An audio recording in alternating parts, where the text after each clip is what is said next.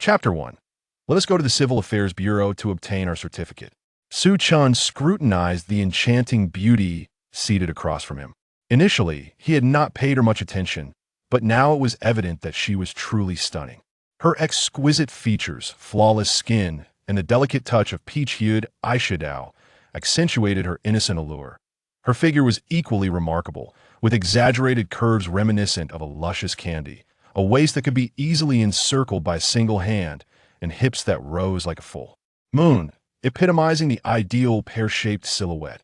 However, the most striking aspect was undoubtedly her pair of legs clad in sheer black stockings. Their texture and elasticity were nothing short of perfection, resembling a formidable weapon. The beauty first cast a disapproving glare at Su Chen's unrestrained gaze, then parted her crimson lips that a private settlement is not out of the question, provided you agree to one condition. I shall consider today's incident as if it never transpired. What condition? Su Chen furrowed his brow, sensing that the beauty before him was being somewhat unreasonable. The situation unfolded as follows. They had been on the same flight returning to the country, initially keeping to themselves, one lost in music, the other engrossed in a novel. With not a single word exchanged, the trouble arose from that infuriating novel. The author had described certain scenes with such explicitness that Su Chen was left astonished, leading to an impulsive moment where he inadvertently crushed the milk carton in his hand.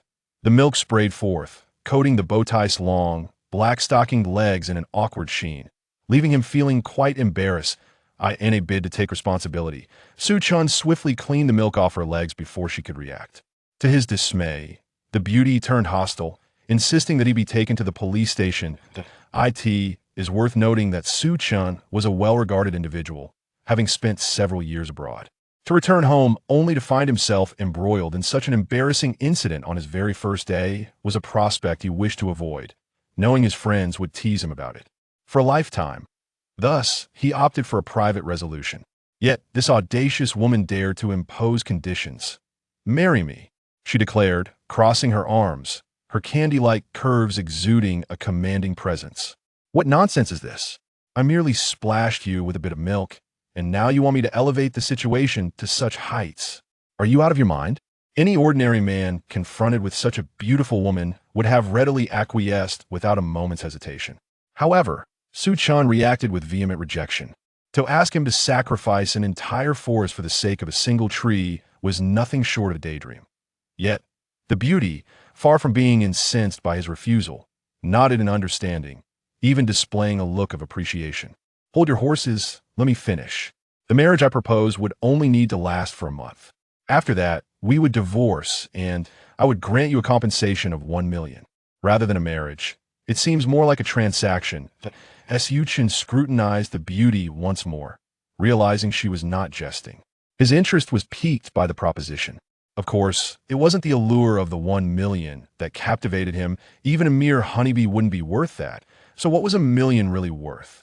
His curiosity was piqued by the sight of such a stunning beauty casually marrying a stranger. What secrets lay hidden within her? It's rather intriguing. A woman of your caliber must have no shortage of admirers. Why the rush to wed? What has transpired? Su Chen inquired, his interest genuinely aroused. The beauty delicately brushed aside a few stray strands of hair, a simple gesture infused with feminine allure, captivating the attention of the men passing by. "Well, I don't mind telling you. Hey, race the situation. My family arranged a blind date for me, and I hold a strong aversion to the individual in question," she replied. "However, their family background is exceedingly prominent, and without a sufficient excuse, I could never refuse their demands. But if I were a married woman, I could easily sidestep their expectations." Su Chen nearly burst into laughter, almost emitting a quacking sound. Even before laying eyes on the unfortunate man, he was already dismissed by this lady. The young gentleman must truly be a fool. "And who might your blind date be?" he continued. Su Chen, she coldly articulated, her lips forming the name, causing Su Chen's playful demeanor to freeze in shock. "What the hell? The foolish young master is me? Was I just mocking myself? Which Su Chen are we talking about?" Su Chen asked, incredulous. "The Su Chen from the Su family, the most affluent and notorious scion in the capital," she replied, her brow furrowing in irritation, as if the mere mention of his name left a Bitter taste in her mouth. Su Chen's mouth twitched in indignation. So what if he's a wastrel? He is still a top-tier young master. You find him unworthy? What on earth is your standard? Why would I ever find that sort of wastrel appealing? She retorted, casting him a disdainful glance. It is said that he has always acted with impunity, taking advantage of his family's influence to wreak havoc in the capital. He indulges in every vice imaginable, gambling, brawling, you name it. If he lived in ancient times, a swift execution would be too lenient for him. And now he wishes to marry me? If it weren't for my family's lack of power, I might have even slapped him across the face. Yes, she spoke with increasing fervor. She even mimicked the act of striking him with her delicate hand, as if to emphasize her disdain. Su Chen felt his composure nearly shatter.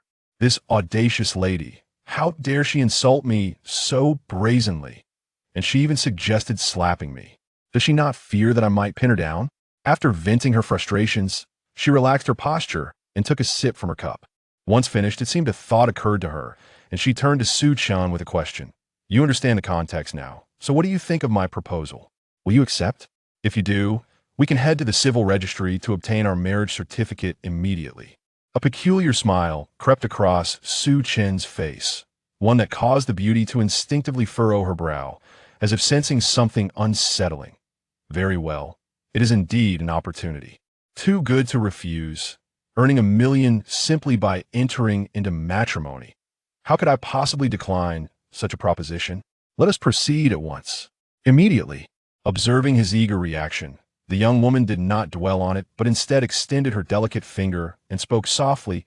Do not rush, since this is a transaction. I must clarify the rules of our agreement. I have 3 stipulations, and as long as you adhere to them, I shall present you with $1 million in 1 month. She pointed with her elegant finger. First, I do not restrict your personal freedom, however.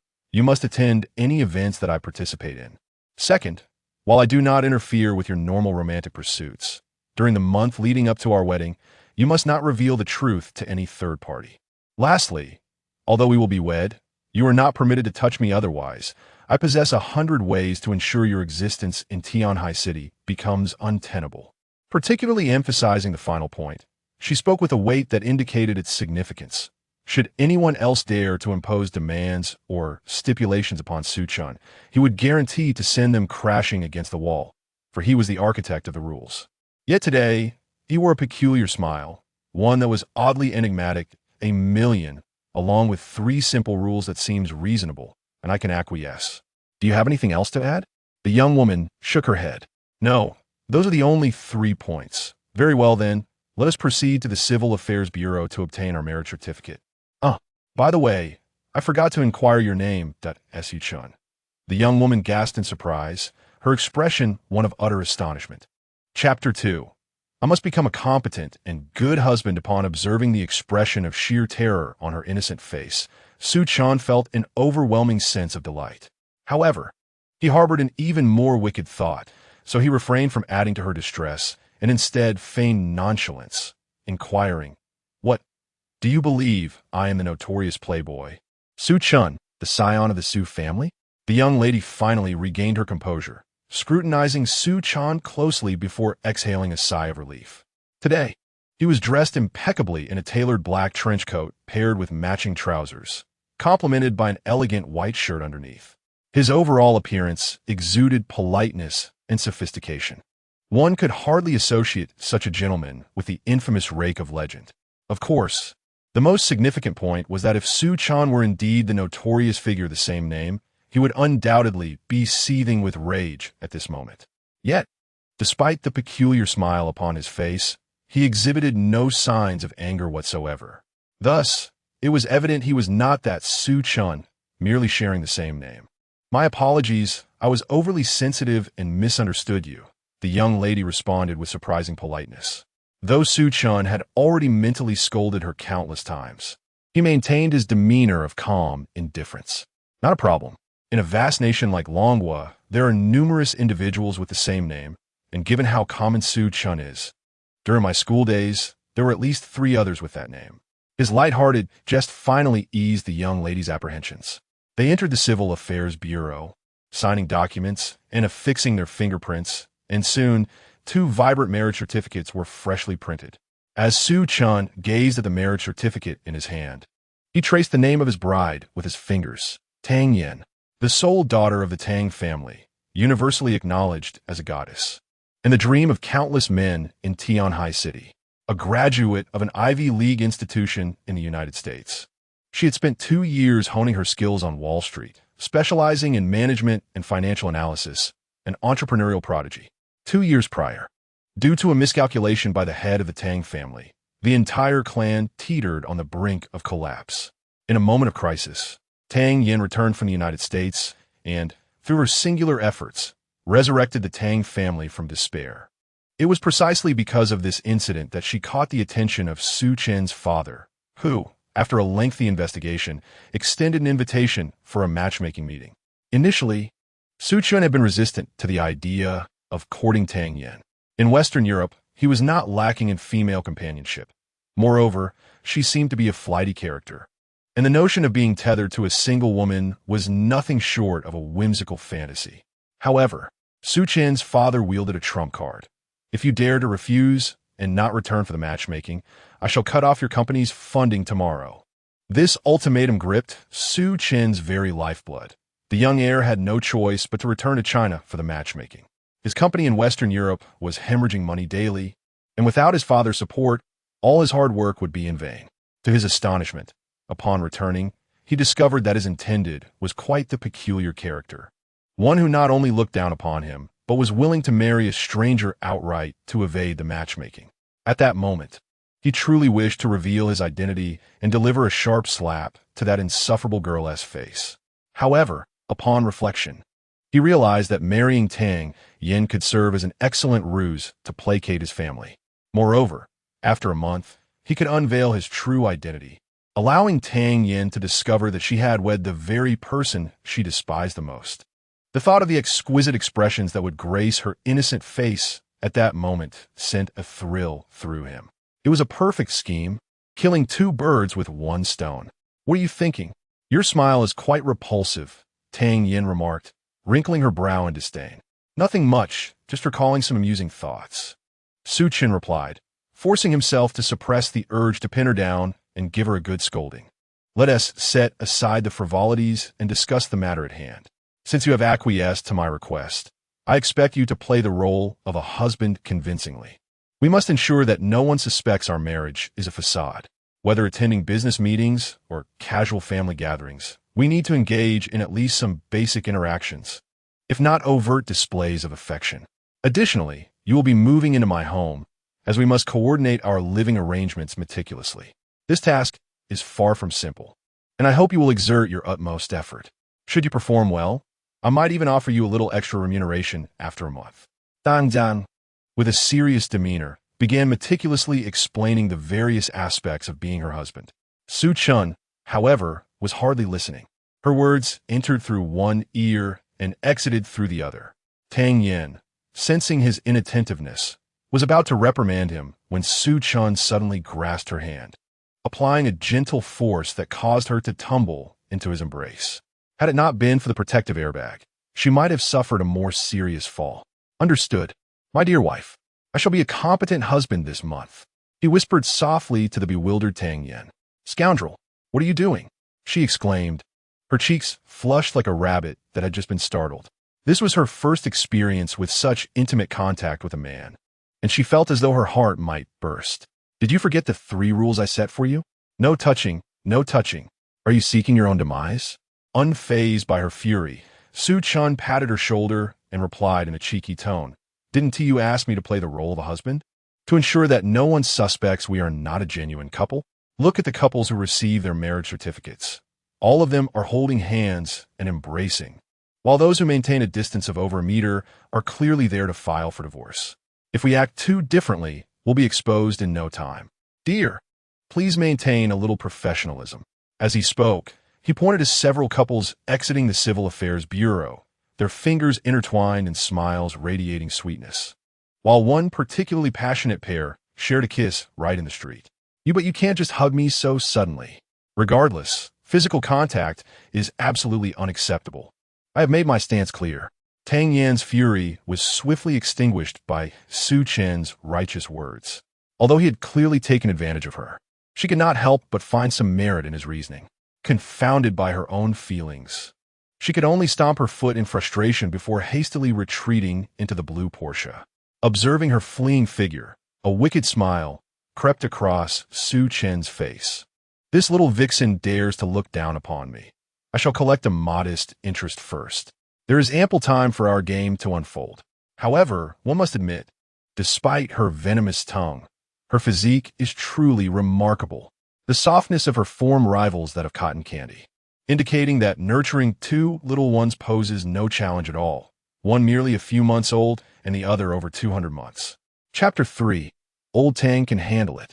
When matters arise, a minor incident at the entrance of the Civil Affairs Bureau elevated Tang Yan's wariness towards Su Chen to its zenith. She even forbade him from sitting in the passenger seat, relegating him to the back. Throughout the journey, she incessantly reiterated the stringent rules she had established, warning him that without adherence, not a penny, let alone a million, would be within his grasp. Su Chen merely scoffed dismissively, evidently letting her words flow in one ear and out the other. After approximately 20 minutes, the Porsche came to a halt outside a villa. Tang Yan activated the fingerprint lock and opened the door, intending to introduce Su Chen to her home. However, her peripheral vision caught sight of a stern, middle-aged man seated on the sofa, and an immediate sense of guilt washed over her. "Dad, what are you doing here?" The serious man turned his gaze towards her, and upon seeing her, the sternness in his features softened into a look of affection. "On such an important day, I came specifically to offer you some advice. Did you meet the Su family's eldest son today? Are you satisfied? It's impressive how quickly the Su family recognized your worth. Our Tang family is truly soaring now." Tang's father chattered on, his satisfaction with the arranged meeting evident in both his words and demeanor. "Dad, what nonsense are you spouting? What do you mean they recognized me at first sight? Even without the Su family support, I could lead our Tang family to prosperity." Tang Yan glared at him, unintentionally emphasizing her point. Yes, my daughter is indeed remarkable, and I believe in your capabilities. However, once you marry, you shouldn't focus solely on work. There's no need to exhaust yourself." Her father, oblivious to the underlying tension in her tone, continued his monologue. Realizing that subtlety was futile, Tang Yan decided to be direct. "Dad, why on earth would I marry that spoiled heir? His character is despicable, and he has done nothing but wrong. How could I possibly have a good life with someone like him? Our Tang family's most challenging days are behind us. We do not need to curry favor with the Su family. That wastrel from the Su family can marry whoever he pleases, but I will not be one of them." Tang's father's expression shifted dramatically. He slammed his hand on the table and stood up. "Nonsense. That is the Su family. They are honoring us by agreeing to this match. Do you think we have a right to refuse? I understand your grievances about marrying into the Su family. But trust me, once you are married, you will be the esteemed matriarch of the foremost family. You will have the power to command the winds and rains. That is the true, good life." Su Chen stood at the door, enjoying the spectacle of Tang's parents' heated exchange, feeling quite pleased. It seemed that there were indeed sensible individuals in the Tang family. "Nevertheless, old Tang, it's not enough to just scold. What about your 7 wolves? Bring them out to show this little lady a thing or two. Mere words without action are meaningless." Just as he was internally stoking the flames of excitement, Tang Yan abruptly yanked him inside from the doorstep. The creamy sweetness of the white rabbit candy clung stubbornly to Su Chen's hand as Tang Yan glared fiercely at her father, resolutely declaring, "Whoever wishes to marry can do so. I refuse to be wed. Moreover, I could never marry the eldest son of the Su family, for I am already married to this man. This is my boyfriend, Su Chen, whom I have kept secret from you all, and we just registered our marriage today. I cannot believe that a distinguished heir of the Su family would choose to marry a woman who has been wed before." Upon hearing these words, Tang's father appeared as if struck by a thunderbolt, his expression frozen in disbelief. It took him a full 5 seconds to regain his composure. When he did, his visage darkened, a faint hue of crimson visible in his eyes. With a swift motion, he unbuckled his belt, the leather snapping sharply against the floor. producing a resonant sound. You fool! What reckless actions have you taken? How dare you marry without our consent? You are tarnishing the Su family's reputation and jeopardizing our standing in Tianhai City. This cannot stand. I shall teach you a lesson today. As he spoke, Tang's father raised his hand, belt poised to strike. Ha ha ha. That wretched little scoundrel is finally getting what he deserves. Delightful, truly delightful. Su Chen grinned, nodding at Tang's father. Yet, this smile, under the wrath of Tang's father, felt more like a provocation than a gesture of goodwill. After all, Tang Yan was his beloved daughter, cherished since childhood. Despite her missteps, he found it hard to act against her. Yet, this insolent young man dared to challenge him. Enraged, he adjusted his stance. Intent on delivering punishment torstai sununtaitien. With a swift motion, Su Chen caught the descending belt, casting a doubtful glance at Tang's father. Uncle, what do you mean by this? If I am not mistaken, you intend to strike me? Su Chen was taken aback. Dad, if you must punish someone, let it be me. I am responsible for this matter. Why take it out on Su Chen? Tang Yan, clutching her white rabbit candy, stood resolutely in front of Su Chen, arms outstretched. This is madness. You would forsake the foremost heir of Longhua for such a worthless individual? I can no longer concern myself with you. Young, you have truly disappointed me, Tang's father retorted, witnessing the mutual protection between the two. Enraged, he cast aside the belt and stormed out. Su Chen stood in a daze, disillusioned, having believed that this imposing figure would be a reliable ally, only to discover his true weakness. Was he really going to leave without delivering a few blows? Was he not even going to strike the insufferable brat? Just as Su Chen was mentally berating Tang's father, Tang Yan gently took his hand, her soft fingers like warm jade, gliding over his palm in a soothing caress. Does it hurt? She asked, her eyes reflecting a hint of remorse as she noticed the red mark on his hand. Does it hurt? What a joke. Such minor injuries hardly qualify as pain. Being torn apart by 5.56 bullet or lying on the ground, feeling the shards of a rocket's ceramic casing at close range, now that is true agony. And yet, I felt nothing. Su Chen remarked nonchalantly. I never expected you to step up in such a situation. I am thoroughly pleased with your performance. Your reward has been raised to 1 million, Tang Yan said with a smile. Oh, so your satisfaction is merely worth 100,000? Your standards of satisfaction are remarkably low. Su Chen scoffed.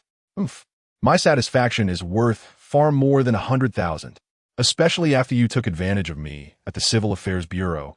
That act cost you 30,000. Tang Yan puffed her cheeks, her large eyes wide with indignation. The innocent expression on her face transformed into one brimming with youthful charm, electrifying and utterly captivating. In any case, Su Chen could hardly contain himself. You scoundrel! How dare you touch me? That will cost you 500,000. Her embarrassment turning to anger as she delivered a playful punch. Then, donning her high heels, she stormed up the stairs, slamming the door behind her with a resounding thud. It was strikingly reminiscent of her father's earlier actions. Su Chen, unaffected by the light punch, merely flexed his right hand, a smirk playing at the corners of his lips. Damn, that girl possesses a truly formidable figure. The models I had encountered in Western Europe pale in comparison to her, utterly obliterated, leaving not a trace behind. Chapter 4. I am the legendary lousy due to the incident involving Su Chen's inappropriate behavior. Tang Yan had not uttered a single word to him from the evening until the next morning when she left for work. She wore a perpetual scowl as if Su Chen owed her 5 million. Meanwhile, the instigator of the situation seemed entirely unfazed, displaying none of the usual decorum expected of a guest during his first visit to Tang Yan's home, acting as comfortably as if it were his own abode. With a thunderous roar, a blue Porsche departed from the villa. At this moment, Su Chen had finished his breakfast and tidied himself up, preparing to step out. Today, a friend was hosting a welcome gathering for him. The venue, the Starry Sky Hotel, the pinnacle of luxury in Tianhai City and renowned as the most opulent 5-star establishment in the area.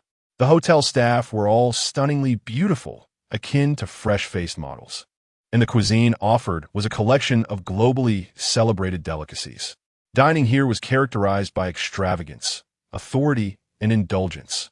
Naturally, with such grandeur came a correspondingly steep price. The Starry Sky Hotel operated on a membership-only basis. Even with immense wealth, non-members were denied entry.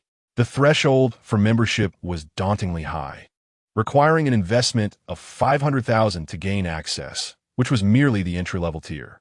Given such exorbitant costs, one might expect the hotel to attract few patrons. However, quite the opposite was true. The Starry Sky Hotel was bustling, with even a standard dining reservation requiring a month's wait. Wealthy individuals relished the exclusivity, thriving on the prestige of such an establishment.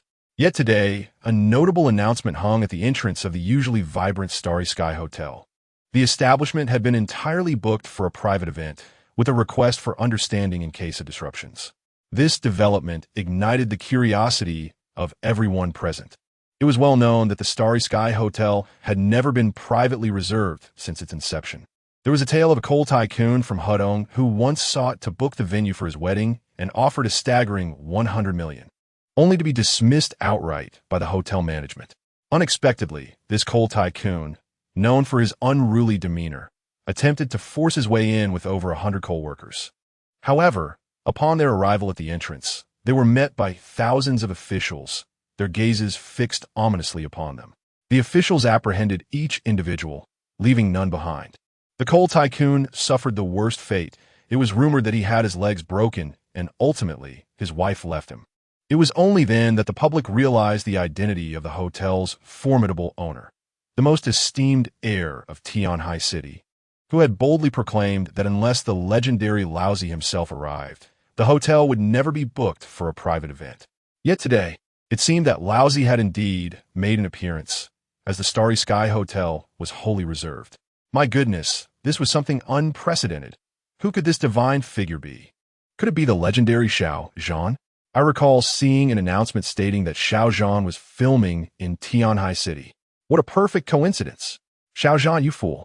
Foolish and obsessive fans. The Starry Hotel is backed by the foremost young master.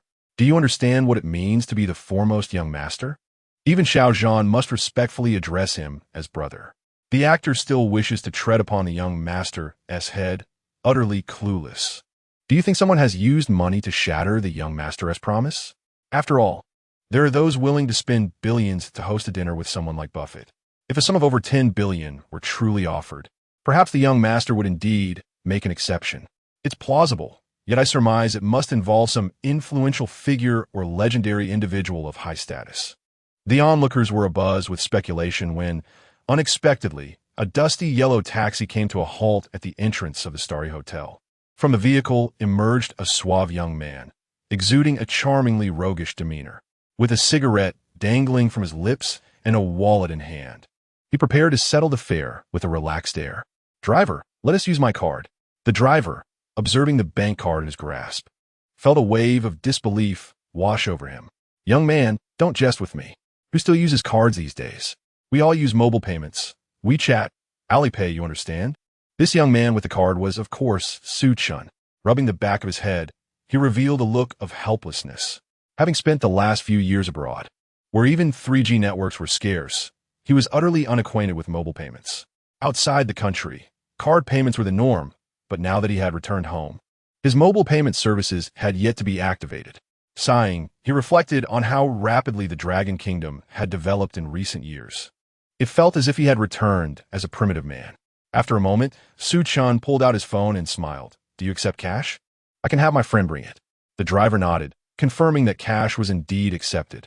Upon witnessing this exchange, the crowd erupted in laughter. "Young man, look at the sign. The Starry Hotel is currently empty. It has been booked out. The driver's been played. This fellow intends to skip out on the fare. Ha ha ha." A celebrity attempting to pay with a card. "Where did you emerge from? A cave?" Hearing the crowd's laughter, the driver's expression turned noticeably anxious. Earning merely 100 yuan a day, he couldn't afford to let Su Chen skip out on the fare, as the journey to this location had already cost over 100. "Young man, you can't leave. Just stand by me and wait for your friend."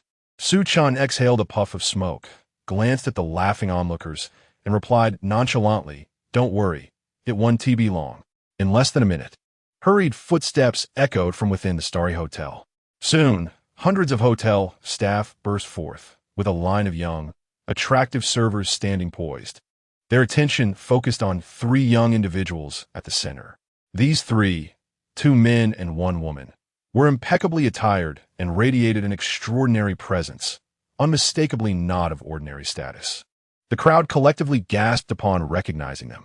The foremost young master of Tianhai City, Qin Fun, the heir of a business tycoon in Tianhai City, Yang Wei, the distinguished daughter of the president of Tianhai City Bank, Zhou Li. My goodness, the three titans of Tianhai City are all here. Today truly opens my eyes. However, what unfolded next was even more astonishing. The three young individuals, revered as titans, approached Su Chen with utmost reverence, bowing slightly in greeting. Brother Chen, you have finally returned. Su Chen nonchalantly patted the shoulder of the first young master and smiled. Yes, I have returned. Please settle the fare for me and assist me in setting up mobile payment. Damn it, it feels like I've just returned from the Stone Age, utterly clueless. The first young master, seemingly hesitant, did not dare to lift his posture and respectfully replied, Of course, Brother Chen. Is there anything else you require? Oh, indeed there is. Su Chen replied with a smile, casting a sweeping glance at the onlookers before his expression suddenly turned frigid. These individuals, each one of them, chatter incessantly like gossipmongers. Expel them all. Understood, Brother Chen. The first young master finally straightened up, although his countenance betrayed unmistakable displeasure. He waved his hand, and immediately dozens of security personnel surrounded the area. All these onlookers, without exception, throw them out. Remember, I said throw them out. Furthermore, any of them holding membership to my star hotel or any of my enterprises shall have their privileges revoked permanently. Yes, the security personnel responded in unison, marching with imposing authority towards the gathered crowd, leaving the onlookers utterly aghast.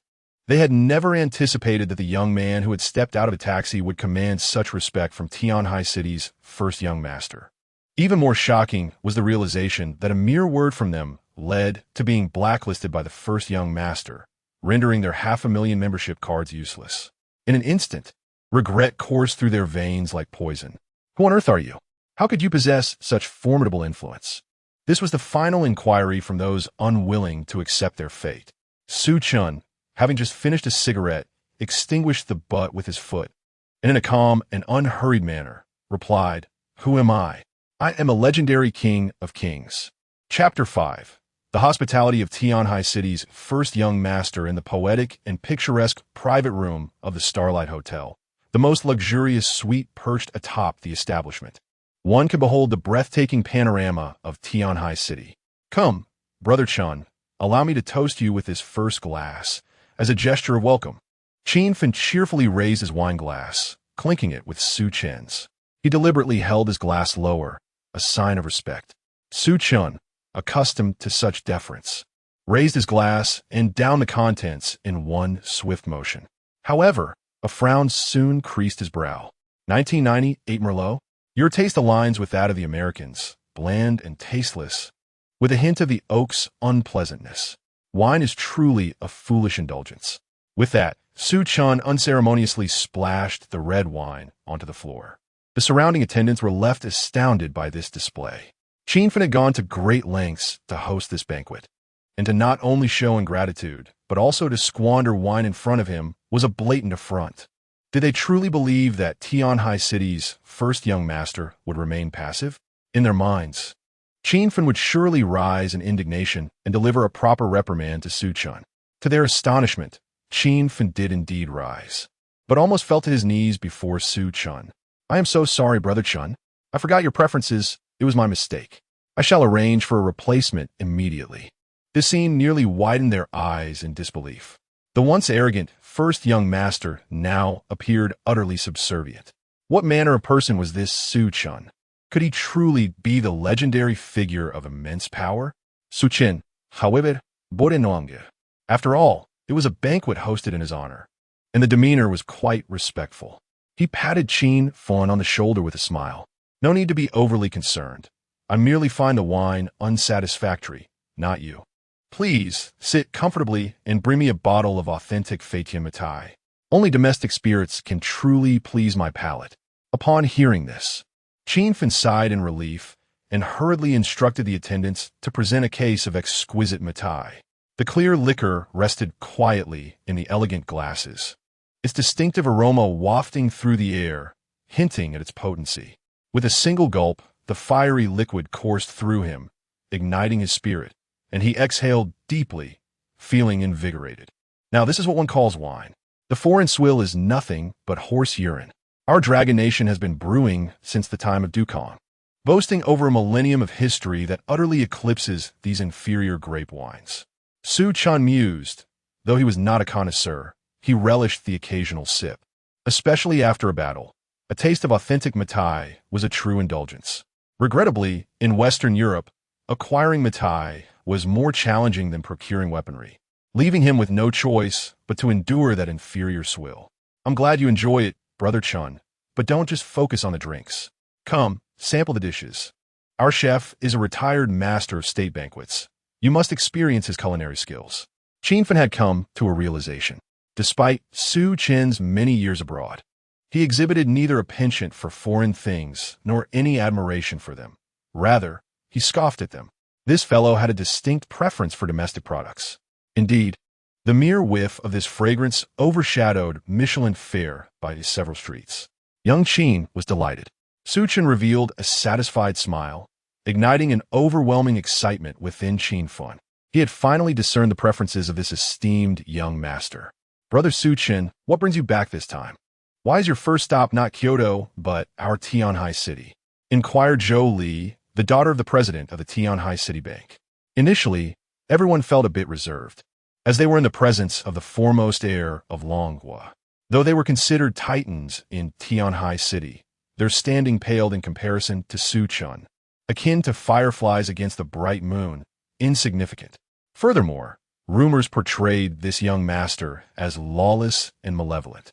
Yet, upon interaction, they discovered that Su Chen bore no heirs. He was remarkably amiable and approachable.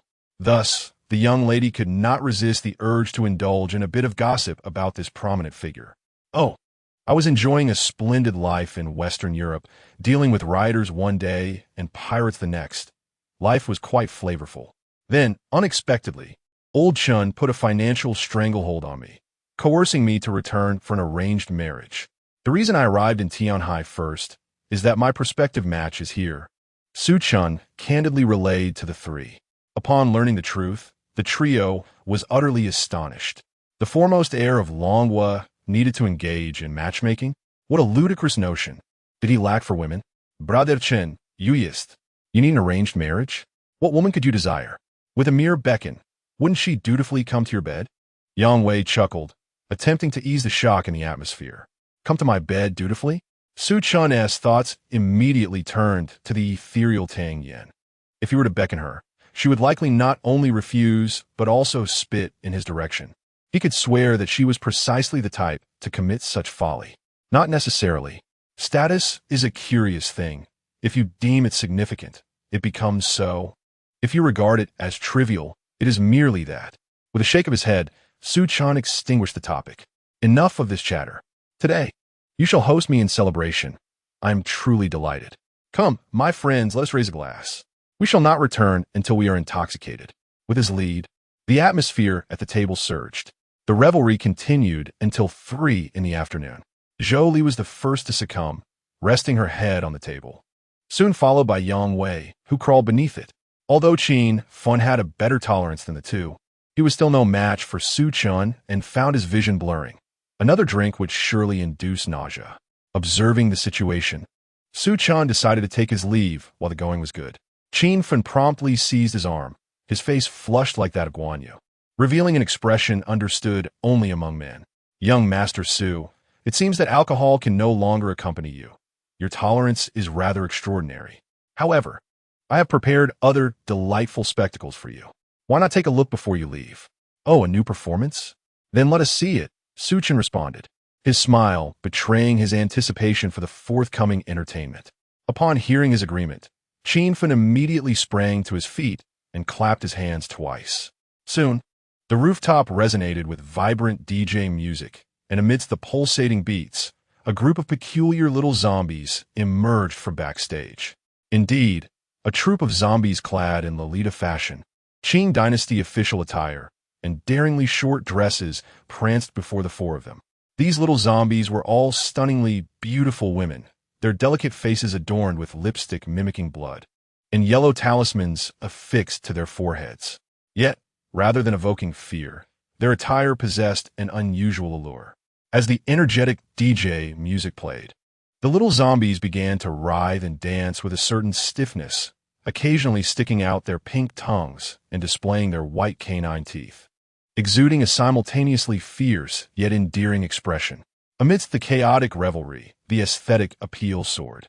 How fascinating, truly fascinating. We, the people of the Dragon Country, certainly know how to revel even more than those from foreign lands. Chapter 6. Hostile Autumn Elegance. After finishing his dance, Su Chen pushed open the door and stepped out with a graceful stride, only to find the esteemed young master of Tianhai City waiting patiently at the entrance. The young master had also rested sufficiently, his previously flushed cheeks returning to their normal hue.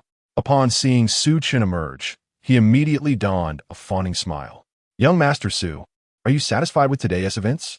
Although it seemed that Su Chen had undergone significant changes, the interests and hobbies of the illustrious Su family heir were unlikely to have shifted. Noticing his companion's eagerness, Su Chen merely patted his shoulder and casually remarked, "If you ever require my assistance, do not hesitate to speak up. While I may not be able to help with major matters, I can certainly assist with the smaller ones."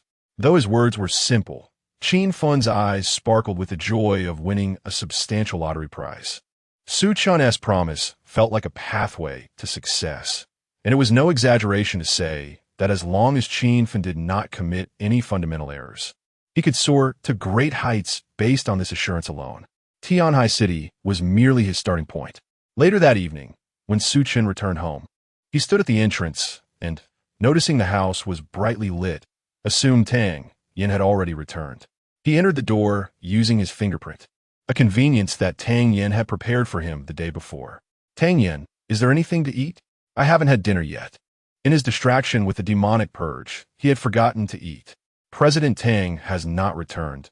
If you wish for something to eat, you'll have to order takeout yourself." A cool, unfamiliar voice momentarily startled Su Chen, prompting him to turn and look. In the living room sat a woman clad in a figure-hugging dress, her cascading waves of hair framing a face imbued with captivating allure. Though her physique did not possess the same commanding presence as Tang Yan's, it was undeniably exquisite. Most striking was her enchanting demeanor, even in a simple professional outfit. She exuded an irresistible charm. Yet another exquisite woman. As Su Chen's gaze roamed over her, the alluring woman frowned in distaste, seemingly filled with animosity towards him.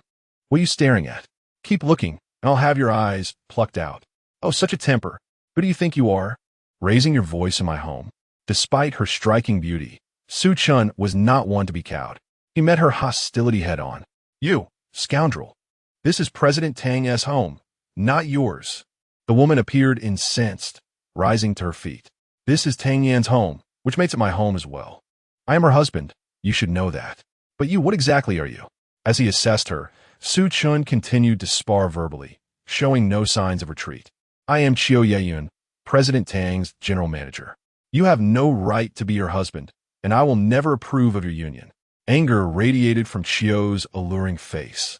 "Huh, your words almost make me want to laugh. I had thought you were someone of significance. You are neither Tang Yan's mother nor a relative, merely an ordinary employee under her command. The matter of whom the boss marries is of no concern to you, so be swift in your departure, lest I take it upon myself to throw you out." Do you dare lay a hand on me?" Qiu Yeyun audaciously continued to press forward. Is there anything Su Chen would shy away from in this world? Truthfully, there are very few. Thus, Su Chen seized Qiu Yeyun by her pristine collar, a wicked grin spreading across his face as he effortlessly lifted the enchanting beauty from the ground. No trace of gentleness was shown. Qiu Yeyun, taken aback, frantically struck at Su Chen with her hands. "Bastard! Pervert! You lecher! What do you intend to do?" "What do I intend to do?" Did I not just warn you? Be wary, for I may very well dispose of you. And now, woman, my patience has worn thin. Su Chen chuckled, holding Qiu Yun aloft with one hand as he made his way toward the door. Qiu Yun had never encountered such a rogue. Fear coursed through her. Yet she could not show weakness before him. She steeled her resolve, glaring with her captivating eyes as she warned, "You better put me down, otherwise. This is far from over. Bastard, do you hear me? Let me down at once. It's unbearable. My collar's going to break." Thud. Ultimately, Su Chen did indeed hurl Qiu Yun through the doorway. He was not excessively cruel, merely depositing her onto the lush grass outside. The verdant ground served as a splendid cushion, ensuring she would not come to harm. Stunned, Qiu Yun sat there, unable to comprehend that she had truly been thrown out. She clutched her collar, for the wrathful Su Chen had torn her button from its place. Such a humiliating affront would be a memory etched in her mind for a lifetime. Bastard, damn bastard. How dare you treat me this way? I will not let this go. Anger flickered in her enchanting eyes. She had indelibly marked Su Chen in her heart. However, Su Chen paid her no mind, closing the door with indifference, refusing to utter another word.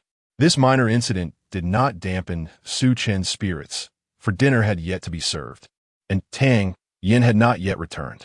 He decided to prepare some noodles for himself.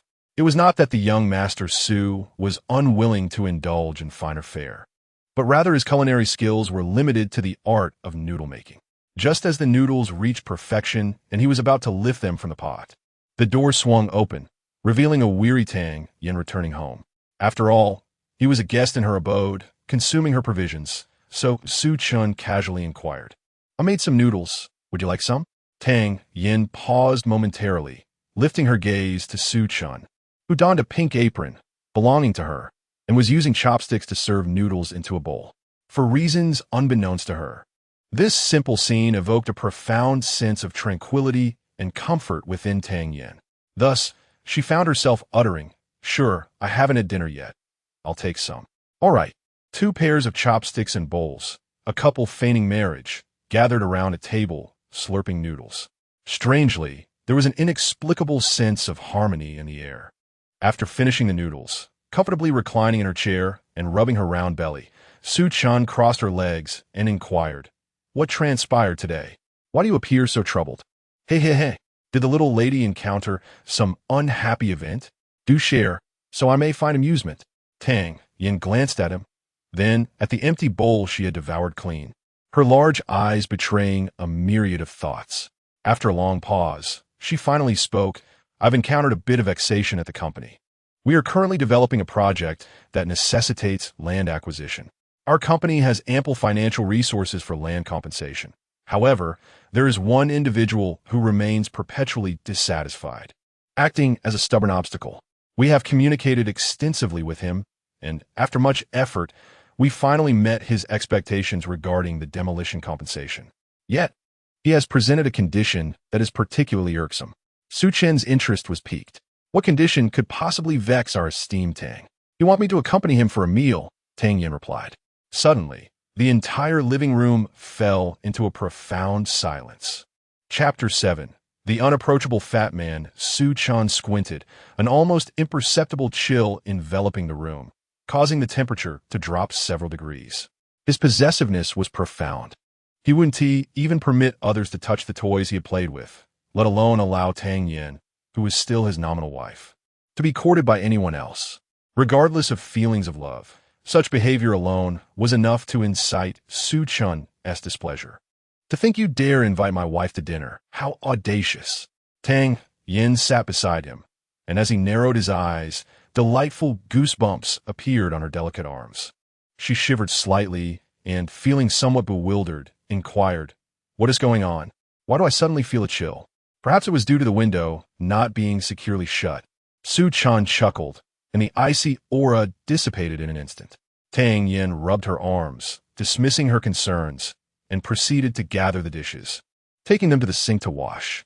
Meanwhile, Su Chen lit a cigarette, reclining with his legs crossed at the dining table, puffing clouds of smoke. Once Tang Yan had finished washing the dishes, she dried her hands and prepared to head upstairs for some rest. Just then, Su Chen suddenly called out to her, I will accompany you to the company tomorrow. Why do you want to come to the company? Tang Yan asked, puzzled. To see what the fellow who wishes to treat my wife to dinner looks like, Su Chen replied, flashing a broad grin, displaying his white teeth. The term wife caused Tang Yan's cheeks to flush. Although she was fully aware their marriage was a facade, the impact of those words was still undeniable. Fine. If you can help me deal with that fat man, I shall consider it a great service and grant you a raise. She smiled at Su Chen, her innocent visage stirring a sense of excitement within him. However, this time Tang Yan seemed vigilant. As soon as she detected a shift in Su Chen's expression, she darted up the stairs like a startled rabbit. Her face bore an expression of indignation, her large eyes wide with fury. You better remember the 3 ironclad rules I said. If you dare to break them again, believe me, I will throw you out.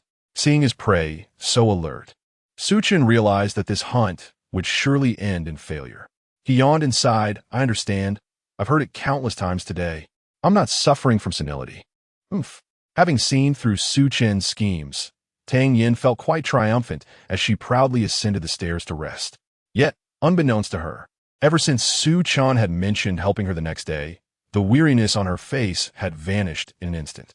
As the hour grew late, Su Chen prepared to wash up and retire for the night. At 9 in the morning, at the headquarters of Tang Meng Group, employees began clocking in one after another, cheerfully greeting their colleagues. The working hours for Tang Meng Group began at 9:30, making this period quite relaxed and pleasant. However, this tranquility was soon disrupted by a group of individuals. A portly man with slicked back hair stormed into the headquarters of Tang Meng Group, accompanied by a throng of followers. With a grand gesture, he commenced the extravagant transformation of the entrance. The flowers were to be arranged in the shape of a heart, and the candles meticulously placed. The sound system needed adjusting. It must not falter at the crucial moment. Ah, and do not forget my 20-carat ring. Ensure it is ready in advance. The employees of the Tang Meng Group were forced to congregate at the entrance, their faces flushed with indignation as they glared at the corpulent figure blocking their way. Who is this genius, brazenly using his girth to obstruct the entrance? Is there no sense of shame? The ostentatious decorations seemed overly flamboyant. Does one truly resort to such theatrics in matters of courtship? Brothers, if you wish to pursue romance, we shall not hinder you, but please, allow us to enter and clock in. We are on the verge of being late. The rotund man, overhearing the murmurs behind him, turned his ample face around. His tiny, beady eyes glared coldly at the crowd. What are you all bickering about? Just wait patiently. The flowers and candles I have are imported and quite costly. If you clumsy fools damage them, there will be no place for compensation. His words nearly ignited an uproar among the employees outside. You, gluttonous brute, are blocking our company's entrance, yet still possess the audacity to speak. Shall I demonstrate to you what it means to win people over with virtue using my sandbag-sized fists? Just as the employees rolled up their sleeves, prepare to confront this unreasonable bully, a figure of captivating allure emerged from the crowd. With a hint of a smile on her enchanting face, it was Qiu Yayun, cast out from her home by Su Chen. She approached the rotund man in her stilettos, her voice soft and beguiling. Mr. Liu, what is the purpose of obstructing our company's entrance? Upon seeing Qiu Yayun, Mr. Liu's tiny eyes widened with surprise. He displayed a lewd grin, reaching out to grasp her delicate hand. Hee, I merely wish to surprise Mr. Tang. Please do not be upset, Miss Qiu. I will finish the arrangement shortly. Qiu Yayun stepped back to evade Lu Wei's unwelcome advance, a clear expression of disdain flickering in her enchanting eyes. Nevertheless, she maintained her politeness. Mr. Tang does not appreciate such ostentatious displays, Mr. Liu. Perhaps it would be prudent to relinquish that piece of land to us. Who knows, Mr. Tang might regard you with newfound respect. Hey, that plot of land is my ancestral home. I hold it dear to my heart. No amount of money could persuade me to part with such sentiments. Lu Wei replied, a repugnant smile plastered across his face. Of course, as long as Mr. Tang agrees to befriend me, our relationship will flourish and wealth or land will all belong to Mr. Tang. Bah, a wretched toad dreaming of courting a swan. Do have a look in the mirror. Qiu Yayun internally berated Lu Wei. Yet, Outwardly, she dared not voice even a slightly stronger tone. There is no alternative. Lu Wei not only monopolizes the land allocated to the Tangming group, but more crucially, he is also connected to Qin Fun, the first son of Tianhai City. In other words, Lu Wei not only has the Tangming group in a chokehold, but he also possesses formidable strength himself. This is precisely why he dares to brazenly block the entrance of the Tangming group, leaving Xiao Yeyun with no choice but to persuade him rather than directly instructing the security to expel him. The truth is, this individual is simply too formidable for the Tangming group to contend with. Chapter 8. The cleaner brought out the trash bin. Lu Wei stubbornly blocked the entrance for a full 30 minutes, transforming the grand door into an extravagant display akin to a flamboyant bird's nest made for courting. The employees, having endured the blockade for half an hour, dared not voice their frustrations once they recognized his identity. Finally, with the crisp chime of the elevator bell, the main attraction arrived, clad in stilettos and sleek black stockings. Her long, enchanting legs seemed to tread upon the very hearts of those present. With a voluptuous figure that was both alluring and devilish, she possessed a face of pure innocence that stirred the souls of onlookers. The moment she stepped onto the scene, all male eyes were irresistibly drawn to her. Who else but the goddess-like CEO Tang Yan could wield such magnetism? While Tang Yan had been engaged in light-hearted conversation, her expression soured the instant she exited the elevator. Her pink lips were pressed tightly together, and her elegantly arched brows knitted in displeasure. Who had dared to desecrate the entrance of our Tangming group in such a manner? Just as the employees were about to voice their grievances, the slick-haired Lu Wei appeared, brandishing an extravagant bouquet of roses and a dazzling 20-carat diamond ring. Amidst the melodious strains of a romantic ballad, he knelt before her, gazing up at her with eyes brimming with infatuation. "This is the surprise I prepared for you. What do you think? Do you like it?" Tang Yan looked down at the absurd figure kneeling before her, unable to suppress a twitch at the corner of her mouth. "Like it? I would have to be blind to find anything appealing about you. A man who could scrape off 3 pounds of grease." However, this oily individual was one she simply could not offend. Despite her overwhelming disdain, she forced a cordial response. "Mr. Lu, you've truly gone overboard. However, these items are blocking my entrance, and my employees cannot get through. It's quite troublesome. Please move them aside." "No need, no need. I've even left a path open for everyone to enter from the side. It's not an issue at all," Lu Wei proclaimed, gesturing toward the narrow passage beside the floral arrangement where the trash bin was placed. Was this truly a path? To navigate it, one would have to squeeze past the trash bin, and one's figure would need to be decidedly slender. For someone as assertive as Tang Yan, it was nearly impossible to avoid an intimate brush. "Mr. Lu, your actions are rather off-putting," Tang Yan stated, her patience waning as her lips were pressed tightly together, barely suppressing her rising ire. "Ha ha, President Tang. How can my heartfelt intentions be deemed bothersome? Besides, if you truly dislike me, how would we ever negotiate that piece of land at Baiyang Bay?" Lu Wei smirked, his mischievous eyes locked onto Tang Yan's. "You!" Tang Yan glared fiercely. "President Tang, you look stunning even when angry." "Huh?" Lu Wei laughed boisterously, reveling in his perceived advantage. "You need me, and there's nothing you can do about it." However, his bravado was short-lived as his eyes widened in horror. For, in his line of sight, a lecherous hand was slowly creeping up the waist of his goddess. This was indeed the place he had longed for, yet someone had unexpectedly beaten him to it. Infuriated to the point of nearly suffering a cerebral hemorrhage, he abruptly stood up and bellowed, "What do you think you're doing with that hand? Do you think you have a right to touch President Tang's waist? I swear I will disable that hand today." "Huh? What nonsense are you spouting? I can touch my own wife's waist, and it's none of her business." Lu Wei's eyes widened in shock, only then realizing that the owner of the lecherous hand was a remarkably handsome young man. He stood nonchalantly before Tang Yan, one arm wrapped around her waist, and most astonishingly, Tang Yan showed no sign of resistance. "Impossible. It cannot be. How could President Tang have a husband? I refuse to believe it." Lu Wei was nearly driven mad, his sanity slipping away. It seemed this brazen individual truly had his sights set on Tang Yan. Believe it or not, your actions today have already displeased my wife significantly. Dispose of your rubbish at once, or I shall personally throw you into a garbage bin shortly. This brazen opportunist could only be Su Chen.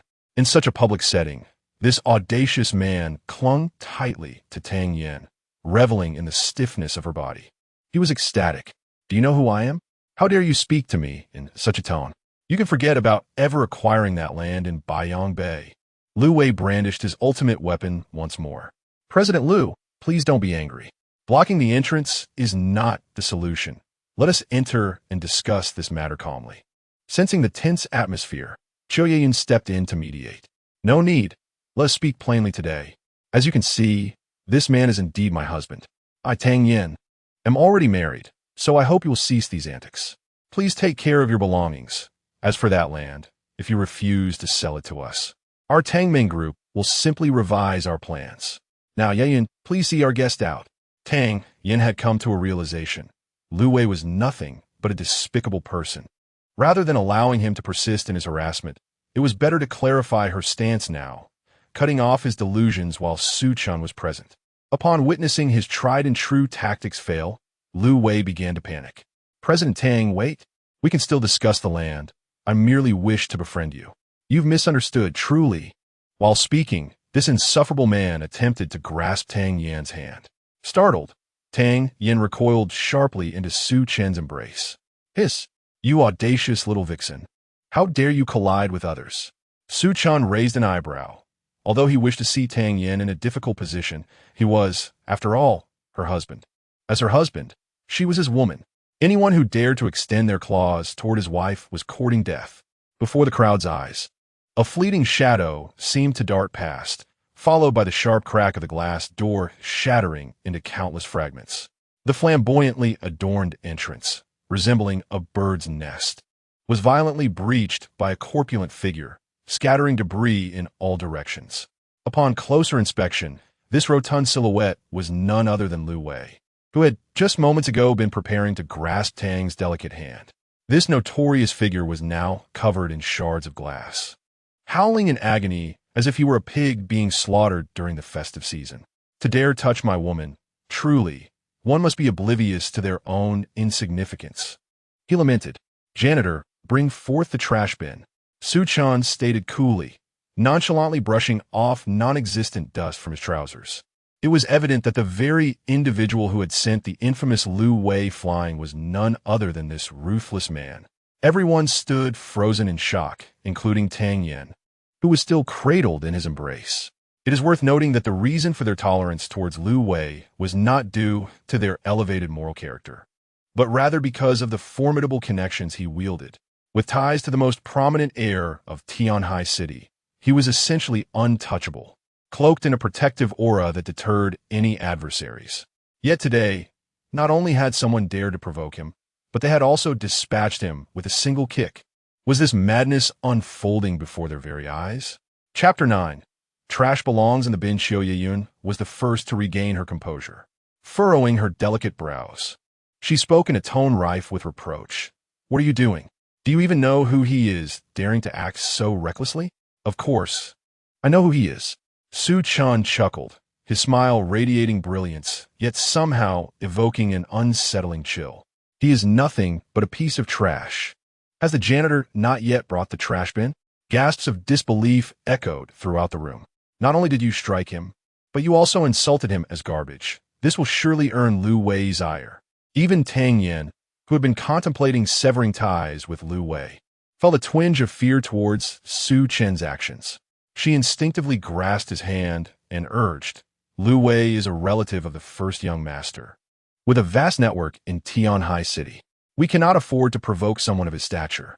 Cease your insults and apologize quickly, or this situation may spiral out of control. Gradually regaining his composure, Lu Wei, who had been wailing, twisted his pudgy face and bellowed, This brat kicked me so viciously and thinks an apology will suffice? You must be dreaming. Just wait. I will call for reinforcements and make you all pay for this affront to the Tangming group. Panic surged through the ranks of the Tangming group as they pondered the implications of his threats. While Lu Wei had been persistently bothering Tang Yan, he had refrained from employing overtly aggressive tactics. as even relatives of the first young master were expected to adhere to a semblance of decorum. However, Su Chen's brazen kick had obliterated any semblance of reason, and should the first young master truly intervene, the Tang Yan group would be doomed. Qiu Yeyun glared at Su Chen with eyes brimming with indignation, her face nearly contorting in disbelief. Have you lost your mind? Do you comprehend the consequences of your actions today? If Lu Wei calls for help, we are truly finished. Casting a glance at the freshly baked mantou, which emanated an enticing aroma, Su Chen pushed it aside and leisurely called out, "Janitor, where's the trash bin I requested? Are you deaf?" To them, Lu Wei was a formidable figure, yet in Su Chen's eyes, he was merely refuse. Qiu Yeyun could never have imagined that this scoundrel would demand a trash bin at such a moment, especially after he had just taken liberties with her. Disgusting. Perverse. A lecher. To Su Chen's booming voice, the janitor indeed brought forth a colossal trash bin. "Young master, here is the trash bin you requested. That appellation is quite agreeable. I shall reward you with a doubled salary next month." Su Chen grinned as he accepted the bin, and amidst the horrified gazes of onlookers, he began to roll up his sleeves to tidy up the debris at the front desk. First and foremost, he seized Lu Wei, who was busy making calls for support, grabbed him by the collar, and unceremoniously shoved him inside the bin, followed by Lu Wei's entourage. The crowd was rather large, and the bin was filling up quickly. "Bring me more trash bins." As Su Chen forcefully stuffed items into the trash bin, he raised his voice, calling out. This time, the cleaning staff responded with remarkable swiftness. "Certainly, young master. We are on it, young master. Is it permissible to use the trash bin designated for toilet paper?" The cleaners were oblivious to Lu Wei's background and the potential repercussions of offending the Tang Yan group. Their sole understanding was that pleasing this gentleman would result in a salary increase. They dismissed any notion of social status or background, for money was the true reality. Thus, a bustling assembly of cleaning ladies brought every trash bin from the entire building. Su Chen waved his hand grandly. "Excellent. You have done remarkably well. Next month, the cleaning department's wages will be doubled." His actions left Lu Wei's companions in sheer horror. How could this be a joke? These were mere trash bins, and the ones brought by the cleaning ladies were particularly fresh. For instance, one designated for toilet paper still contained remnants of sanitary napkins, and the thought of them being stuffed inside was unbearable. Consequently, they began to resist. However, they were no match for Su Chen, who effortlessly handled them as if they were mere chicks, tossing them all into the trash bins. The 10 or so trash bins were filled to the brim, and the once flamboyant front desk was now spotless. Su Chen clapped his hands and issued another command to the cleaning ladies. "Take all this rubbish out and dispose of it in the trash pit. Next month's salaries will be tripled." Boom! The prospect of tripled wages exploded in the ladies' minds like an atomic bomb. These money-minded women eagerly thumped their chests, assuring him, "Absolutely no problem. We will personally ensure that this rubbish is disposed of." Lu Wei, trapped within the trash bin, hurled insults at Su Chen. Yet the exhilarated ladies had already seized the bins and swiftly pulled them towards the elevator. The entrance of the Tang Yan group returned to a serene silence, so quiet that even a needle dropping could be heard, as everyone remained in a state of shock. "Insane. You must be out of your mind. Not only did you strike him, but you also threw them all into the trash bin. Are you truly intent on a deadly feud with Lu Wei?" A flush of indignation filled Qiu Yeyun's alluring face. "Do not misunderstand. This is purely anger." Su Chen tilted his head and smiled at her. A bright, yet chillingly eerie smile. "My dear, this marks your third provocation against me.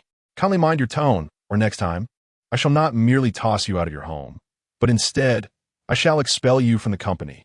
This man, a mere pawn feigning marriage with President Tang, had no right to speak to her so boldly." Qiu Yeyun's eyes widened in disbelief. Just as she prepared to retort, Tang Yan placed a hand on her shoulder. "Yeyun, remember, outside, this is my husband, President Tang." A flicker of anger passed through Qiu Yeyun's eyes. "Understood." Tang Yan reassured her with a pat on the shoulder. Offending Lu Wei undoubtedly presents an immense predicament. However, since the incident has transpired, Tang Yan shall not lament her fate. What she must now focus on is minimizing the repercussions of this unfortunate event. It must be acknowledged that this woman possesses remarkable capability, having single-handedly salvaged the once-fallen Tang family. Meanwhile, Lu Wei and his companions emerge from the refuse pit, each one in a state of utter disarray, exuding a foul stench.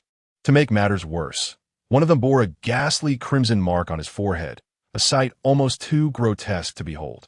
Passers-by, witnessing this scene, instinctively covered their noses and distanced themselves from the repugnant group. What madness is this? Digging through garbage in the sweltering heat? They appear to have limbs. Surely they could find more respectable work instead of scavenging for pennies. Here, take 10 yuan and leave swiftly. Your presence is utterly revolting. Lu Wei's face flushed crimson as he glared at the 10 yuan that had just been tossed before him. He bellowed at the passerby, his voice filled with indignation. I'll sift through your rubbish. Get lost now. I am a cousin of Qin Fun. Those words sent a shiver through the onlookers, prompting them to hastily lower their heads and retreat in fear. Lu Wei had never endured such humiliation in his life. How dare you, Tang Meng Group? How dare you treat me this way? Tang Yan's husband, with a darkened expression, he resolved to dial that significant number. Chapter 10. The arrival of the first young master. Hello. Is this my cousin? I've been beaten up, Lu Wei exclaimed, tears streaming down his face as he recounted his misfortunes at the Tang Meng Group to Qin Fun over the phone. Initially, Qin Fun was disinclined to involve himself in the trivial matters of this distant relative, as their bond was rather tenuous. However, buoyed by his good spirits from having pleased Su Chen, he readily agreed to assist Lu Wei in seeking vengeance.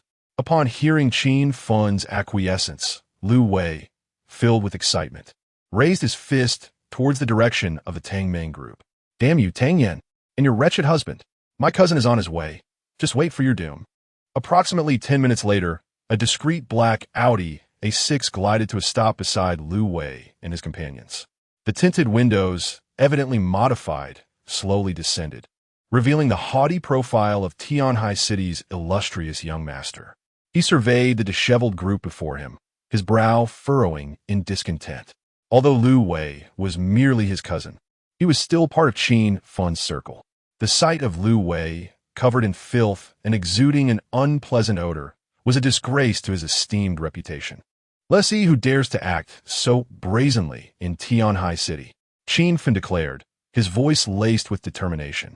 Hearing this, Lu Wei nearly leaped with joy. Emerging from the refuse, he bore the stench without removing his jacket, determined to evoke sympathy before Qin Fun.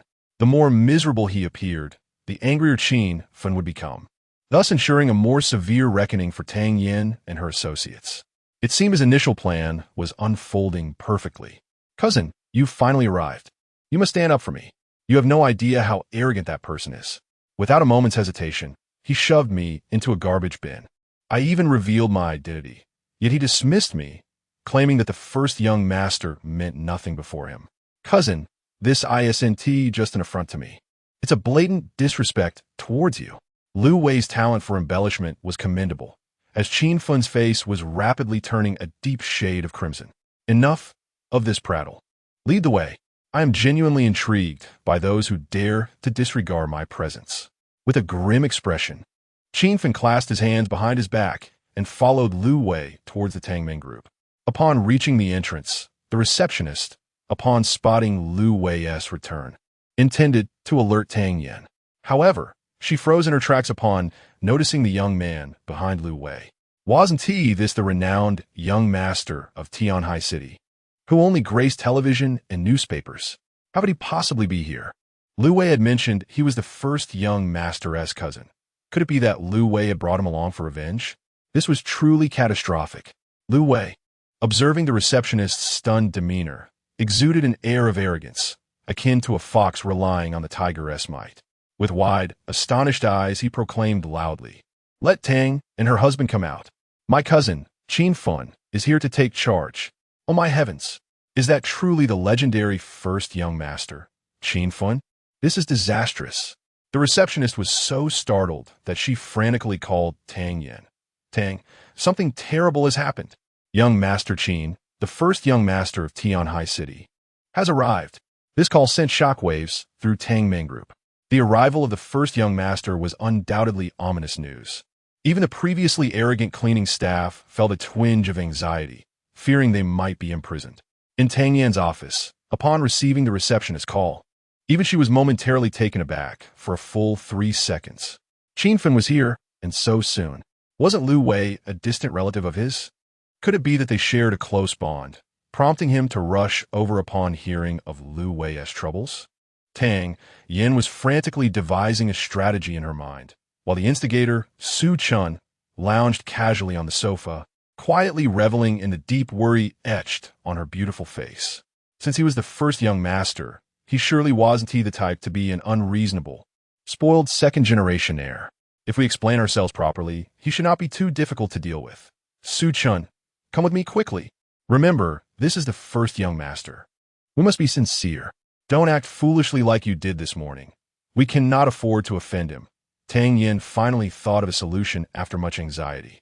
Thus, she dragged the instigator along, preparing to receive the first young master. However, Su Chen remained firmly seated, too lazy to even shift his position. Why the rush? This matter was instigated by Lu Wei. We are in the right regardless. Even if the first young master comes, it remains the same. Damn it, he flirted with my wife. And I merely tossed him into a trash bin. I've already been quite restrained.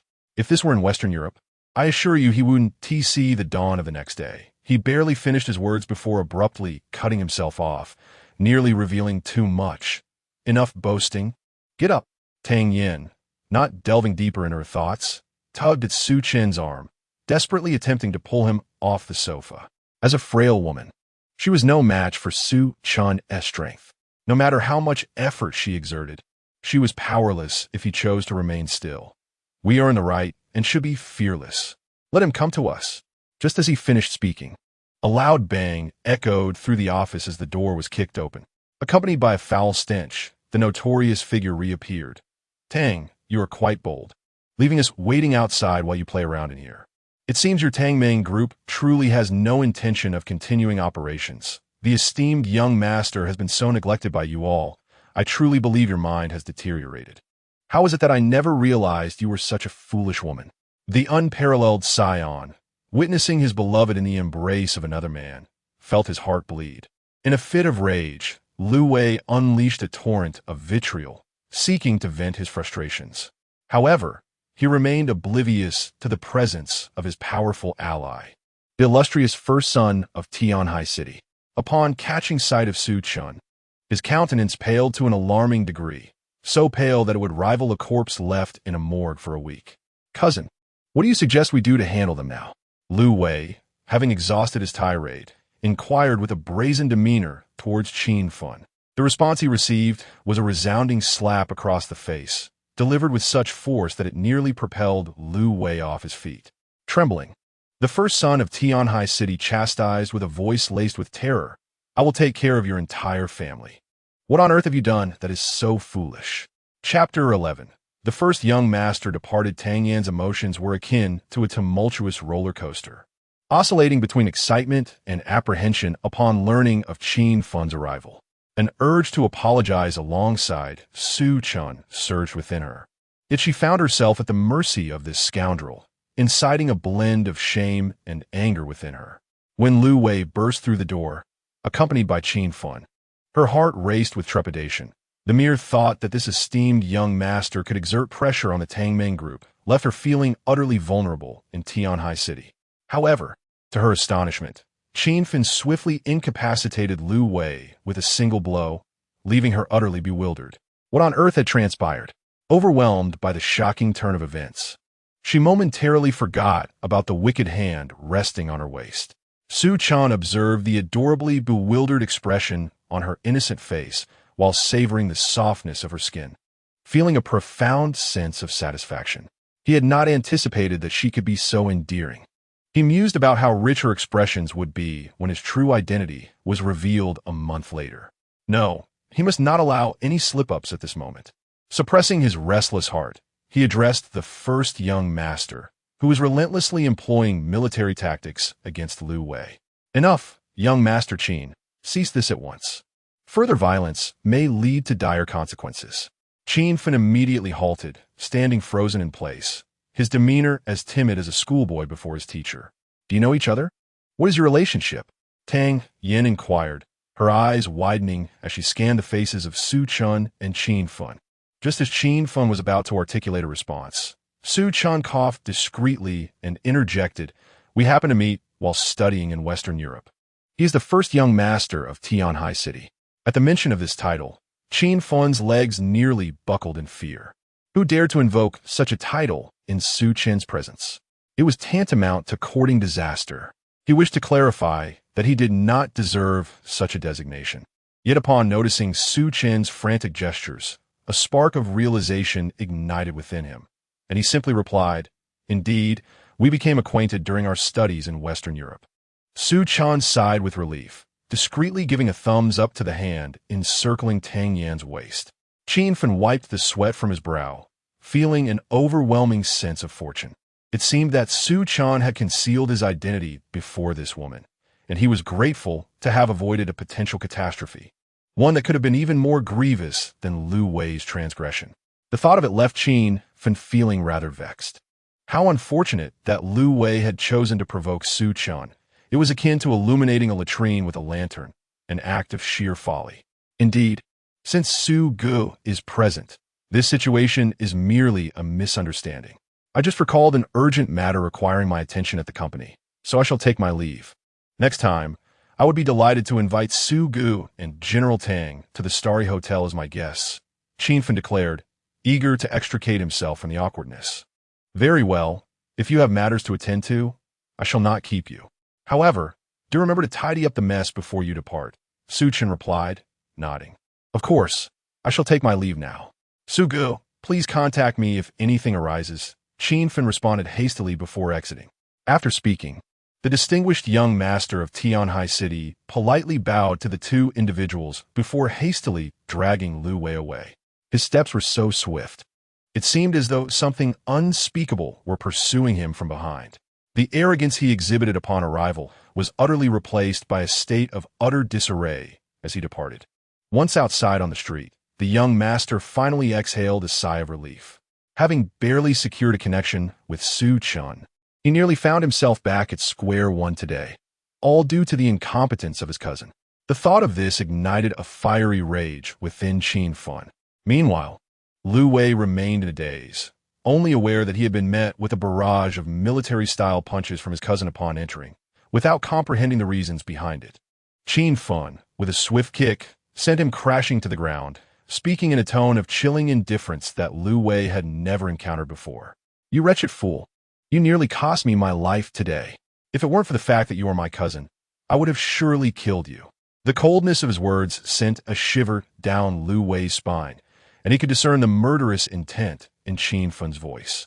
Trembling, Lu Wei hurriedly knelt on the ground. "Cousin, isn't he just your classmate? Could it be a classmate?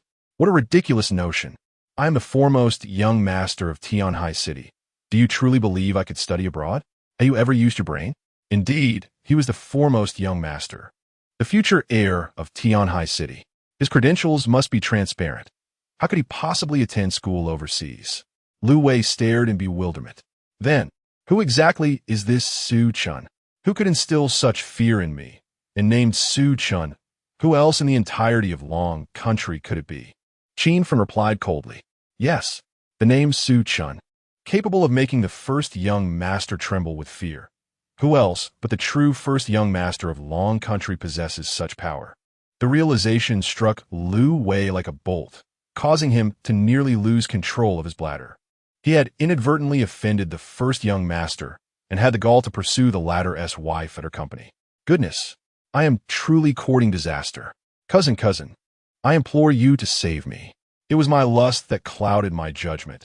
I did not recognize the mountain of greatness that is Su. I genuinely do not know him, which led to my offense. Please, I beg you to intercede on my behalf. Lu Wei was genuinely crying now, tears and snot flowing as he clung desperately to Qin Fen's pant leg, pleading for mercy. Qin Fen, disgusted by the display, kicked him away once more, but then reconsidered.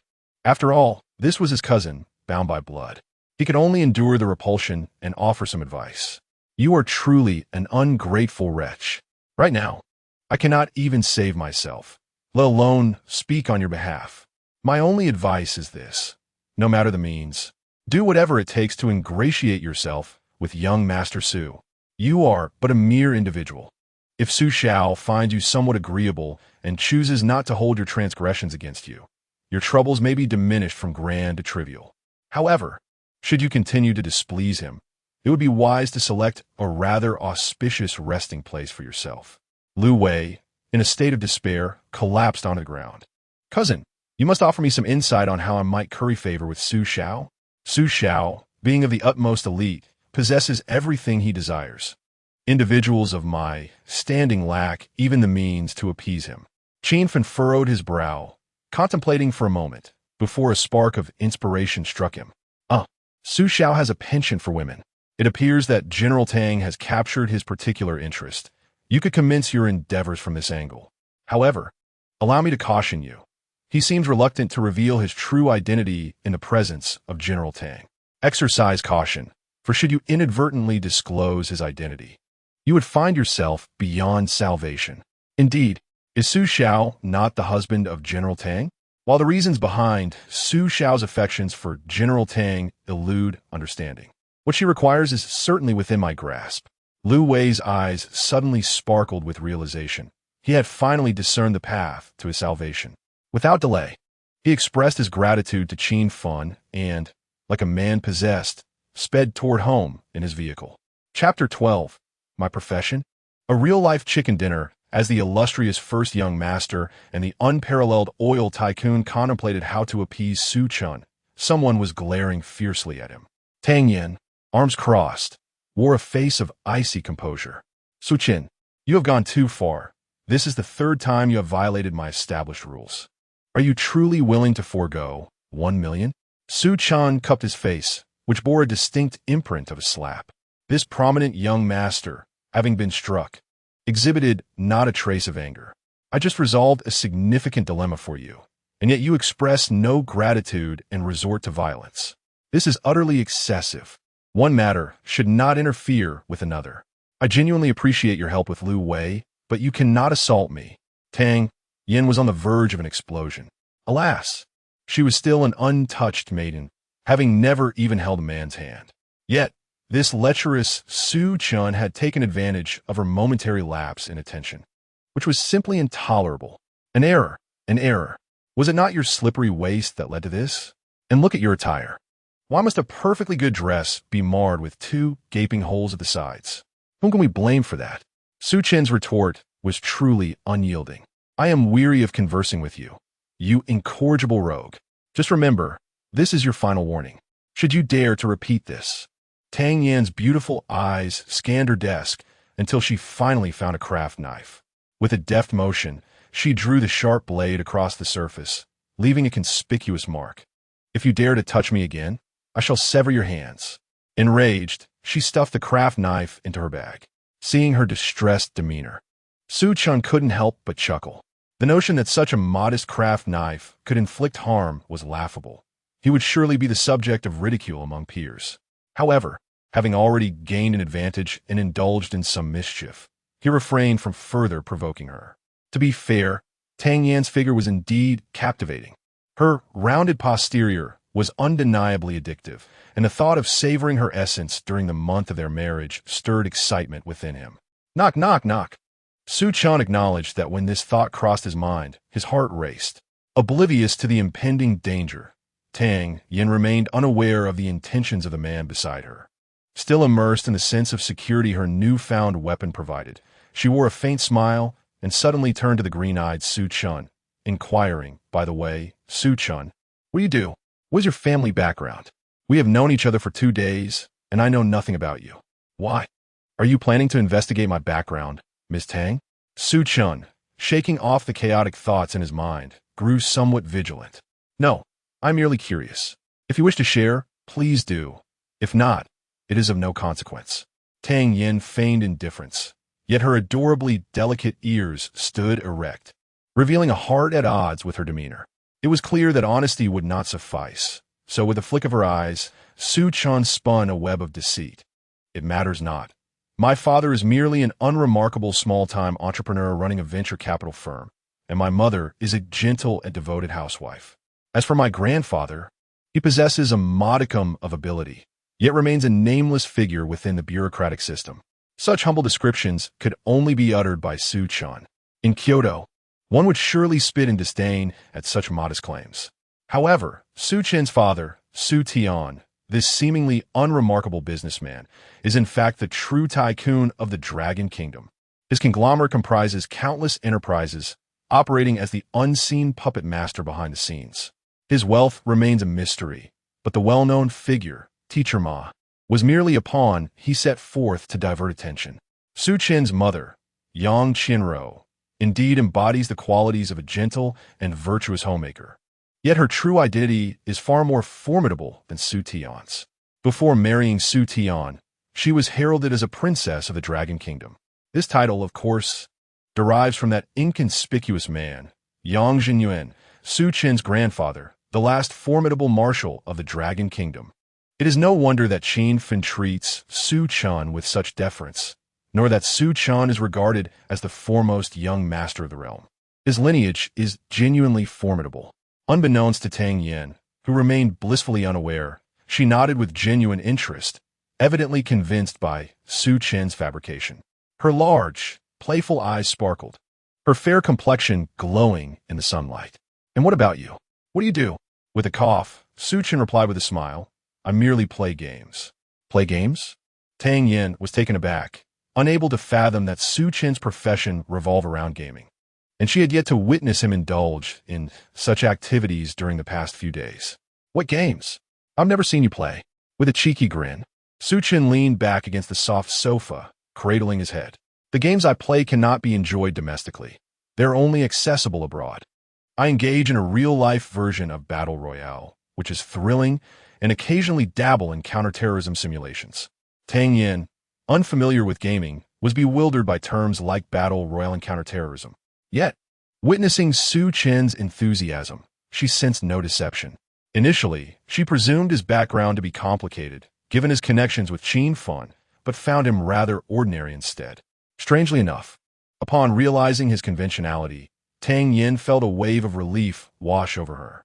"Well then, I confess I do not comprehend much of what you have said, but I must express my gratitude for today. If it weren't for you, Lu Wei would have pursued me for an eternity." Tang Yan's mood brightened instantly, her eyes crinkling with delight, rendering her exceptionally charming. "Since gratitude is in order, perhaps you could offer me something tangible as a reward, rather than merely painting fanciful pictures." Su Chen had indeed taken advantage of her, relishing the experience and constantly scheming to benefit from it, both overtly and covertly. Tang Yan shot him an exasperated glance before pouting her rosy lips and huffing. "A simple thank you should suffice as the ultimate reward. Your recent actions were utterly excessive. The merits and demerits balance out." "Huh, this is truly outrageous. And what about the slap you just delivered to my face? I assure you, my mother has never struck me so." Su Chen pointed at the imprint on his cheek, persistently leaning closer to her. Tang Yan's charming face flushed a deeper shade of red, feeling quite embarrassed as she recalled her earlier outburst and excessive force. All right, stop leaning in. I'll add 500,000 for you. How does 1,600,000 sound a month from now?" "Huh, can such matters truly be resolved with money? What do you propose, then?" "Well, it's rather simple. You struck my face. The victim is my visage. Therefore, you ought to compensate me with your face.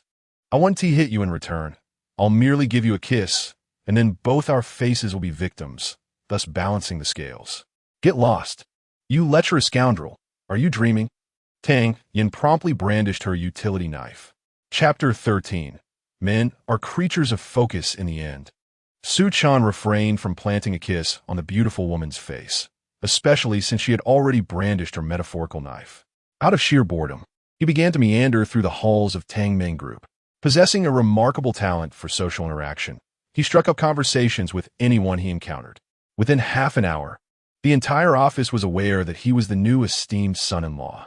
Under the influence of his charming charisma and loquacious nature, most of the employees at Tang Meng Group found themselves inexplicably drawn to him, some even displaying a hint of reverence. It is worth noting that such extraordinary leadership qualities are coveted by many business owners in their dreams. This remarkable ability left Xiao Yayun, who was observing him from a distance, utterly astonished. This man is undoubtedly extraordinary. Su Chen lingered at Tang Ming Group until Tang Yan finished work that evening, and they entered the elevator together. Upon reaching the underground parking lot and retrieving the car, Tang Yan did not head home, but instead turned down another route. Could it be that my charm has captivated the boss, prompting her to whisk me away to a hotel? Su Chen leaned against the passenger's seat, squinting as he inquired. What nonsense are you spouting? We are not in such a relationship. Tang Yan's face flushed crimson, nearly causing her to steer the car into a ditch. Startled, Su Chen quickly fell silent, wary of distracting the female driver further. Eventually, they arrived safely at the entrance of a bustling market. Tang Yan parked the car and turned to Su Chen, saying, "We have arrived at the largest market in Tianhai City. Tonight, I shall treat you to a grand feast to soothe that certain someone's wounded pride. Order whatever you desire. However, let me remind you once again, remember this lesson. And do not be so hands-on next time." With great interest, Su Chen crossed his arms. "You invite me to a feast and bring me to a market instead of five-star hotel. What is the plan? To eat raw food? Raw food? I shall personally prepare your meal, which will surely surpass any five-star cuisine. How can your tongue be so sharp?" Tang Yan huffed, playfully kicking his shins. At that moment, an elderly vendor nearby noticed their affectionate banter and chimed in, "Oh, you two make quite the lovely couple. How about some fresh peas? I just shelled them." Su Chen raised an eyebrow, wrapping his arm around Tang Yan's slender waist. "Dear lady, your insight is commendable. You can see we are indeed a couple. How much are these peas per pound?" "I'll take 2 pounds. Tang Yan was once again flustered, her expression shifting as if she were about to explode with indignation. However, Su Chen leaned in and whispered, "Boss, we're in public. Let's maintain the facade. We cannot let anyone perceive that we are not truly a married couple." You scoundrel." The reluctant Tang Yan found herself compelled to stiffen her body while forcing a similarly rigid smile. After finally completing their shopping, Tang Yan felt as though her face might become permanently fixed in a smile. Upon returning to the car with groceries in hand, she angrily tossed the car keys at Su Chen. "You drive yourself. I'll sit in the back. Just seeing you irritates me." Without affording Su Chen a chance to retort, she climbed into the back seat of the Porsche. Unfazed, Su Chen whistled to the rhythm of the music, speeding back to the villa with unbridled enthusiasm. Once at the villa, the young lady remained sulky, refusing to engage with Su Chen. However, she fulfilled her promise admirably. An hour later, a sumptuous dinner was freshly prepared: crispy fried ribs, minced pork with peas, spicy chicken cubes. Though these were merely homely dishes, her culinary skills proved surprisingly exceptional. Even the fastidious Su Chen devoured 3 hefty bowls. Seeing his voracious appetite, Tang Yan's anger dissipated, unable to maintain her stern demeanor. "Slow down. Are you a starving ghost reincarnated? Where did you learn to cook? Your skills surpass even those of a state banquet master." Chewing his food, Su Chen showered her with praise. After all, who wouldn't desire commendation for their culinary creations? Tang Yan, who had previously glared at Su Chen, now forgot all about the 5 pounds of tofu pilfered at the market and smiled. "You're just boasting as if you've dined with state banquet masters before." "Well, back when I was in Kyoto," Su Chen began, pride swelling within him. Fortunately, he caught himself before divulging too much. "Kyoto? You're from Kyoto?" Tang Yan's lovely brows knitted together, her sensitivity to Kyoto heightened ever since her matchmaking experience with the Su family there. Su Chen shook his head vigorously. No, I'm not from Kyoto. I'm from Hudong, specifically around Joko." His heart raced, fearing she might suspect him to be the genuine Su Chen. "Just as long as you're not from Kyoto, let us continue eating." Tang Yan's expression softened, even smiling as she served him a piece of chicken. The two continued their meal, engaged in light conversation. With beauty accompanying delicious food, Su Chen felt a genuine sense of joy. As he gazed at the young lady's stunning visage, an inappropriate thought surged within him. If he were to marry her, it might not be such a bad idea. She was beautiful and virtuous, perfectly capable in both the kitchen and the parlor. However, he quickly dismissed the notion from his mind. What a folly. Luxury vehicles like Lamborghini, Ferrari, and Pagani are all top-tier cars. Initially, one may revel in them for a day, even a year, but eventually, when the exhaust turns black and the performance dulls, the longing for a new one arises. Men are the most devoted creatures in the world. At 18, they're enamored with 18-year-old maidens. At 81, their affections remain for 18-year-olds. What is the purpose of marriage? Having come to a realization, Su Chen reverted to his former flirtatious self, teasing Tang Yan during their daily interactions. However, his playful antics led to him being unceremoniously banished to the kitchen to wash dishes by the irate young lady. Just then, his phone began to ring unexpectedly. With a pink scarf tied around his neck and his hands encased in soapy dishwashing gloves, he found himself unable to retrieve the device from his back pocket. Thus, he sought assistance from the vigilant Tang Yan. She huffed in response, expressing her reluctance to touch his phone. In retaliation, Su Chen flicked foam from his gloved hands in her direction. If you don't take it, I'll take us both down together. Faced with his childish antics, Tang Yan had no choice but to concede, reluctantly extracting his phone from his pants pocket. Upon retrieving the phone, she discovered a video call request on WeChat. Su Chen's heart sank as he recognized the caller's name. Just as he intended for Tang Yan to end the call, she inadvertently tapped the green answer button. Suddenly, a captivating and elegant woman appeared on the screen. "Chenia, why haven't you come to see your mother since you returned home? Do you still remember me?"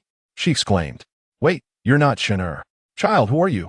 Since Su Chen was unable to take the phone himself, it was naturally in Tang Yan's hands, who greeted the woman labeled as Mom with a polite smile. "Hello, Auntie. I'm Tang Yan. Su Chen is currently washing dishes, so I'm holding his phone for him." Su Chen exclaimed internally. "Oh no. How'd I end up chatting with my mother? This is a disaster. I'm bound to be exposed." Chapter 14. A year later. I want to hold my grandson Tang Yan. Upon hearing this name, Yang Qianruo's eyes sparkled with delight as she leaned closer to the screen, scrutinizing Tang Yan as though she were a rare specimen. Beautiful, indeed captivating.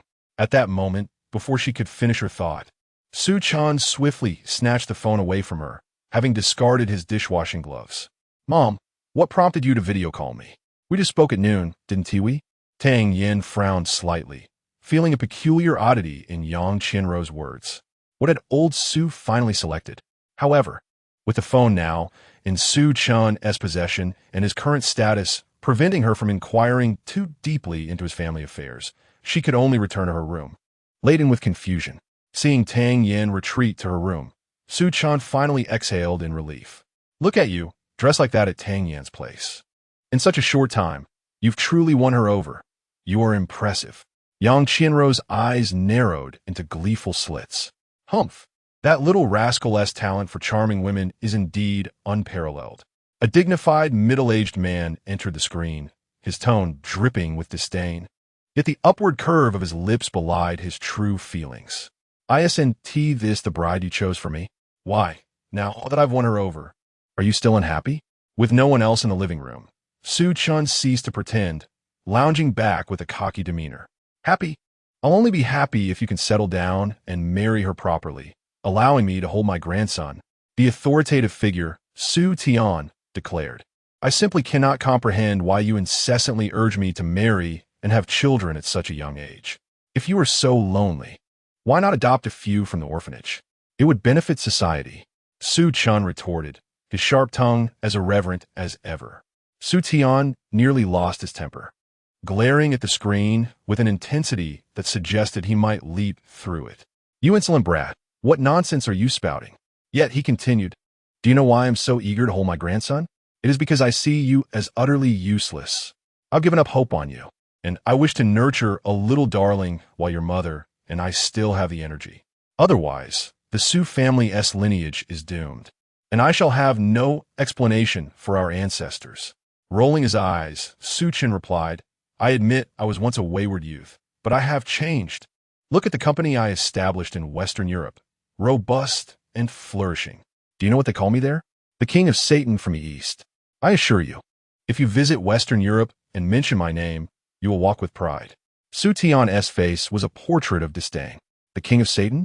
Why don't you take a moment to reflect on yourself instead? You have incurred a staggering deficit of 5 billion in your Western European company over the past year, relying solely on my support to fill the void. And yet, you expect me to traverse these lands freely? I dread the moment I must mention your name, for I fear the tolls will double. At this point, Su Chen was left speechless, unable to retort. The truth in Su Tian's words left him no room for rebuttal. His company was indeed a voracious beast, consuming resources without restraint. When debtors personally point out his shortcomings, even Su Chen could only endure in silence. In the West, Su Chen could stand atop anyone. But even this unruly monkey faces a tightening restraint, which is none other than Su Tian. Now, every time you make a phone call, all you do is criticize Heir, failing to see how exceptional your own child is, correct? Yang Qianrou began to mediate the situation. But is he truly deserving of the title exceptional? This young man has stirred the capital into chaos since the tender age of 3. Were it not for your father's favoritism, I would have long since seen him confined within 4 walls. I harbor no expectations for him in this lifetime. I would be grateful if he could produce a grandchild soon. It was evident that this senior figure had been thoroughly exasperated by Su Chen's antics, recounting tales of the past with the bitterness of a jilted lover. Hey, is this never-ending? Silence yourself. Yang Qianrou, the gentle and graceful matron, suddenly fixed a fierce gaze, transforming into someone formidable. The once complaining Su Tian immediately fell silent, not daring to utter a word. Indeed, within the Su family, Yang Qianrou was the true authority. When she was roused, all prominent figures would bow before her. After chastising the disgruntled Su Tian, she reverted to her gentle, nurturing demeanor as if the fierce tigress had merely been an illusion. Returning to our previous topic, Heir, since you are now residing in their household, it appears you harbor feelings for them. Should we not formally propose to the Tang family and expedite matters concerning you two? Her excitement was palpable, as she too was eager to embrace a grandchild. Absolutely not. This cannot happen. I implore you. Su Chen cried out in despair over the phone. What nonsense! This is a feigned marriage, and with your meddling, it could easily turn into reality. Besides, I am eagerly awaiting the opportunity to publicly humiliate that little vixen in a month. If this were to be prematurely revealed, my enjoyment would be obliterated. Why not? Are you hoping to take advantage of the young lady? Let me tell you, Su Chen, this matchmaking was personally arranged by me. If you dare to take advantage and then deny it, I shall break all your legs. Su Tian, knowing his son all too well, saw through Su Chen's misguided intentions. Heir, you must not act foolishly. Tang Yan is a wonderful young lady. We have thoroughly investigated her background and credentials. She is as pure as a blank sheet of paper. If you were to abandon her after leading her on, that would be utterly disgraceful. Even the gentle Yang Qianrou began to counsel. From your words, it is evident that you harbor a complete lack of trust in me. Is your son truly such a person? When I suggested that you refrain from further proposals, it was certainly because that scoundrel Su Chen had the audacity to keep you in suspense.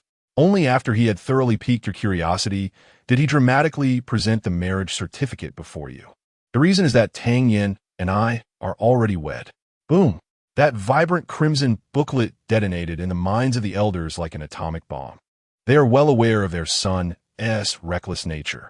This trip back home was orchestrated by Su Tian, who, with the economic assistance from a Western European company, had effectively forced Su Chen to return. To expect such a person to settle down is a tall order. Truth be told, the elderly couple had even contemplated supporting him until he turned 40. Yet, to their astonishment, that rascal actually got married. This was akin to smoke rising from the ancestral grave. Yang Qianrou was so moved by the sight of the red booklet that she burst into tears, while even Su Tian's eyes glistened with emotion. Well done, my boy. After all these years, you have finally accomplished something that brings me joy. You have established a family, entered into matrimony, and, at last, someone will keep you in check. Truly, this is splendid news. To reward you, I shall grant you a single wish. Speak freely, and I shall fulfill it all. His joy was palpable, The prodigal son had finally settled down, which was no small feat. Su Chen did not anticipate such an exaggerated reaction from his parents, and even Su Tian encouraged him to make a request. Embracing the straightforward notion that one ought to seize opportunities, he responded rapidly. "Since you insist, I shall not hold back. My wish is rather simple. I would appreciate your assistance in augmenting my arsenal. You are aware that during my last engagement in State F, I ran out of ammunition, suffering from the lack of main battle tanks. Thus, I require 10 M1A1s. I have long coveted the 5 F-35s that were auctioned off by Old M. They are quite expensive, but I shall not ask for more than 5. Additionally, the JF-17 is truly effective. I kindly request 10 more, and I shall provide additional funds. Oh, and given the recent increase in urban warfare, I would like 1,000 rounds of the little bees. Damn it, the Russians seem to be up to no good, causing prices for tactical helmets to soar. I must stock up in advance." With each request he made, Su Tian's expression grew increasingly somber. Su Chen was not asking for mere models or gaming equipment. He sought substantial military supplies. His profession was not that of a gamer, nor was he an arms dealer engaged in smuggling. He is the proprietor of a mercenary company, the first and only individual of Chinese descent to establish such an enterprise in Western Europe. Furthermore, his mercenary company is not a trivial affair. It boasts an impressive reputation throughout the Western world. The title of King of the Eastern Devils is not mere bravado. In the Western realm, who does not tremble upon hearing such a name? At long last, I comprehend why your wretched company has perpetually been in the red. You acquire the finest equipment, even exceeding the allocations of the regular military. As a mere mercenary firm, do you truly require such excessive firepower? It is akin to using a cannon to swat a fly. Just tell me how much it costs in total. Not much, merely 1,000 billion. Good heavens, are you planning to sell me off? Su Tian, unable to contain himself any longer, erupted in a tirade at Su Chen. Su Chen's unit of measurement, 11 OM, refers to 10,000, while M denotes a billion. To demand 100 billion. Do you take me for a money printing machine? You boasted before, and now you are here shouting. Chener is getting married. As a father, is it too much to contribute a little? Yang Qianro remarked with a furrowed brow. 100 billion. Do you comprehend the magnitude of such an amount? In paper currency, that equates to an entire 1,000 tons. The weight alone could crush him. So what?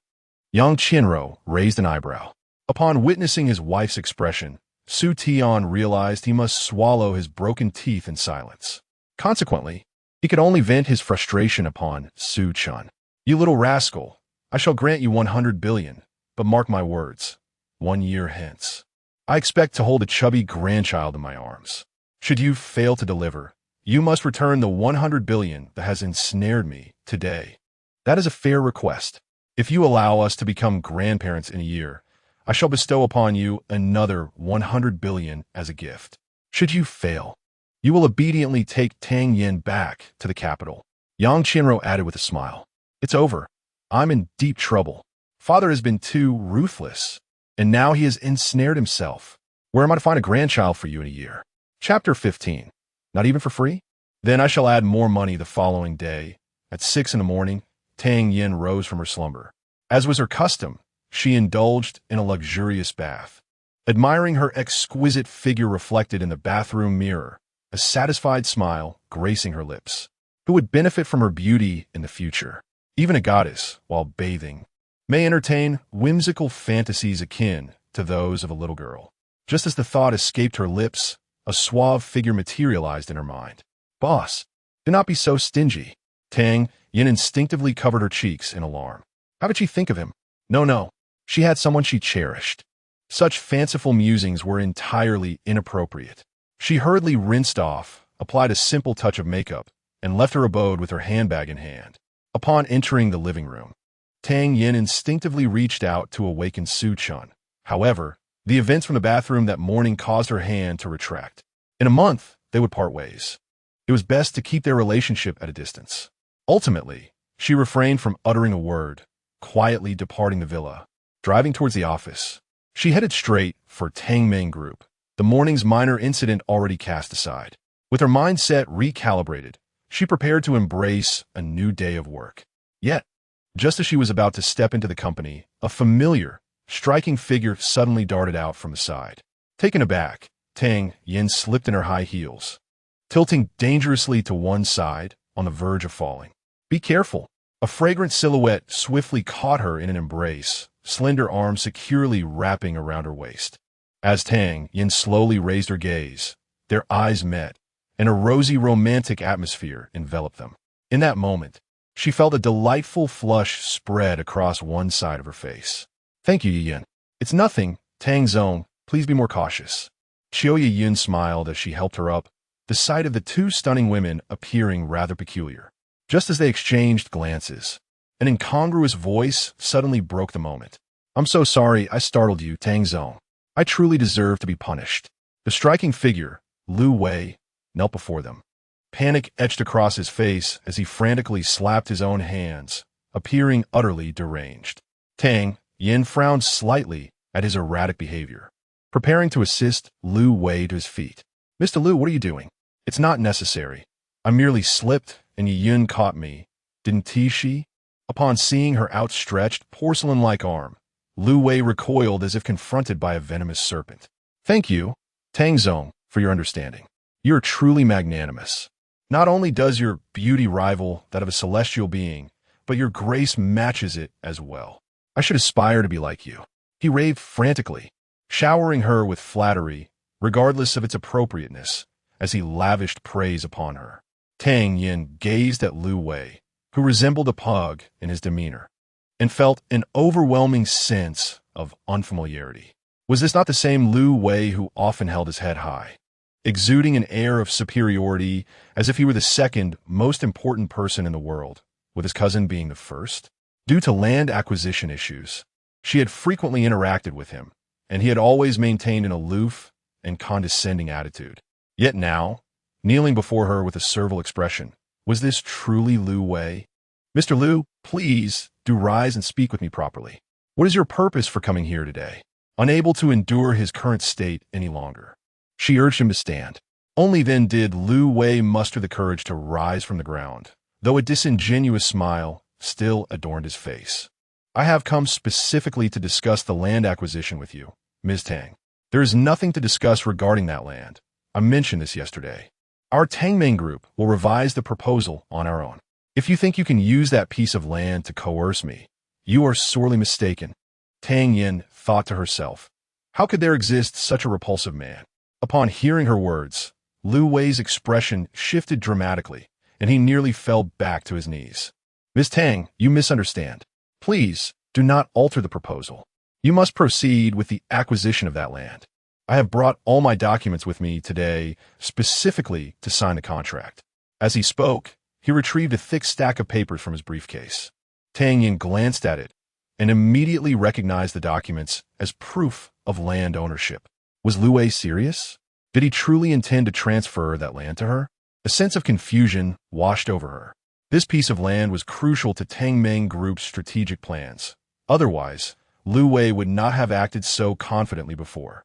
While altering the proposal was indeed an option, it would come at a steep price, and unless absolutely necessary, Tang Yan was not inclined to make such a change. However, considering Lu Wei's previous actions, negotiating for the land he possessed would not be an easy task. "Since you wish to negotiate, very well. Mr. Lu, please state your terms." Tang Yan asked, her voice laced with caution. "Terms? No. I require no terms at all.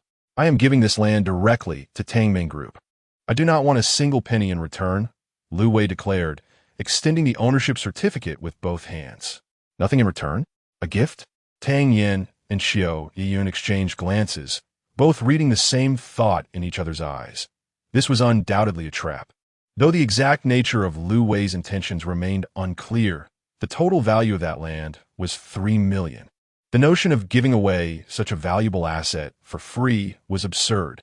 Tang Yan, who had initially intended to engage in a serious discussion, felt her resolve harden, and a frostiness settled upon her previously innocent visage. She took Xiao Yun by the hand and decisively opened the company's front door, walking inside without a backward glance. Since General Lu is unwilling to discuss matters, Let's leave it at that. We shall not accept any land offered to us. General Liu, please take your leave. We will not see you out. Tang Yan's frigid tone was akin to pronouncing a death sentence for Liu Wei, and he crumpled to the ground in despair. It was over. Not even for free would they accept it. President Tang was entirely unprepared to forgive me. Did this not signify my impending doom? Wait a moment. If they refuse even a gift, perhaps I could offer a monetary incentive. Aside from the parcel of land belonging to Tang Meng Group, I possess another company. I could secure financing for all these assets under the name of Tang Meng Group, and in that case, I would become a loyal hound at Tang Yan's service. As a loyal hound, surely she would not seek to settle accounts with me again. With this realization, Liu Wei scrambled to his feet and began frantically making calls to rally support. Chapter 16. The contracts are signed. Thank you. Goodbye. The commotion instigated by Liu Wei intensified the resolve of Tang Yan and Xiao Yayun to revise their plan.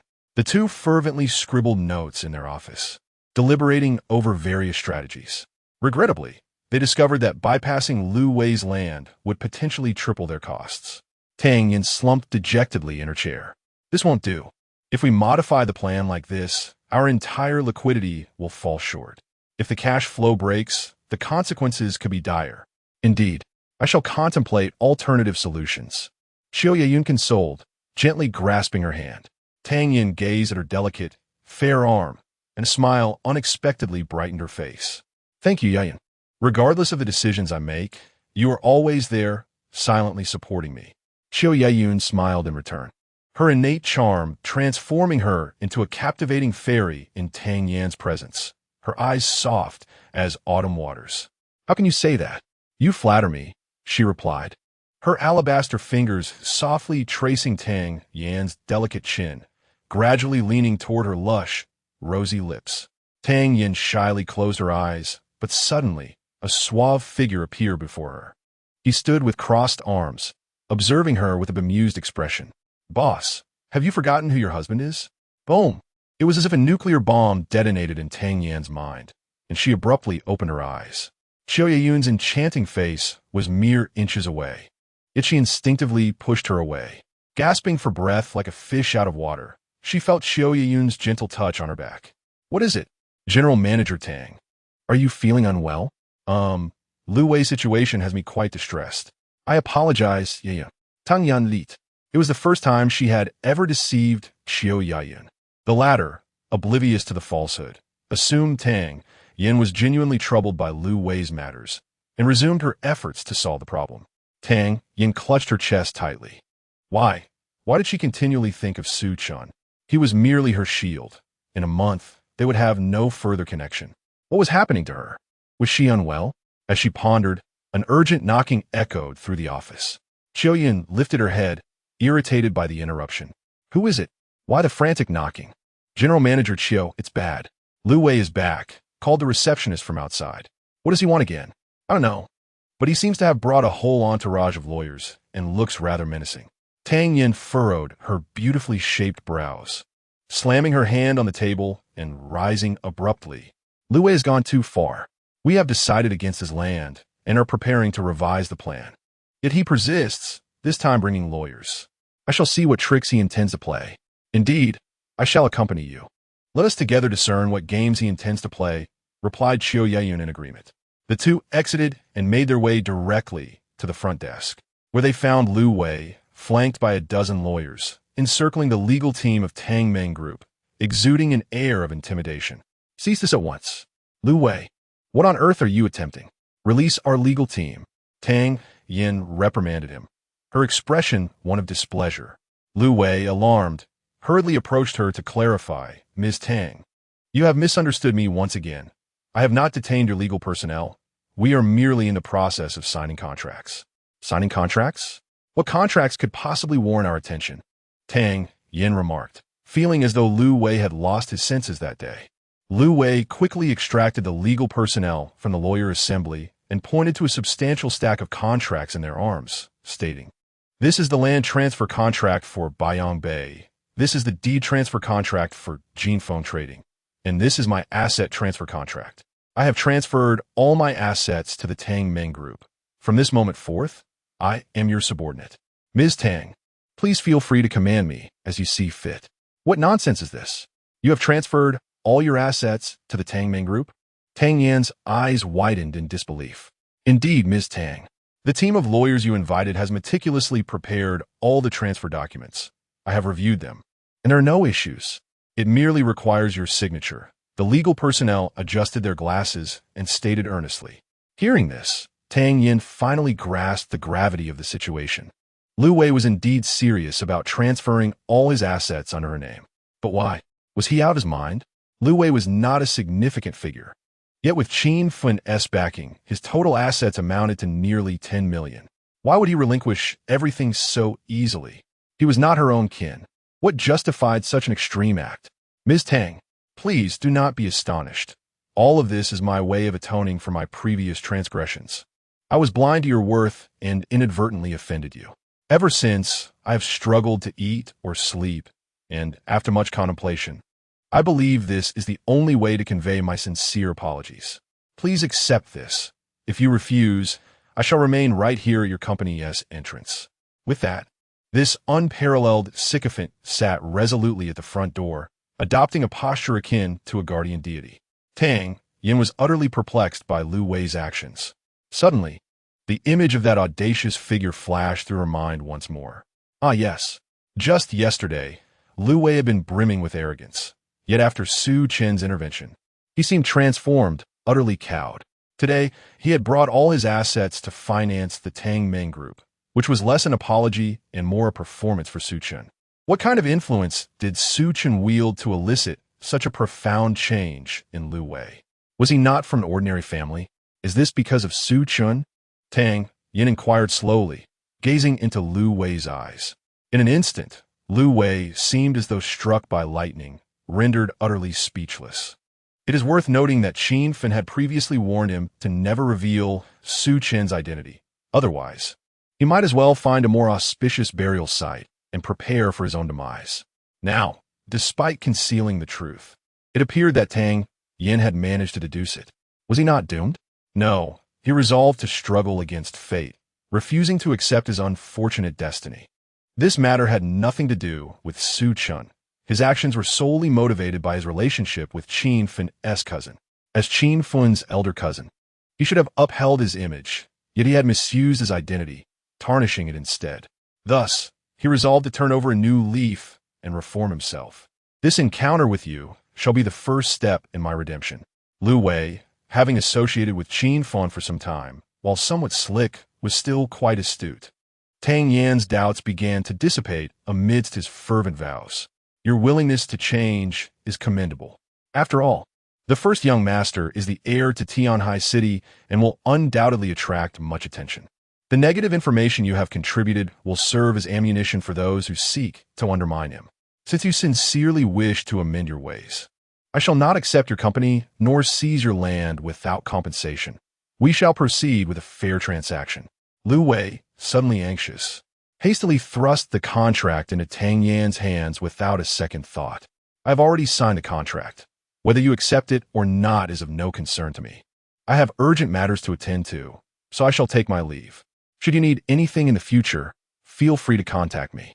Farewell, President Tang.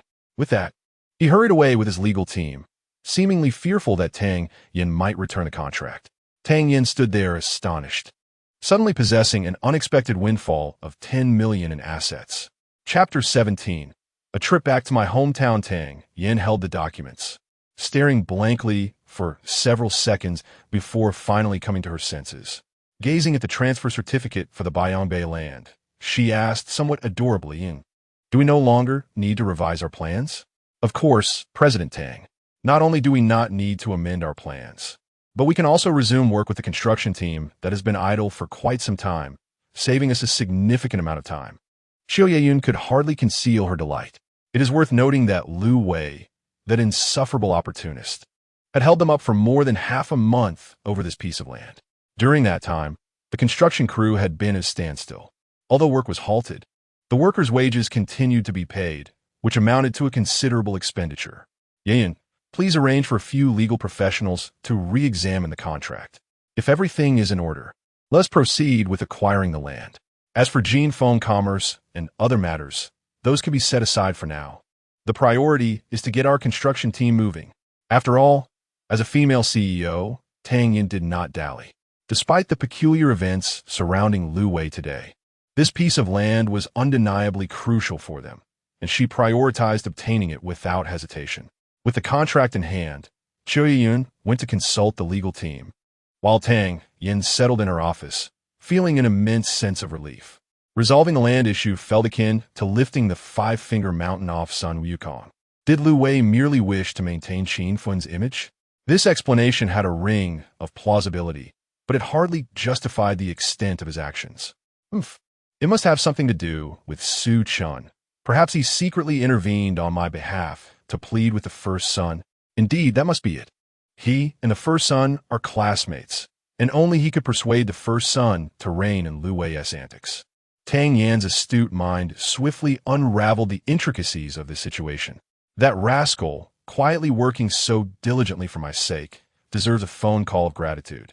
With a charming smile, she took out her phone and dialed Su Chen. Su Chen, what are you up to? Tang Yan inquired. Just out shopping. What orders does my esteemed wife have? The term wife had become a habitual phrase for Su Chen, flowing effortlessly from his lips. Tang Yan had grown accustomed to it. She chuckled, eager to share her joy with Su Chen. Su Chen, let me tell you, Lu Wei came to our company again today. He asked back at the company? Didn't I have a word with Qin Fun? He dares to prance around in front of me again. It seems this time we must truly dispose of this garbage. Su Chen replied coldly. Ha ha ha. I knew it had to be him seeking favor with the first son, which is why Lu Wei willingly relinquished that piece of land. Tang Yan's smile grew even sweeter. No need to worry. This time Lu Wei is not here to cause trouble. He has come to hand over the land to me. At least the lad has some sense. Su Chen remarked. Thank you. The reason he came over must be because you pleaded on my behalf to Qin Fun, right? You have secretly assisted me with such a significant favor. I hardly know how to express my gratitude. So, how about this? You can ask for anything you desire, as long as it is not excessive, and I shall do my utmost to oblige. Tang Yan felt a profound sense of gratitude towards Su Chen. Her heart set on repaying him earnestly. Upon a mention of this, Su Chen's previous lethargy dissipated, and his tone transformed into one of gravity. Although he could not fathom why Tang Yan attributed this to his efforts, he was not one to shy away from taking advantage of a favorable situation. You said it, so I shall make a request. Hearing his earnestness, Tang Yan suddenly felt a twinge of fear, a slight flush gracing her innocent face. She had only known Su Chen for a few days, yet she had a fair understanding of his character. This fellow was nothing short of a rogue, and she had unwittingly allowed him to make a demand. Was she not pushing herself into a perilous situation? In that instant, she genuinely considered retracting her promise. However, words once spoken are like water spilled. Su Chen, do not be too unreasonable. Should you overstep, I shall rescind my commitment. Just as she anxiously awaited Su Chen's request, a peculiar, sinister chuckle emanated from the other end of the line. Hee. My request is not unreasonable at all. I merely ask that you accompany me to my hometown 1 month from now, before we annul our engagement. My family is pressing me to marry, and your presence would serve as a convenient shield. Upon hearing this, Tang Yan let out a long sigh of relief, having anticipated a more outrageous demand. Without a second thought, she nodded in agreement. All right, no problem. It is but a minor matter. I shall accompany you back. Ha ha ha. The little vixen has fallen for it. She actually intends to return to my hometown. I shall simply take her to Kyoto, allowing her to witness my prowess firsthand, and then watch her suffer social embarrassment on the spot. Truly, I am quite wicked. Well, since you have agreed, you must not go back on your word. Oh, what happened? Is something wrong? Tang Yan furrowed her brows, concerned by his sudden exclamation. It's nothing. A rude individual just tossed a banana peel about, and I nearly slipped on it. Su Chen seemed genuinely upset, muttering a few curse words. Be more careful. Besides, this is the street, so refrain from using such language. It is quite impolite. By the way, I shall make dinner for you this evening as a token of my gratitude. Is there anything you wish to eat? Consider it an opportunity to place your order. Tang Yan's chattering voice resembled that of a devoted wife. Oh, such treatment. Then I shall not hold back. Su Chen had never known how to be polite, and he ordered a plethora of his favorite dishes as if reciting a menu. Finally, he suddenly grinned mischievously. By the way, do you indulge in ice cream? There happens to be a vendor in the square, and I observe a young lady relishing hers with great enthusiasm. The flavor must be delightful. I shall bring one back for you. Tang Yan smiled and gently shook her head, her smile lingering. It is quite commendable that he remembers to bring something back for me, even while he is out. No need, as I've already received these two. I cannot consume anything cold for the time being. What a pity. Su Chen said. The two continued their casual conversation for a moment before ending the call. After hanging up, Tang Yan's smile remained undiminished. She set her phone aside, cradling her chin with her hands, her long legs playfully swinging beneath the table. Oh, I believe I purchased an ice cream maker some time ago. Although I cannot partake, I could prepare a delightful dessert for him after dinner. Hearing that tone of envy, it was evident that she too desired a taste. Chapter 18. A Great Change. Tang Yan's beloved after finishing her work. Tang Yan first visited the market to purchase groceries before sending a text to Su Chen, inviting him home for dinner. Upon returning, she donned the well-worn pink apron and began preparing the evening meal. Su Chen arrived precisely on time. As soon as he stepped through the door, he was greeted by a table laden with an array of delectable dishes. Rubbing his hands together in anticipation, he exclaimed, "Wow, such a sumptuous spread. Today is indeed a treat." Without a hint of decorum, he reached for a piece of white chicken and popped it into his mouth. Delicious. Tang Yan swiftly smacked his hand, her brows knitting together in disapproval. How can you be so careless? Wash your hands before digging in. Su Chen retracted his hand, gazing at Tang Yan, who stood with her hands on her hips in a stern expression, and an unexpected sensation washed over him, an uncanny resemblance to the way Yang Qianro would scold Su Tian.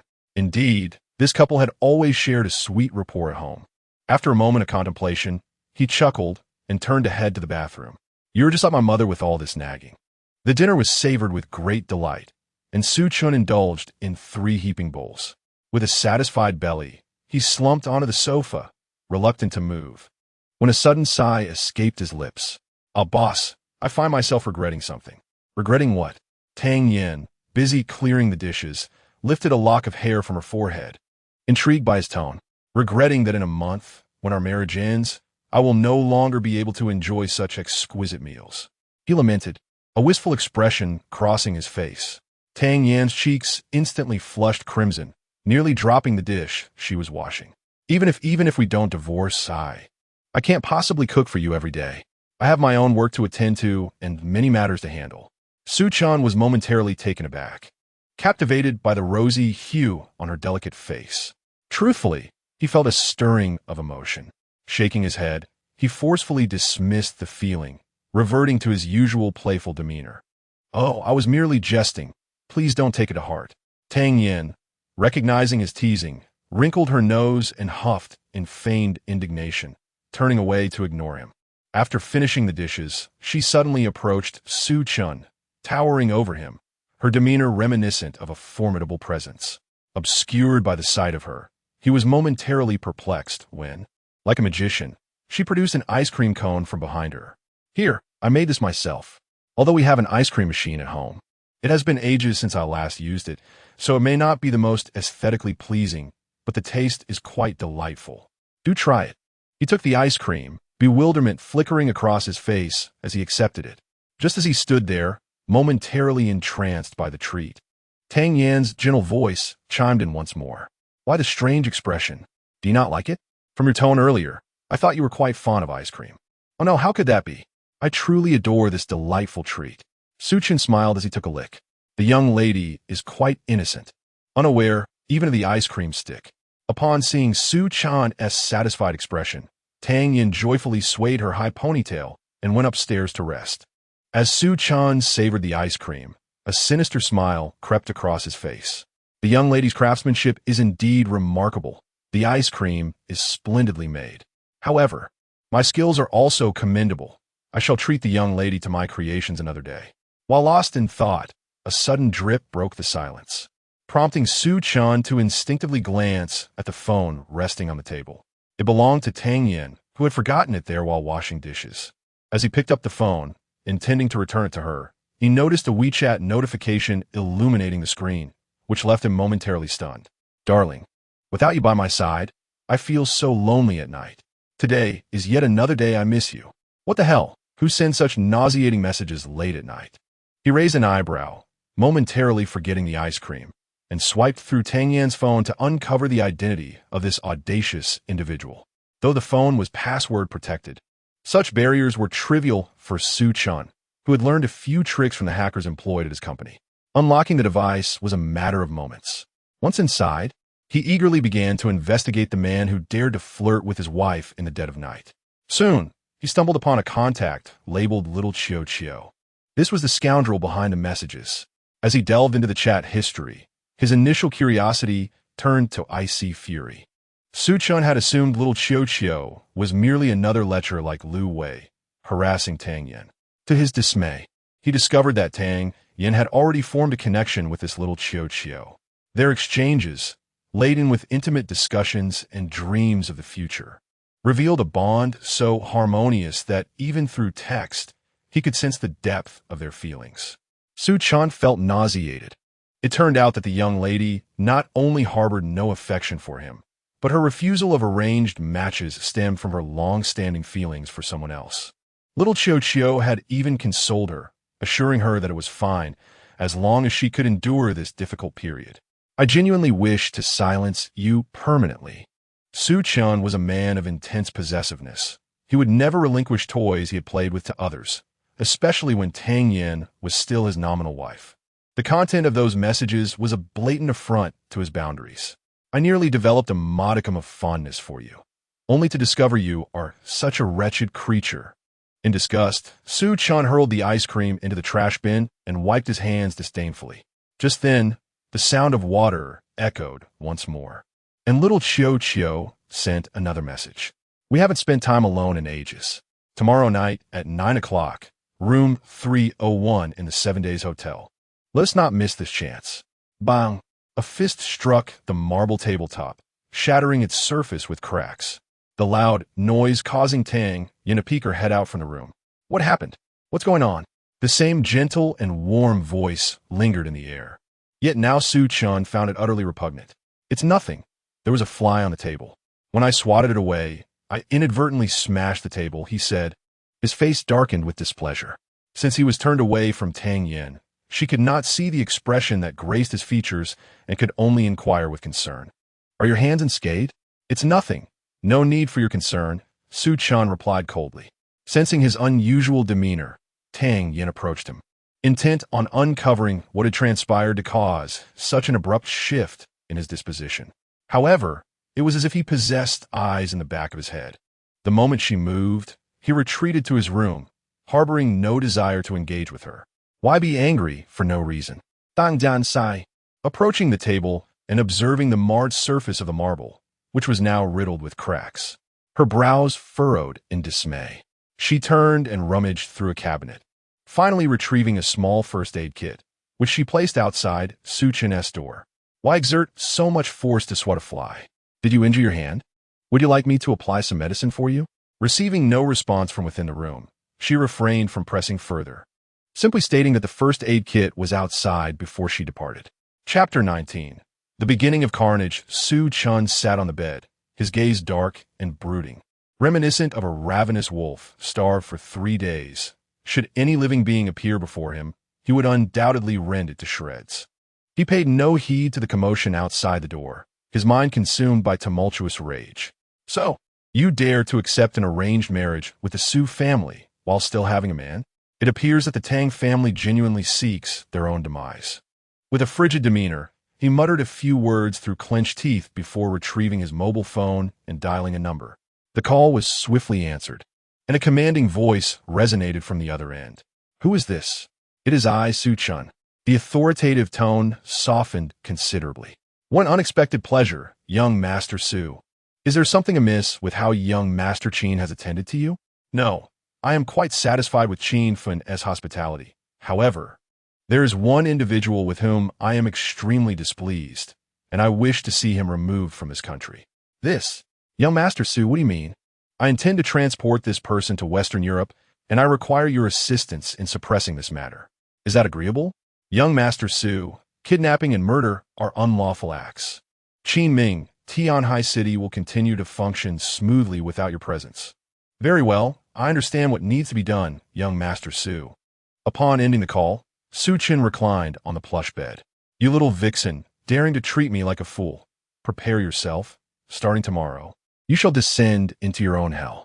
The following day, a sense of foreboding enveloped Tianhai City, as dark clouds loomed ominously. Various intersections were teeming with officials, armed and vigilant, scrutinizing passers-by as if conducting a thorough inspection. The residents speculated that a high-ranking leader was visiting and thus displayed little reaction.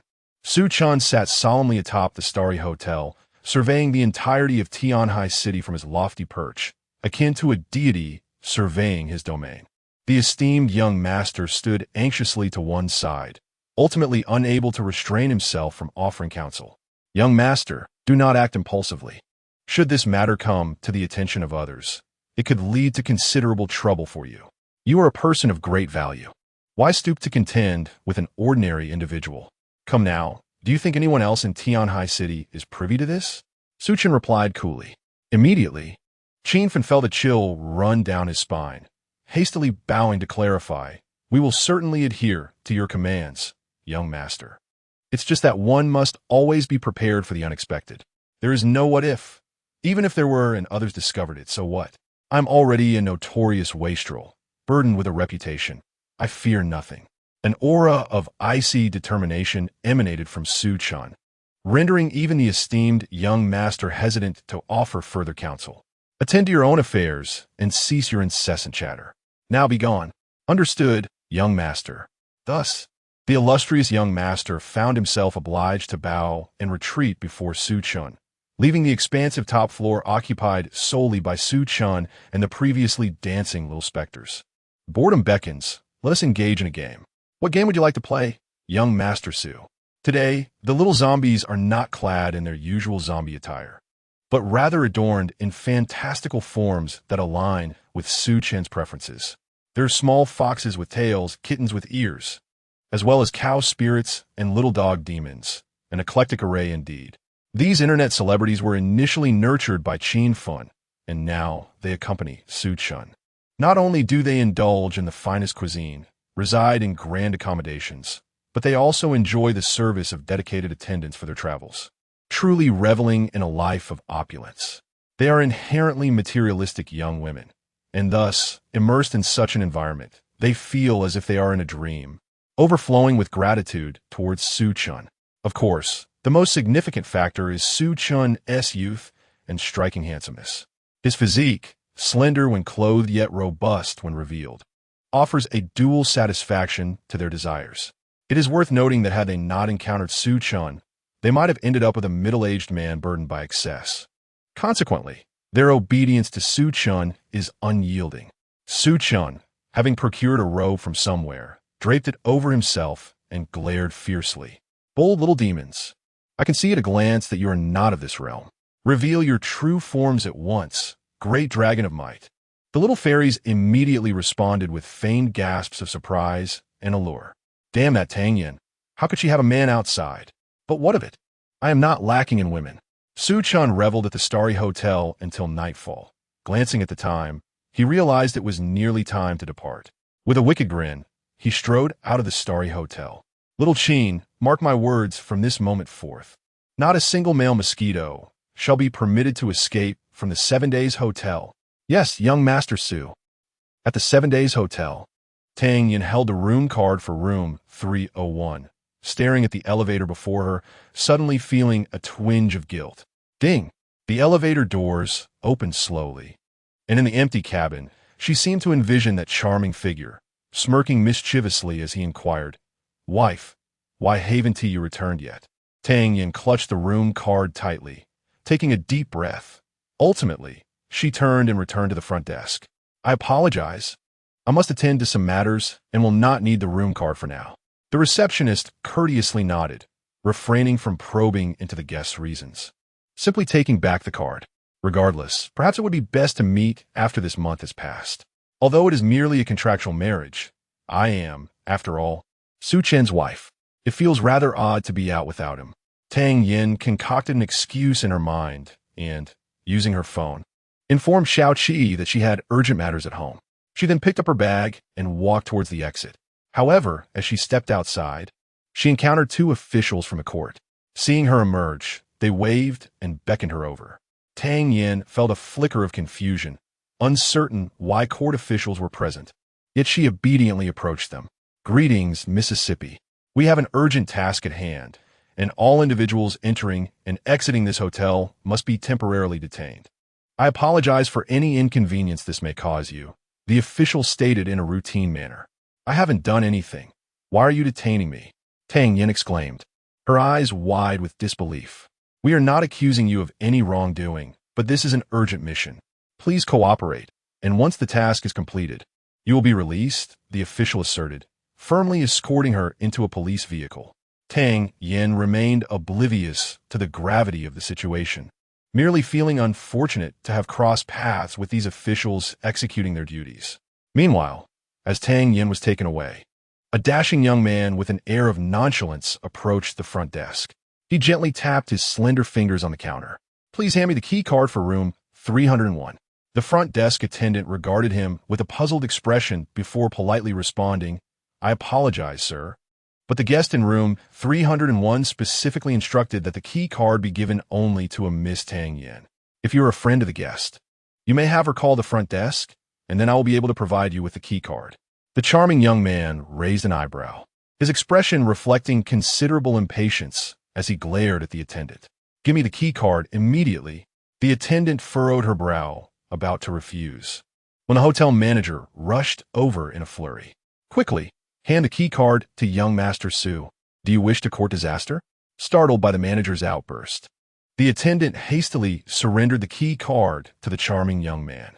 After he departed, she turned to her manager, asking, "Boss, it seems this man does not know the guest in room 301. What if something goes awry after handing over the key card?" If anything goes wrong, it pales in comparison to the current situation. This gentleman has effectively sealed off our entire 7 days hotel. Should he be provoked, he will unleash his wrath. And you still wish to impede him? You won't even know how you met your demise. Chapter 20. I am the villain. The audacious young man, Su Chen, confidently approached room 301 with the key card in hand, having just received a message from Qin Fan that Tang Yan had been apprehended. They had examined her phone and confirmed that Xiao was still within the confines of the room. With a sinister grin, Su Chen tossed the key card into the air, and, as it danced up and down, a glint of cold steel flickered briefly from his wrist before retreating back into hiding. Though it was but a fleeting glimpse, the chilling sparkle was enough to reveal that he concealed an exceptionally sharp dagger within. Arriving at the door of room 301, Su Chen showed no hesitation as he swiped the key card to unlock the door. The room was devoid of any presence, save for the gentle sound of water trickling from the bathroom. With a flick of his wrist, he grasped the 12-centimeter-long dagger firmly in his hand. The hotel bathroom featured sliding doors without any locking mechanism, allowing him to pull the door open effortlessly. Amidst the rising steam, a figure of exquisite grace emerged. Long hair cascaded like a waterfall before her, lathered with suds. "Tang Yan, you're here. Could you help rinse my hair?" As Su Chen beheld the woman before him, he nearly dropped the dagger from his grasp. What in the world? Wasn't this supposed to be a foul man? How could he have transformed into such a stunning beauty? No, this enchanting beauty seemed strikingly familiar. Squinting through the mist, Su Chen scrutinized the voluptuous form with a gentlemanly gaze. By heavens, this was none other than Qiu Yayun. Little Qiu Yayun. No wonder she had harbored such intense animosity towards me. It all made sense now. These sisters certainly play their games with flair. Upon realizing that little Qiu was indeed Qiu Yayun, he retracted his dagger, and an insidious thought began to take root in his mind. He closed his mouth, uttering not a word, and following Qiu Yayun's request, he reached for the shower head mounted on the wall, directing it towards her soapy hair. Qiu Yayun remained oblivious to the fact that the person before her was not Tang Yan. With her natural allure, A mere smile could enthrall anyone. How could Su Chen, a man of such base desires, remain unmoved in the presence of such a goddess? His idle hand gradually found its way onto her delicate shoulder. At first, she shivered slightly, but soon calmed. "Are you hoping to join me for a wash?" she teased, still not opening her eyes as the spray continued to shower her. Su Chen offered no reply, yet his grip began to tighten ever so slowly. Qiu Yeyun had consistently sought to undermine him since their acquaintance, and now she had summoned his wife to a hotel room. If she believed she could carry on without facing consequences, she was sorely mistaken. Before long, Qiu Yeyun sensed something amiss. She recognized Tang Yan's touch, delicate and smooth, akin to the finest jade. Yet the hand, now resting upon her shoulder, was broad and coarse, capable of enveloping her entire shoulder with ease. This was not Tang Yan's hand. Qiu Yeyun, in a state of panic, frantically wiped away the mist before her, only to have Su Chen's mischievous smile abruptly invade her vision. She was frozen in place for a full 5 seconds, and after that brief moment, she let out a heart-wrenching scream that echoed through the air. Pervert, get away from me." Su Chen, unfazed by her anguished cries, held the shower head in one hand while gripping her shoulder with the other. "What are you shouting about? You have the audacity to steal a girl, but lack the courage to face the principal party? What do you mean steal a girl? What are you talking about? Wait, your presence here means you know about my relationship with Tang Yan." Qiu Yeyun's eyes widened, momentarily forgetting the awkwardness of the situation. "Of course I know. You two stunning beauties are engaged in internal affairs. Don't you realize there's a surplus of men and a shortage of women these days? What are you leaving us single young men to do?" Su Chen leisurely remarked, all the while admiring her beauty. Upon seeing the satisfaction in his eyes, Qiu Yeyun suddenly recalled her current predicament. She quickly crouched down and extended her hand, attempting to push Su Chen out of the bathroom. Just get out. You're merely a shield for me. Hurry up." "A shield? Have you misunderstood something?"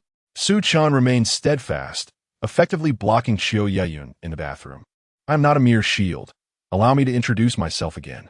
Heir Su Chen. I certainly know you are Su Chen. Can we leave now? Lord Su Chen."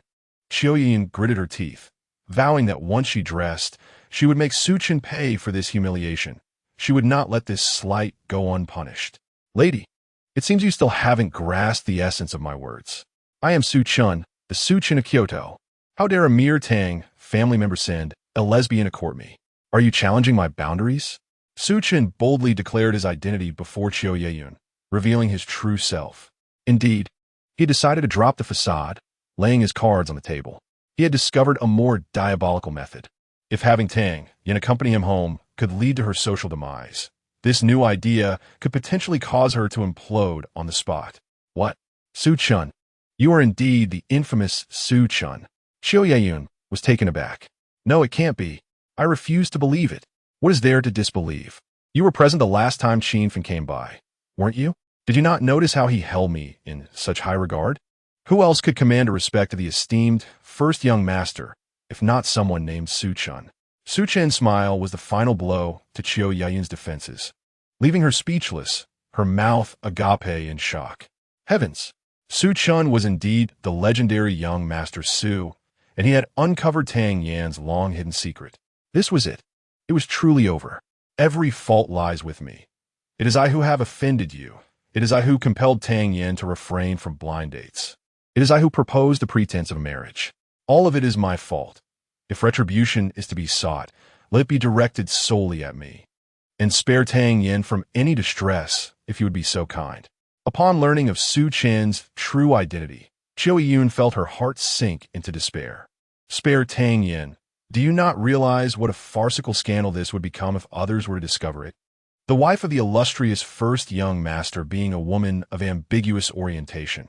How great a cost must we incur to cleanse ourselves of such a disgrace? Su Chen began to tighten his grip. This cannot solely be blamed on us. Initially, we merely sought a random partner for marriage, a mere fade. Who could have anticipated that it would be you? Moreover, affection transcends appearance, character, and even gender. We have always cherished one another. In truth, you are the interloper in our relationship. Qiu Yeyun curled into a corner, tightly clutching her knees, fearful of revealing even the slightest vulnerability. Observing her demeanor, Su Chen felt a surge of predatory intent. He placed the shower head into its wall mount and squatted down, gazing at her with an almost insatiable hunger. He chuckled, asking why they had initially consented to such an arrangement. Once agreed upon, it could not be taken lightly. That was a promise made by Tang Yan's father, and Tang Yan herself had not assented. If Tang Yan did not agree, then how is it that we are wed? Yu, how can you be so unreasonable? Chiao Yun glared at Su Chen, her anger palpable. He smirked coldly in response. I am indeed reasonable, but it seems you have overlooked a crucial fact. In Long Nation, I am the embodiment of reason. Indeed, this prominent young master is the very definition of reason in Long Nation. Were it not for this, why would Tang Yan seek a man for a sham marriage? At this thought, despair was all that remained for Chiao Yun. What do you intend to do? It is quite simple. If Tang Yan dares to place a green hat upon my head, then I shall return the favor and place one upon hers. Thus, we will be even. The sinister grin on Su Chen's face made him resemble a true villain. Chapter 21. You are my little toy. Tang Yan dared to place a green hat upon me, so why not return the favor? This would certainly bring us to an equitable standing. Chiao Yun's enchanting large eyes widened in disbelief as she gazed at Su Chen, her expression akin to that of one witnessing the apocalypse. You, scoundrel lecher, monstrous pervert. From the moment I met you, I knew you were no good, but I never imagined you could be this wicked. Your heart is tainted, your soul infested with maggots. It's utterly revolting. She lashed out at Su Chen with vehement insults. However, her vitriol did not signify a fierce rebellion. Instead, it revealed her utter helplessness. Only the weak resort to invective as a means to express their inner despair. TSK, who was it that just moments ago threatened her with violence, yet now protested so fervently? Rest assured, I, Su Chen, am not one to coerce. If you wish to leave, then by all means depart. I shall not detain you. Su Chen replied nonchalantly. Really? Am I free to leave?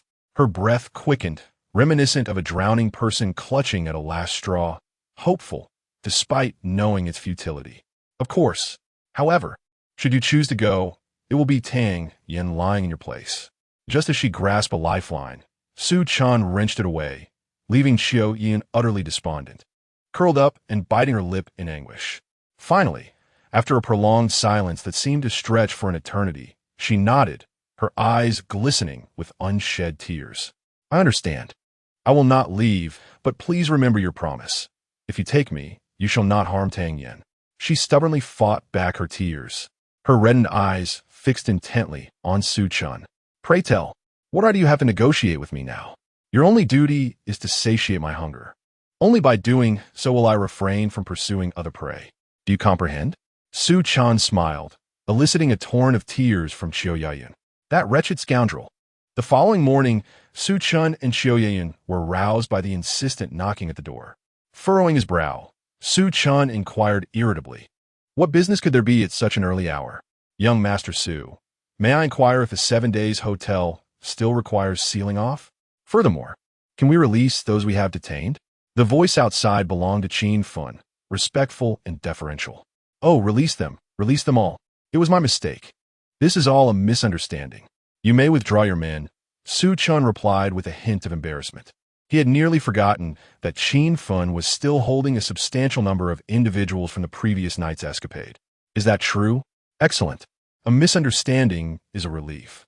I will take my leave now. Should you need anything further, please do not hesitate to contact me, young Master Su. It appears that the first son of Tianhai City bears an immense burden. Upon hearing his command to release someone, he departed without hesitation, cowering beneath the covers. With no strength left in her limbs, Chiao Yun gazed with her enchanting eyes. Su Shao Tuli créat un grand spectacle. He has even gone so far as to seal off a large hotel merely to apprehend an unfaithful lover. Such extraordinary power he wields. Originally a woman of unparalleled allure. After last night's experiences, she had transformed from a budding flower into one in full bloom.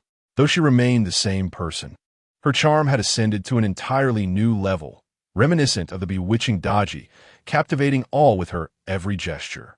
Am I not powerful? You witnessed that last night. Or do you wish to experience my little toys once more? Su Chen hissed. Who is your toy? A dog cannot spit out ivory. Despite her body feeling utterly limp, her defiance remained firm. Qiu Yeyun's resistance reignited Su Chen's competitive spirit, and before her terrified gaze, he approached with an unyielding strike. No, please. This is truly going awry. I am a toy, your little toy. Exhausted, Qiu Yeyun emerged from the nightmarish 7 Days hotel, vowing that should she return, she would be a dog. Cursed Su Chen, detestable Su Chen. May his entire family perish.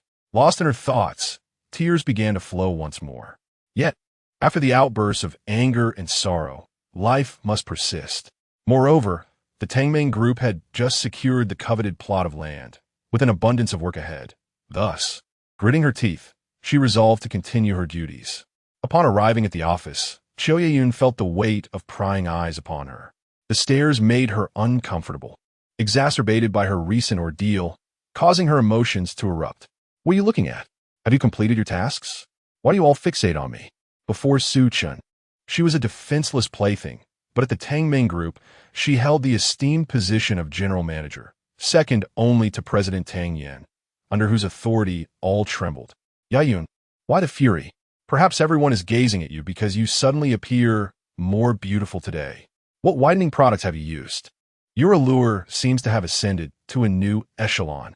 Tang Yan, carrying a pile of documents, stepped out of her office with a smile. Whitening products? I haven't used any. In fact, due to last night's encounter with Su Chen, I didn't even apply makeup today. How could that be? I'm feeling a bit unwell, and I couldn't be bothered to paint my face. How could I possibly look more beautiful? As a good sister, you still conceal your talents. If you don't believe me, ask our colleagues whether you appear more stunning today than before. Tang Yan's mood today is undeniably exuberant. When she speaks, her eyes and brows curve with delight. Indeed, Manager Qiu appears exceptionally beautiful today, leaving me momentarily spellbound. Manager Qiu, what whitening products do you utilize? I humbly request your recommendations and links. Previously, Manager Qiu's allure was already remarkable, but now it has reached astonishing heights, akin to the legendary nine-tailed fox, captivating all in her presence. I dare assert that Manager Qiu and Tang are the two most enchanting goddesses of Tianhai City. Who among you agrees? And who dares to dissent? The colleagues erupted in a cacophony of praises for Qiu Yeyun's transformation, leaving her somewhat bewildered. She genuinely hasn't used any cosmetics. If one were to argue otherwise, it was merely due to a certain dandy insisting last night that it would enhance beauty, and subsequently applying an astounding 13 billion on her face. Goodness.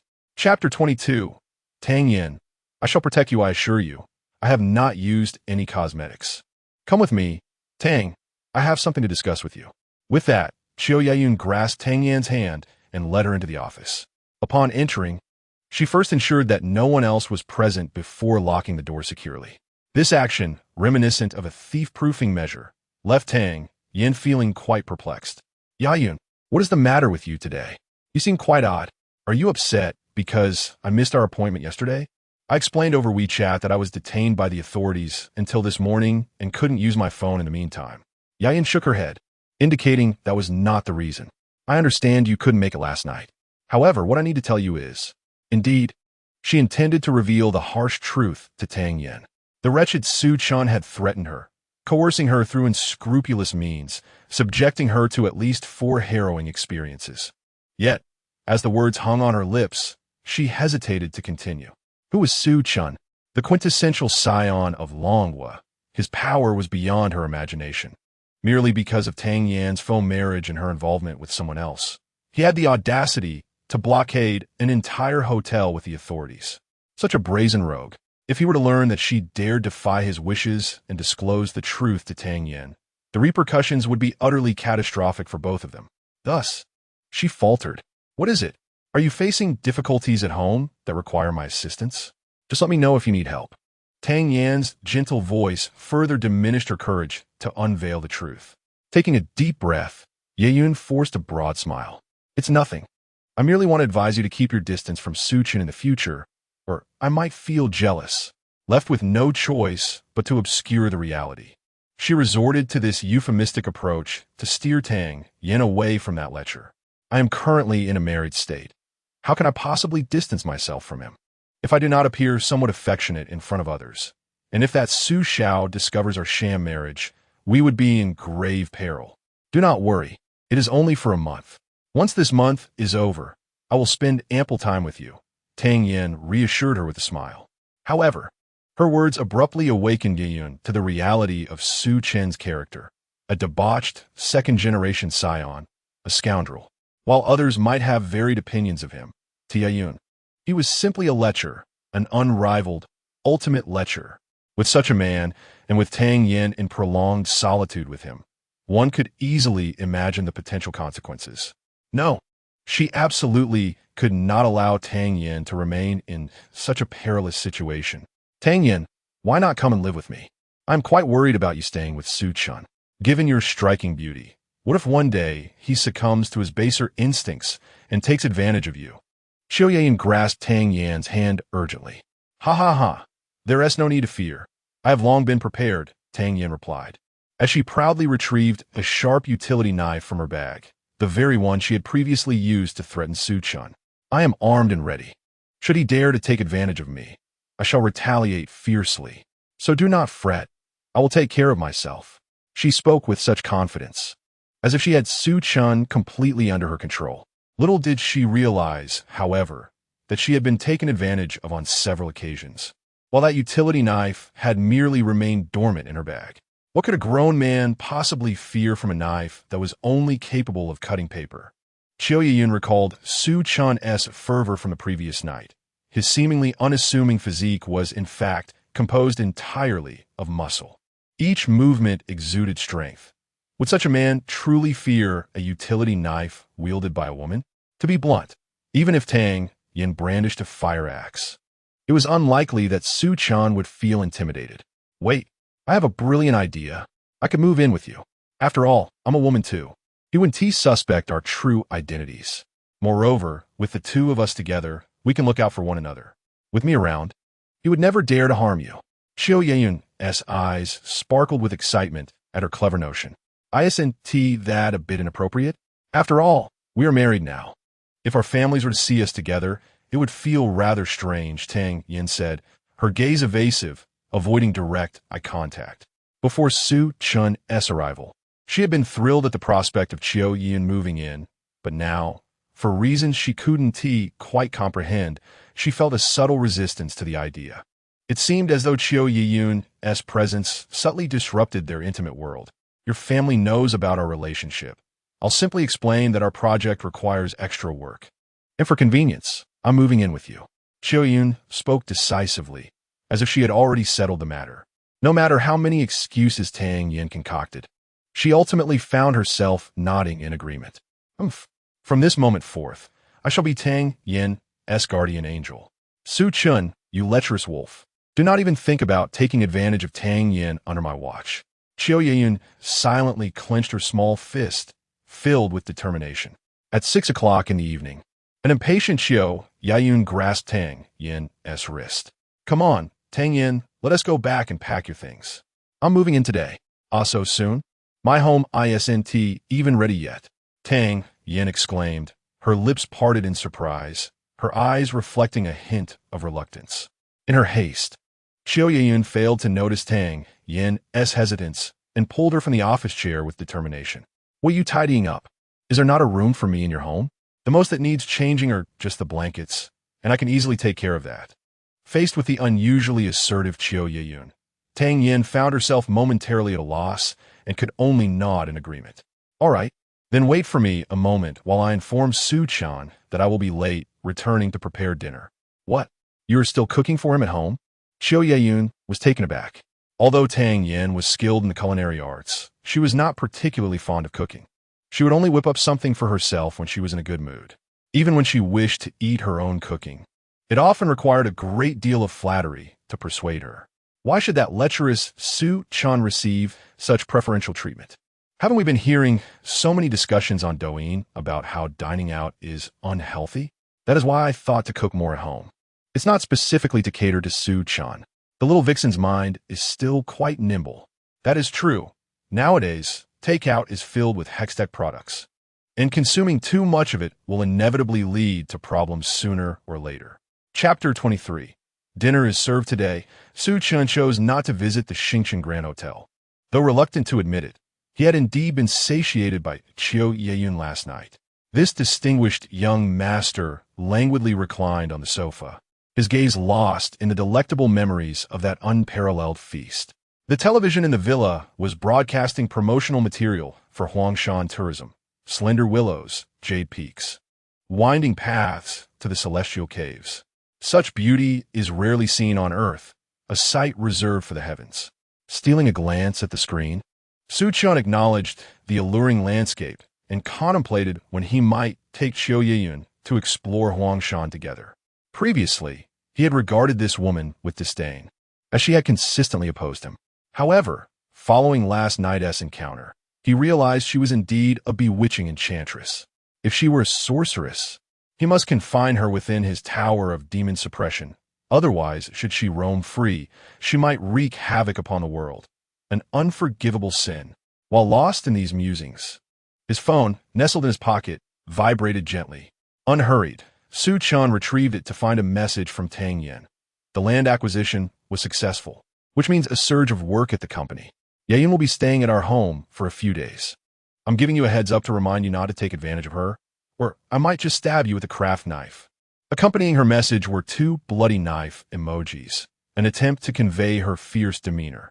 Yet, in Su Chen's eyes, it only portrayed her adorably soft and charming nature. What a coincidence! Just as I was thinking of the little enchantress, she arrives at my doorstep. He sent an OK emoji in response, though his words belied his actual intentions. The speed at which the women moved was quite unimpressive. After all, Tang Yan and the others finished work at 6, but didn't return to the villa until 10, laden with bags and packages. Now, Su Chen was at the mercy of Tang Yan's whims. He was too lethargic to even boil water, so he had to wait with an empty stomach. At long last, when she returned, he feigned a weary expression. "Darling, are you planning to starve me to death?" "Epalezis em sora." I had quite a bit to carry, which delayed me. "I'll start cooking right away. Just give me a moment," Tang Yan replied, her heart aching at his plight as she hurried to the kitchen with the ingredients in hand. Their conversation and actions flowed with such harmony that they resembled a genuine married couple, leaving Qiu Yeyun feeling somewhat uncomfortable. Once Tang Yan approached the kitchen, she shot Su Chen a fierce glare, her captivating eyes ablaze with fury. "Su Chen, you promised me you wouldn't lay a hand on Tang Yan. I trust you will adhere to your vow." "That depends on your performance," he retorted with a smirk. "As long as you keep me well fed. Even if Tang Yan is delectable, I shan't have an appetite. Conversely, should you leave me hungry, even if Tang Yan is unappetizing, I might still devour her in one bite." Su Chen's grin mirrored that of a wicked villain. "Scoundrel, pervert, great demon." Qiu Yeyun clenched her fists, her teeth gritting audibly. "How is it that such a villain like you has not yet been taken by the heavens? Enough of this nonsense. I am quite famished at the moment. You ought to think of a solution yourself. If you cannot assist me, I shall seek sustenance from Tang Yan. Since you have labeled me a villain, I shall adopt the guise of one."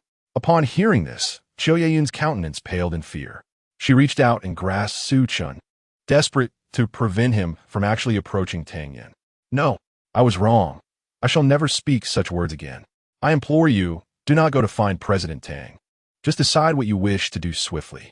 Closing her eyes, Qiu Yeyun resigned herself, thinking it akin to being nibbled by a dog. After all, she had already endured it 4 times. What difference would another make? In truth, Su Chen only intended to frighten her. His hunger was far more pressing than any other desire. Yet, when he beheld the enchanting expression on Qiu Yeyun's face, revealing an air of irresistible allure, he found himself momentarily captivated. He glanced towards Tang Yan, who was busily engaged in the kitchen, adorned in a pink apron. The sound of the range hood roared, ensuring she was oblivious to the unfolding drama. Bullying her girlfriend in front of this little minx was a double-edged thrill and Su Chen found himself becoming rather exhilarated. Dinner is served. Tang Yan cheerfully presented the final dish of fish-flavored eggplant, and the table was laden with a sumptuous feast.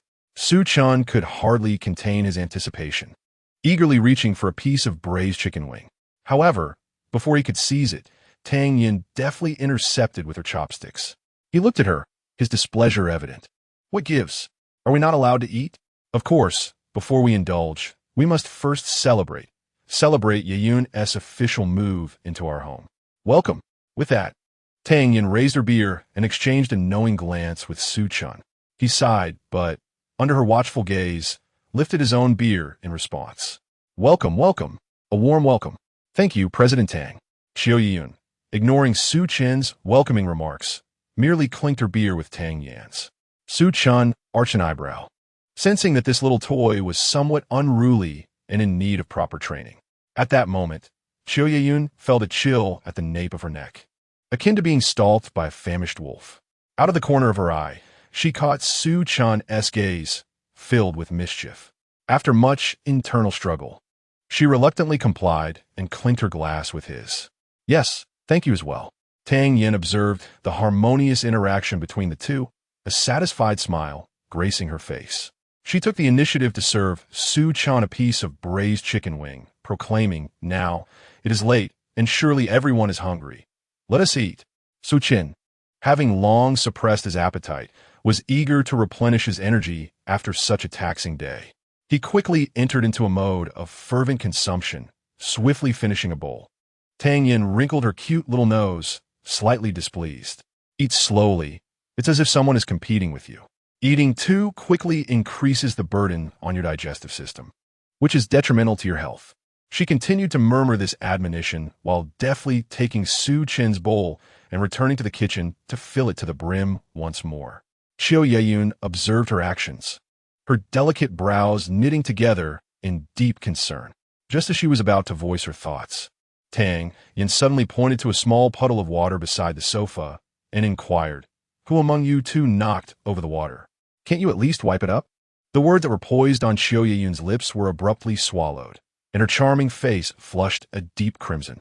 In a flurry, she set down her utensils and rushed towards the bathroom, exclaiming, "I accidentally spilled water while drinking earlier. I wasn't paying attention. I'll clean it up right away." In stark contrast to Xiao Yayun's flustered demeanor, Su Chen remained remarkably composed. "Dear, dinner. Coming. Honestly, do I have a pig living in my house?" Chapter 24. A series of absurd events since Xiao Yayun joined the company. Su Chen's life has become increasingly vibrant, to the extent that he seldom visits the Xingchen Grand Hotel. After all, with a captivating nine-tailed fox residing at home, who would have eyes for the mere vixens outside? Innocent Tang Yan, however, remains oblivious to the significant secret concealed between the two. She simply furrows her brow and invites a feng shui master to her home for an assessment. This is prompted by the peculiar noises, accompanied by faint mournful cries, that echo through the house each night. She has long suspected that the residence is haunted and somewhat unclean. Once the feng shui master arrived, Xiao Yun discreetly purchased some soundproofing stickers from a hardware store, and ever since that night, the hauntings ceased. The land acquisition has been finalized, and the construction team has commenced work, with the two women busily engaging in their tasks at a visibly accelerated pace. Inside the office of the Tang Dream Group, Tang Yan is absorbed in her work when she is abruptly interrupted by the sound of hurried footsteps. She looks up to find Xiao Yayun standing before her, visibly anxious. "President Tang, there's trouble at the construction site," she exclaims. Tang Yan immediately rises to her feet. The construction team had already been stalled for over half a month, and after painstakingly resolving the land issues, they finally resumed work. How could there be trouble now? The Tang Dream Group's project aims to construct an international shopping mall, attracting renowned brands to set up shop. This ambitious plan had taken extensive effort to secure, and with the timeline pressing, any disruptions could jeopardize the trust of prospective brands. What exactly is happening? "Let us head over there right away," Tang Yan insists, hastily driving to the site with Xiao Yayun. As they travel, Tang Yan learns from Xiao Yayun's description that the instigator, known as Brother Long, is a notorious figure in Tianhai City. Indeed, He is infamous rather than celebrated. Ordinarily, Brother Long and the Tang Dream Group have no quarrel, as they inhabit entirely different worlds. Yet, fate has conspired against them. Tang Yan's brother, who is currently in charge of the construction site, has inadvertently become entangled in a scandal by having an affair with Brother Long's woman while reveling in a bar. While this incident might seem trivial, Brother Long, being a prominent figure with numerous women at his disposal, typically would not concern himself with such matters, provided they remain discreet. However, the misfortune lies in the fact that Tang Yan's brother was caught in the act at the bar, where Brother Long happened to be drinking. Such an unfortunate twist left even the most stoic man unable to endure, resulting in Tang Yan's brother sustaining injuries and ending up in the hospital.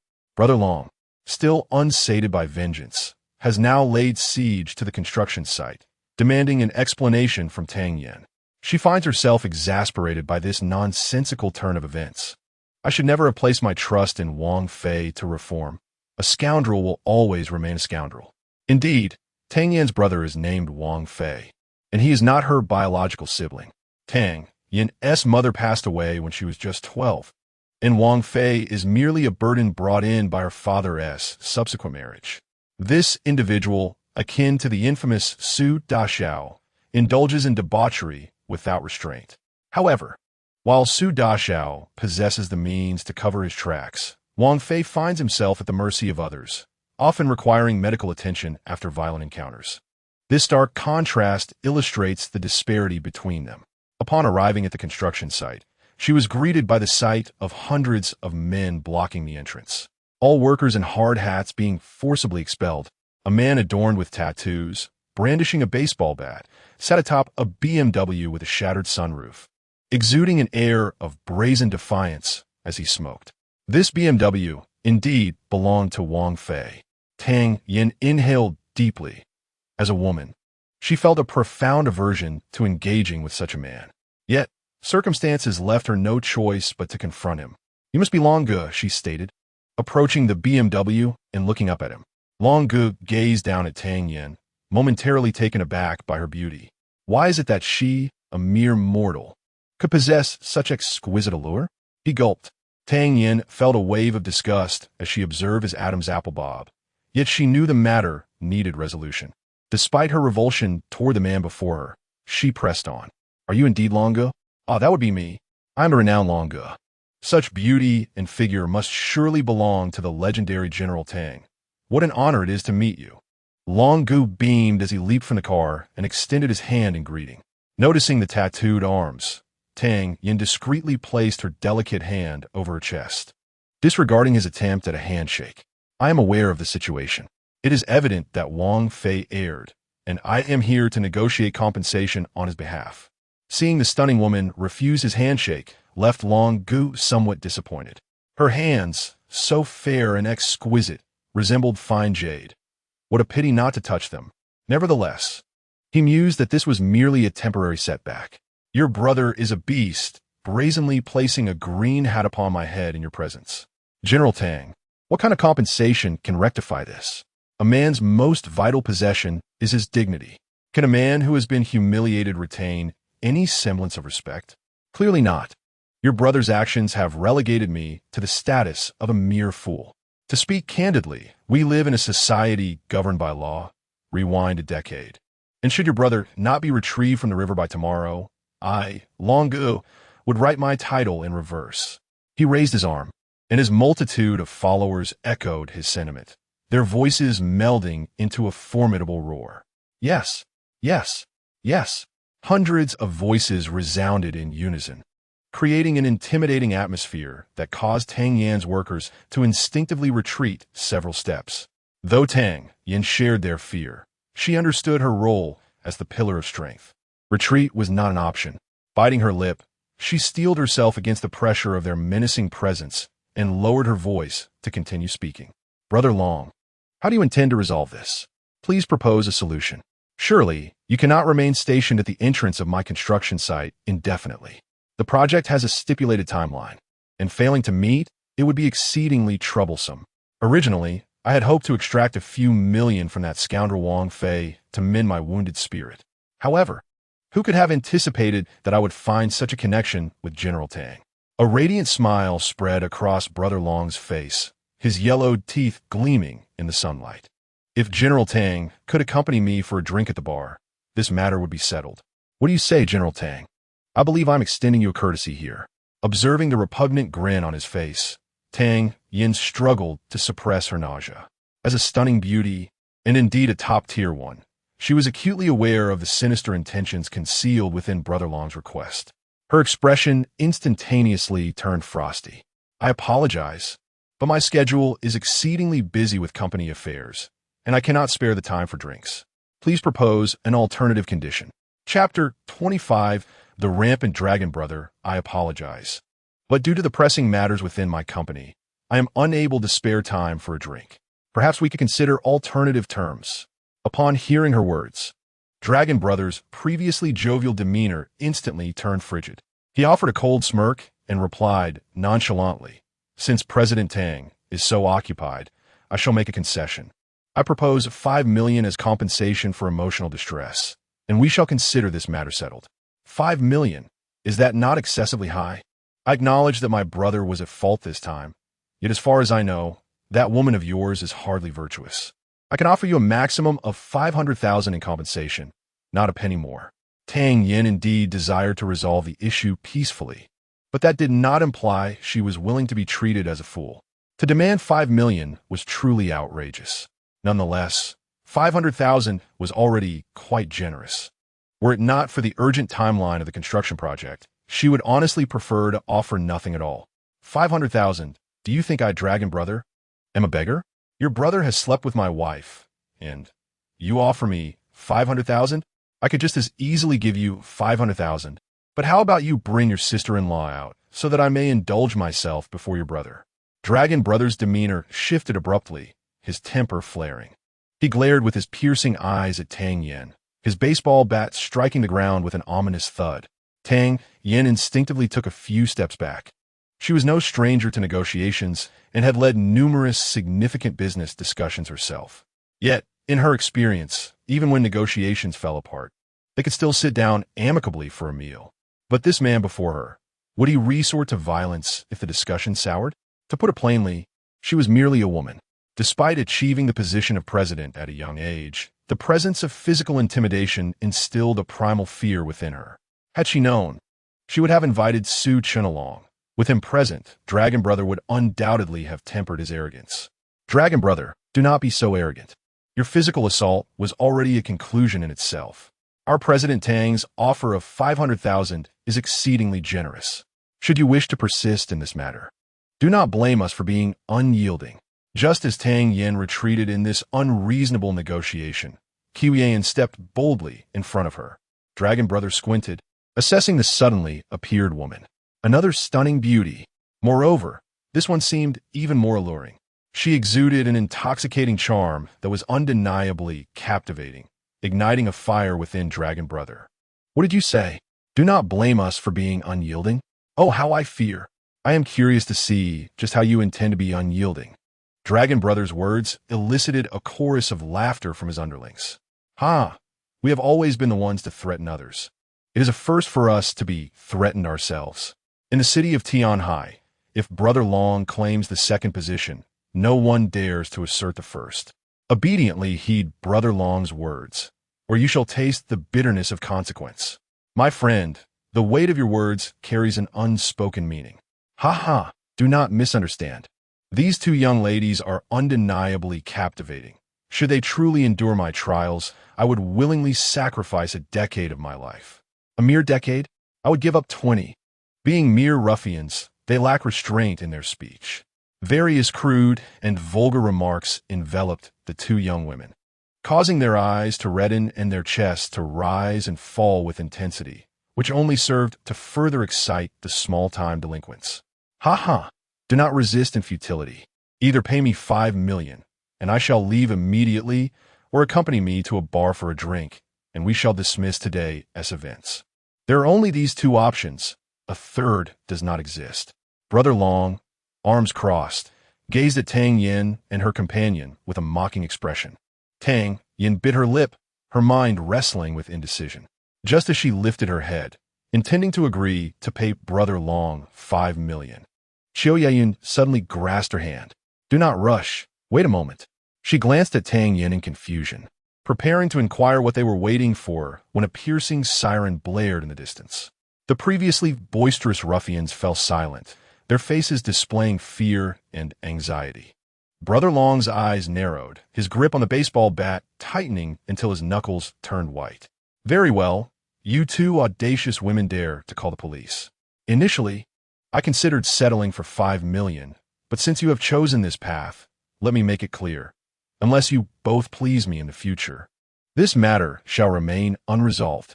With those words, Brother Long arrogantly waved his hand, leading his gang away in a hurried retreat. Once they had fled, the police finally arrived in their patrol cars. After learning of Brother Long's involvement, the officers merely took a brief statement before departing. After their exit, an older engineering director quietly approached Tang Yan and spoke softly. General Manager Tang, Manager Qiu, we have encountered a serious issue. Qiu Yeyun's brows furrowed instantly. What sort of issue? We should not have reported this. Doing so places us directly at odds with Brother Long. We cannot afford to provoke such individuals in Tianhai. The director continued, you think we cannot handle him? He is merely a thug. Does he truly believe himself a significant figure?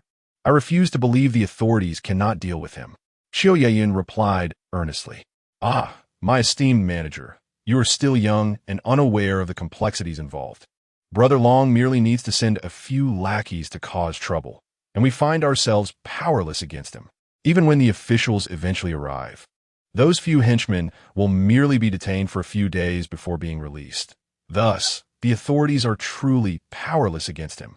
The director displayed a visage of bitterness. I cannot believe he can act with such impunity. Qiuyan glared with her captivating large eyes, visibly displeased. However, the subsequent events delivered a stinging blow to the little toy. Just as the director had remarked, Long Good did not make a personal appearance again.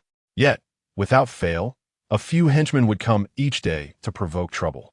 Each time the police were summoned, the officials would follow protocol, conducting inquiries before taking them away. But after a few days, they would re-emerge, continuing to wreak havoc at the construction site. This cycle persisted endlessly. The workers at the site were filled with trepidation, and the construction team was unable to complete a single day's work. Chapter 26. You will eventually be bitten by a dog, darling. Have you been troubled by something these past few days? Su Chen asked, chewing on a piece of rib while gazing at Tang Yan. Having grown accustomed to this endearment, Tang Yan sighed and replied, Indeed, there have been some issues at the construction site. How did you notice? Su Chen mumbled through his mouth full of rib. Because these braised ribs aren't as delicious as before. Speak up, what exactly has transpired? In this household, Su Chen found unparalleled comfort in two things: enjoying the meals prepared by Tang Yan and watching Qiu Yeyun relish the noodles he cooked. Setting aside the latter for now, the decline in the quality of the former was a significant loss for him.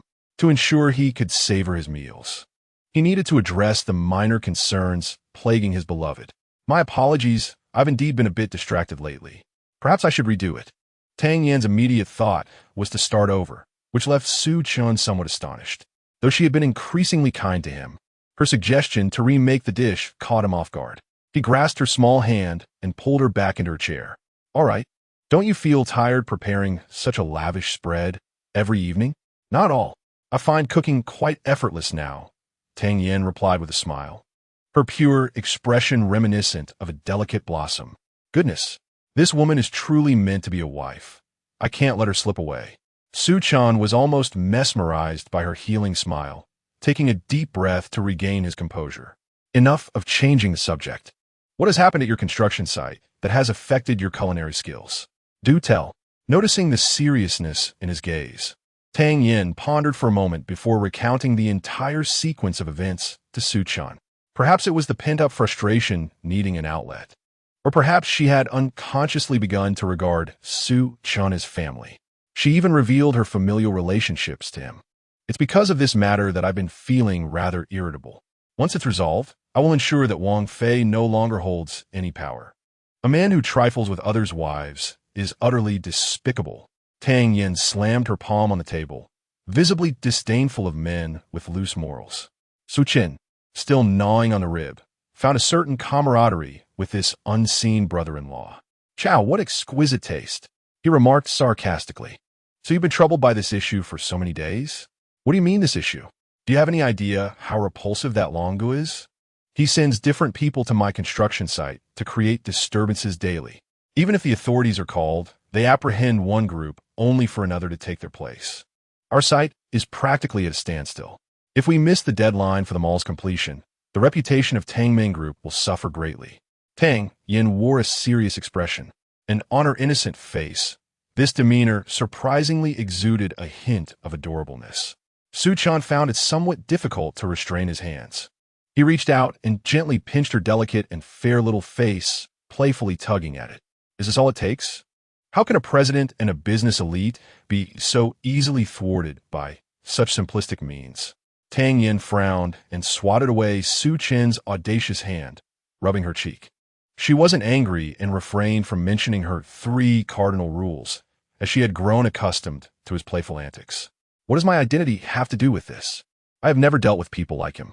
However, from your words, it seems you might have a solution, don't you?" Her eyes sparkled with curiosity.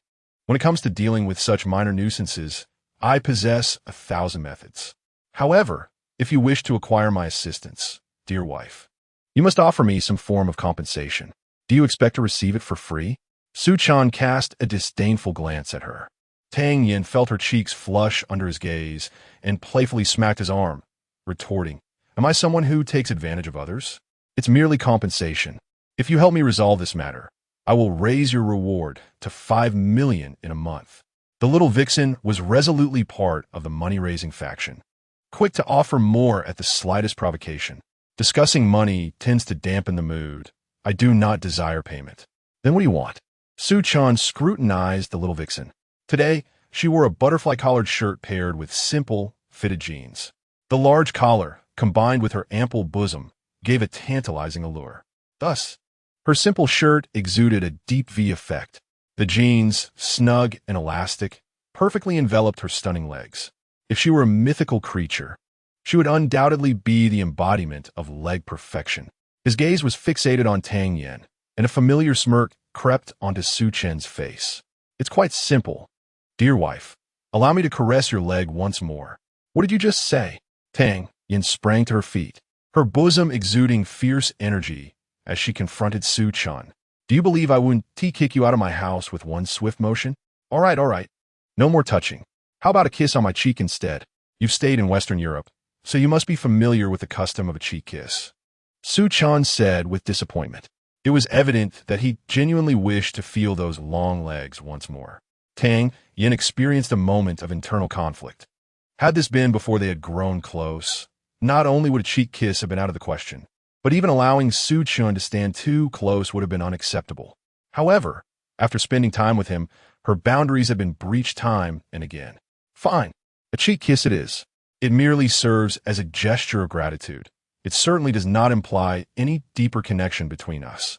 Moreover, in a month, we will part ways and return to our respective lives, with no further entanglements.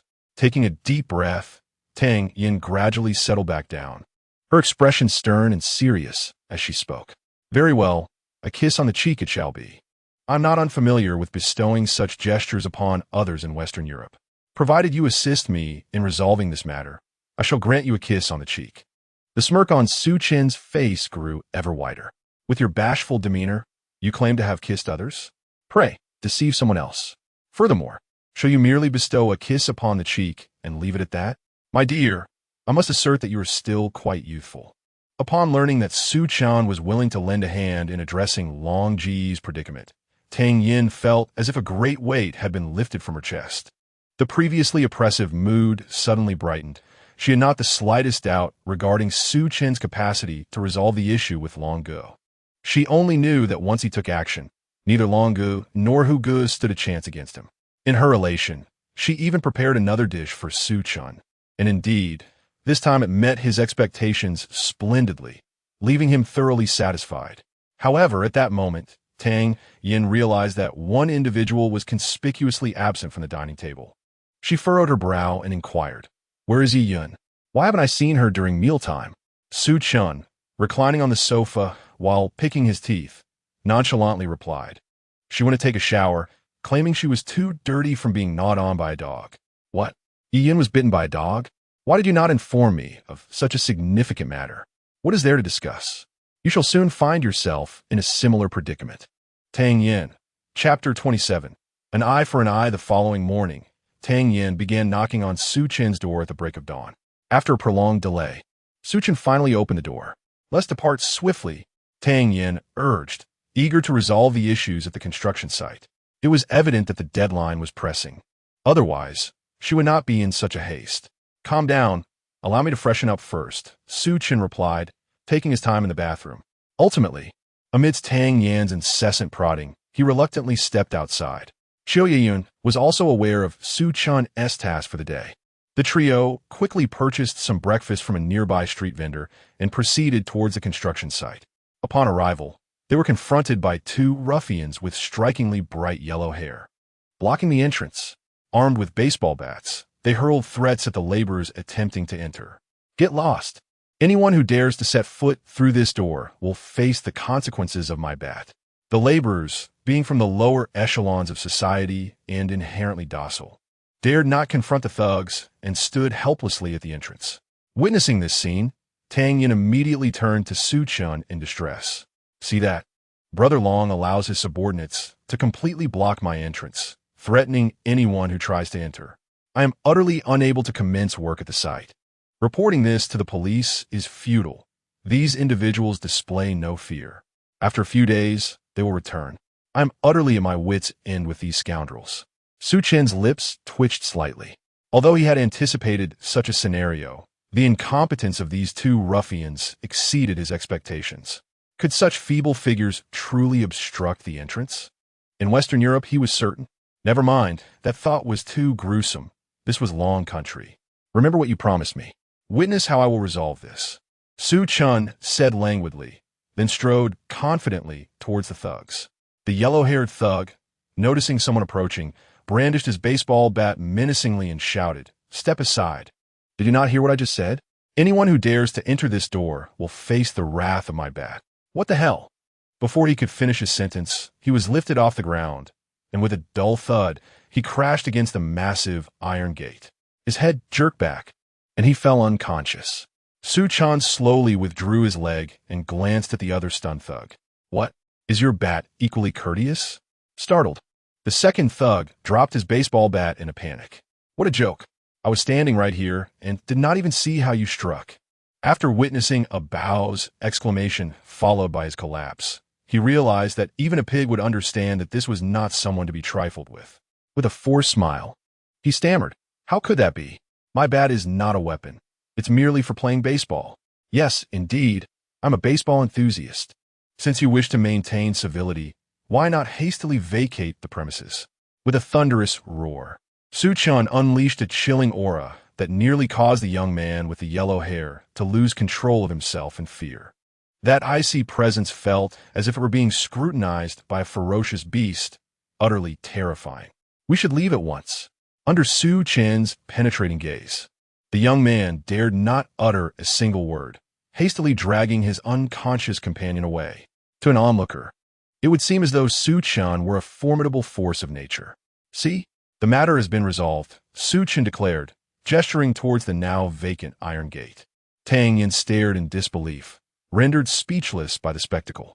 To be frank, she had no inkling of how he intended to tackle Long Ji's issue. These thugs were as tenacious as gum, seemingly insurmountable. Surprisingly, Su Chen's approach was one of violence. You wish to block my entrance? I shall send you flying with a single kick. Let us see if you dare obstruct me again. However, such actions would undoubtedly exacerbate the conflict with Long Ge. Tang Yan's expression grew increasingly forlorn as she regarded him. Yes, he had dealt with the ruffian at the gate, but what of the greater menace lurking behind? All she had done was decline an unreasonable demand, yet he had resorted to violence against one of Long Ji's subordinates. Are you resolving my issue or creating more? She lamented. Su Chen rolled his eyes, exasperated. Isn't your problem the disruption caused by someone at your construction site? Now that I have dealt with them, can't your workers resume their tasks? Hasn't your dilemma been resolved? Or does President Tang wish to renege on our agreement? His series of rhetorical questions left Tang Yan at a loss for words. Although President Tang was an astute businesswoman, she found herself confounded by his clever manipulation of logic. Defeated, she pouted, her expression one of reluctant acceptance. Fine. I suppose that counts as a resolution, but you must honor our agreement regarding my compensation. Su Chen exhibited an impressive knack for leveraging the situation to his advantage. Autumn Yiyun, sensing something amiss, quickly positioned herself in front of Tang Yan. Her gaze fixed on Su Chen. Compensation? What compensation? What did you promise her? Su Chen merely smiled, gesturing towards Tang Yan with his chin. A blush spread across Tang Yan's flawless face, rendering her even more enchanting. She shyly fiddled with the hem of her clothing, resembling a love-struck maiden. Compensation is simply compensation. It's nothing to concern yourself with, Yiyun. There was no way Tang Yan could disclose that the compensation entailed a kiss on the cheek. Doing so would surely infuriate her friend. Caught in the whirlwind of emotions, she berated herself for agreeing to such terms in the first place. Not only had she acquiesced, but this scoundrel had the audacity to demand a reward halfway through, which was utterly despicable. Let's go, my dear. I am fully prepared to receive my reward. Tang Yan felt a rush of shyness, yet Su Chen displayed no such hesitation. This fellow had a thick skin akin to a city wall. He boldly approached her with an unabashed grin. As Tang Yan beheld that handsome face drawing nearer, her heart skipped a beat. She couldn't even dare to divulge the details of the reward to Chiu Yiyun, let alone enact it in her presence. Thus, Tang Yan extended her arm to embrace Su Chen and, with a pleading tone, implored, "Not here. Let us go. There's an office inside." I'm not picky," Su Chen replied with a cheerful smile. The two of them walked into the construction site, one following the other. Observing their retreating figures, Chiu Yiyun's enchanting eyes narrowed mischievously, resembling those of a cunning fox. What reward could they possibly be discussing? It feels rather peculiar. Since Tang Yan chooses not to share, I could simply inquire with Su Chen. After all, he sneaks into my room every night. If he dares to withhold information, I shall ensure he does not get to share my bed. Chapter 28.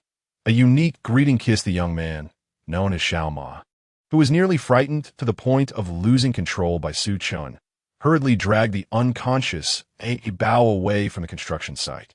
The man's gaze was utterly terrifying. A mere glance left him drenched in cold sweat. Once he escaped the site, Xiao Ma collapsed to the ground in exhaustion. It was then that he remembered the necessity of reporting the incident to Brother Long. Frantically retrieving his phone, he began to wail as if he had found his lifeline. "Brother Long, you must take charge. We stood guard at the construction entrance, as per your instructions, but someone dared to attack us. Hurry! A Bao is on the brink of death."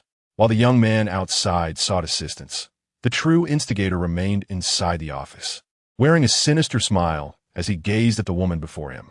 Tang Yan was dressed in a loose-knit sweater, yet her enviable figure imbued her with an alluring charm. Regardless of her attire, Su Chen leaned in towards her, resembling a cunning wolf. "Come on, dear wife. One must honor their word. We cannot be deceitful." Who is being deceitful? Not so fast. First check if the door is locked. Tang Yan's innocent and alluring face was flushed with a deep crimson, exuding a delightful shyness. The more she blushed, the more excited Su Chen became. After locking the office door once more, he didn't even bother to remove the key, gesturing towards the lock with a slow, deliberate tone. "The door is locked. The windows are shut. Is this satisfactory now?"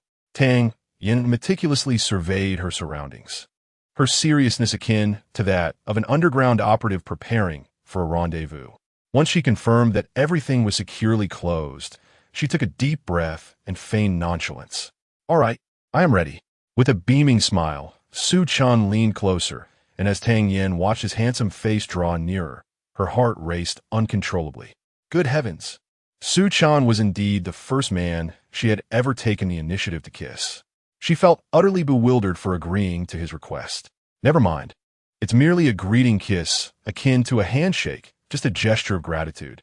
I have not wronged Yiyun, nor is this considered infidelity. The young woman fervently concocted excuses in her mind. Then, Closing her eyes and pursing her rosy lips, she prepared for a swift engagement. Just as her alluring lips were about to meet Su Chen's cheek, he suddenly turned his face with a mischievous grin. Caught off guard, she bumped her lips against him, causing a slight ache in her teeth. Yet, despite the awkwardness, she remained blissfully unaware, keeping her eyes shut, her innocent face tense, as if heading to the gallows. Inhaling the fragrant scent emanating from her face, feeling the warmth of her breath, and the slight pain from their closeness sent Su Chen into a frenzy. What are you doing? A greeting kiss is not meant to be like this. You scoundrel, you rogue, stop at once. This is still my first kiss. I should never have acquiesced to you, you villain. I will ensure your wages are completely deducted. Just as Su Chen was making headway in the office, Brother Long arrived at the construction site with his entourage in tow. This time, he not only brought a formidable array of weaponry, but had also procured a stretcher, bearing the moaning figure of the recently revived young man, Bao, with his disheveled golden hair. Tang Yan, come out immediately. How dare you lay a hand on my people? You must truly possess the audacity of a lion. If I do not incapacitate you today, I shall no longer be known as Brother Long. With his thunderous roar, over 100 of his subordinates echoed in unison, urging, come out, come out, come out. Indeed, their collective force was impressive, causing the workers who had already commenced their tasks to tremble in fear. Seeing the trepidation in the eyes of those around him brought immense satisfaction to Brother Long simultaneously. A bold idea began to take shape in his mind. These two women were akin to celestial beings, and belonging to high society, he believed he had no chance of subduing them. Yet now, the tables had turned. They had dared to strike first. Should they call the authorities, he would have a narrative of his own to present. With reason on his side, he felt empowered to manipulate them as he pleased. As he contemplated this, Brother Long instinctively licked his lips in anticipation. However, before he could complete this repugnant gesture, a thunderous explosion erupted from the construction site. An iron gate flew through the air, revealing a figure moving with lightning speed. Before Brother Long could fully comprehend the scene, the figure was upon him. Who are you? Brother Long stammered, bewildered by this human beast charging toward him. I am your grandfather. The imposing figure was none other than Su Chen. He had been in the office, preparing to impart some vital physiological knowledge to the bewildered young woman, only to have his enlightening lesson abruptly interrupted by Brother Long's boisterous arrival. The young woman's eyes turned red with indignation. She felt that if he dared to strike again, she might resort to desperate measures. A promising situation had been ruined by this loudmouth, and Su Chen's frustration boiled over. He kicked open the office door and stormed out, resolute in his belief that this so-called Brother Long was doomed. Boy, mind your words. Do you even know who I am? Brother Long of Tianhai City. Who dares to disrespect me in this city, claiming to be my grandfather? How dare you? You are utterly devoid of martial ethics. Brother Long continued to prattle on, undeterred by Su Chen's imposing presence. In response, Su Chen delivered a sharp slap to his face, sending him spinning like a top, reeling from the impact. How dare you strike me? You are doomed, utterly doomed. Come on, my brothers, let us avenge this wrong. Dragon, having been thrown to the ground, remained blissfully unaware of the formidable foe he had provoked, immediately commanding his underlings to retaliate. Over 100 of his followers, upon receiving their leader's orders, brandished their weapons and surged towards Su Chen like a dark tide. The onlookers at the construction site were paralyzed with fear, their bodies trembling at the sight. The sheer brutality of over 100 thugs converging to assault a solitary Su Chen was unfathomable, an image too gruesome to contemplate. Autumn Yain's eyes widened in horror as she watched the advancing mob, her heart tightening with dread. Logically, Su Chen represented a devil to her. One would expect her to feel elated at the prospect of his demise, relishing the chance to escape her hellish existence. Yet when that moment arrived, she found herself enveloped in an unexpected turmoil of emotion. She could not bear the thought of this man, who always wore a charmingly roguish smile, suffering in her presence. Nor could she fathom a future devoid of his influence. Much like a sufferer of Stockholm Syndrome, she was inexplicably reluctant to see Su Chen face any peril. No, stop. In a frenzy, she dashed towards Su Chen, desperate to intercept the oncoming wave of thugs. But what followed was a scene that shattered her understanding of reality. Chapter 29. 500 boxes, a fatal encounter. A motley crew of ruffians dared to challenge him, and Su Chen, in a fit of indignation, shed his cumbersome outerwear, revealing a physique sculpted like a masterpiece. The construction site was littered with debris, and he effortlessly seized a steel pipe, thick as an arm, and launched an audacious counteroffensive. What were 100 petty thugs but trifling nuisances?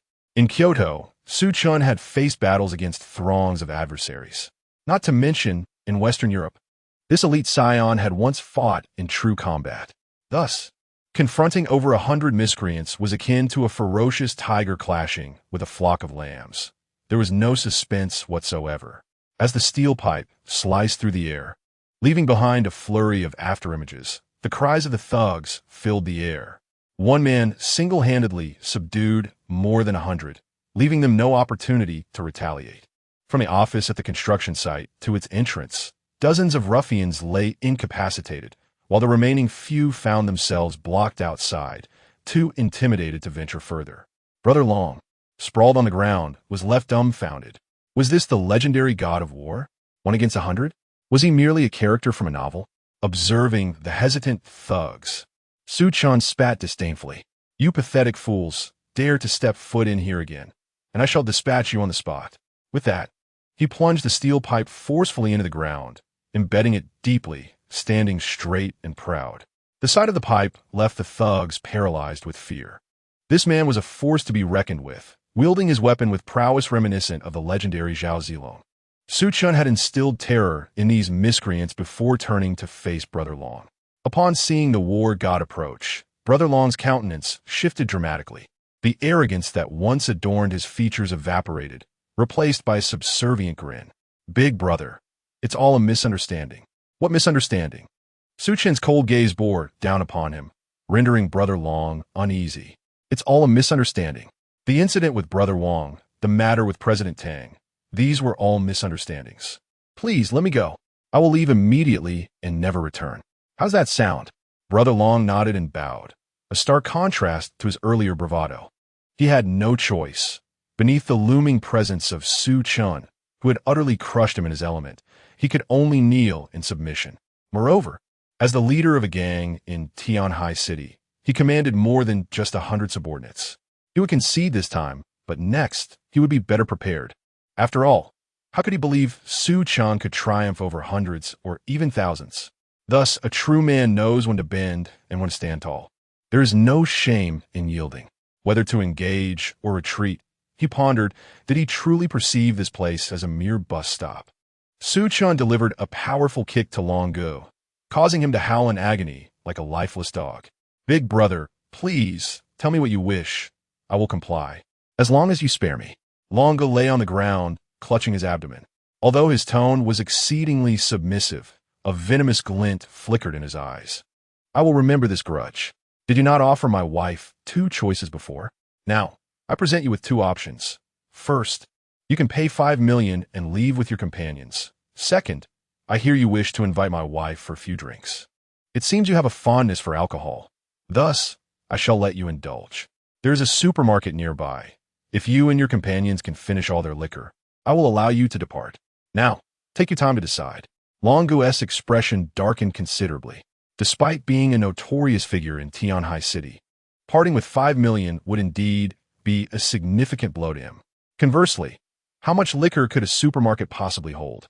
With 100 of them, finishing it should not pose too great a challenge. Fine, I choose the second option of drinking. I hope you will honor your word. If we finish the drinks, you will let us go. Of course, I will keep my promise, but should you fail to finish, I may have to force it down your throats. A cold smile graced Su Chen's face, sending a shiver down Long Gu's spine, making him regret his choice. However, the thought of 5 million spurred him on. He didn't believe that a small supermarket could contain that much alcohol. The wager was set, and Su Chen called upon several laborers to fetch the liquor from the supermarket.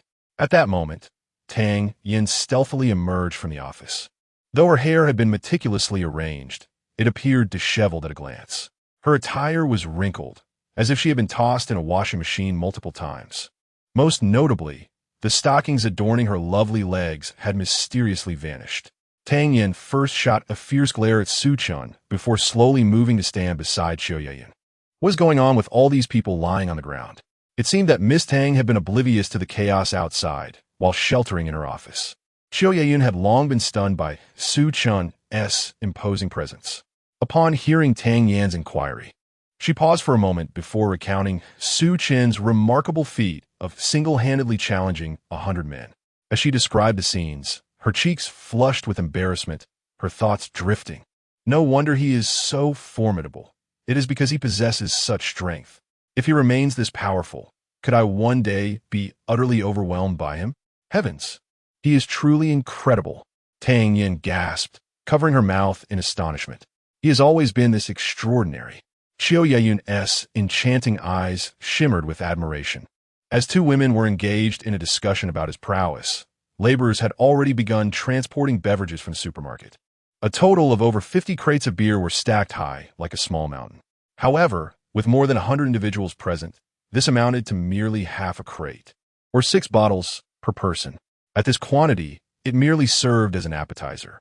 It appeared that the establishment outside was merely a modest supermarket with limited supplies of alcohol. Upon this realization, Long Ji's expression visibly softened, and he even managed to smile. "Brother, without further ado, allow me to pour you a drink," he exclaimed, boldly uncapping a bottle of snow beer. He swirled the bottle before tilting it back, executing a splendid dragon's breath maneuver. Yet, just as he was performing this feat, a middle-aged man clad in an apron rushed excitedly before Su Chen. "Boss, do you truly want all the beverages in my store? This is only a tenth of what I have. I just received a delivery of 500 crates today. Are you certain you want them all?" In the midst of his dramatic display, Long Gu promptly sputtered out his drink. Wasn't this merely a small shop with a mere 50 crates of beer? How had it suddenly escalated to 500 crates? If divided among 100 people, that would mean over 5 crates or 66 bottles per person. Even pigs couldn't consume such a staggering quantity. Long Ji's face fell, and he appeared somewhat dazed. 500 crates? That would be lethal. Fear not. You need not drink them all. Long Ji's eyes suddenly lit up. Then let us proceed with the order. Su Chen replied with an icy demeanor, delivering his final decree. The light in Long Ji's eyes extinguished completely. What a joke. Had he not witnessed the delivery of a truckload of alcohol that morning, he would never have made such a request. With a cold snort, Su Chen instructed the owner to bring all the beverages over. Chapter 30. Even if you are beautiful, you cannot think beautifully what state does one find oneself in after consuming 66 bottles of beer. In any case, all of Brother Long's more than 100 subordinates were not spared. They lay sprawled on the ground, wailing and retching uncontrollably. Brother Long did not weep, for he had succumbed to his own intoxication, lying amidst his own vomit, completely oblivious to his surroundings. Eventually, Tang Yan could no longer bear the sight and called for an ambulance to transport these fools away. On one hand, she was concerned that their excessive drinking might lead to fatalities. On the other, the stench they produced was unbearable. What was once a pristine construction site now reeked horrendously. Once Brother Long and his cohorts were carried off, Tang Yan instructed the supervisor to clean the site thoroughly, urging the workers to commence their tasks immediately. For deadlines wait for no one. The supervisor, understanding the gravity of the situation, pinched his nose and summoned several excavators. With nothing else to attend to, the three of them drove back. As soon as they got into the car, Su Chen exchanged mischievous glances with Xiao Yayun, who was trailing behind. "Get out. We have matters to discuss as a couple. You, an outsider, have no business following us." "Take a taxi," he insisted. Just as Xiao Yayun was about to step into the car, his words made her brows knit in annoyance. "I was just worrying about you, and you, ungrateful wretch. Turn your back on me? You deserve to be cut down where you stand." The remote location made it difficult to hail a cab. She retorted, "Try getting a taxi yourself if you don't believe me." With a cold huff, she plopped into the back seat, crossing her arms defiantly, fixating her gaze on Su Chen. "You want to get out? Not a chance." Su Chen scoffed at her defiance, seizing the opportunity while Tang Yan was still occupied with her instructions. "Fine. If you insist on tagging along, then I expect at least 5 encounters tonight. Your pleas for mercy will be of no consequence. Qiu Yeyun shivered at his words. This man was indeed a beast. Each encounter would last at least an hour. 5 encounters meant 5 hours. Would she even have time to sleep? Her lips pursed tightly. Fury ignited in her alluring eyes as she slammed the car door upon exiting.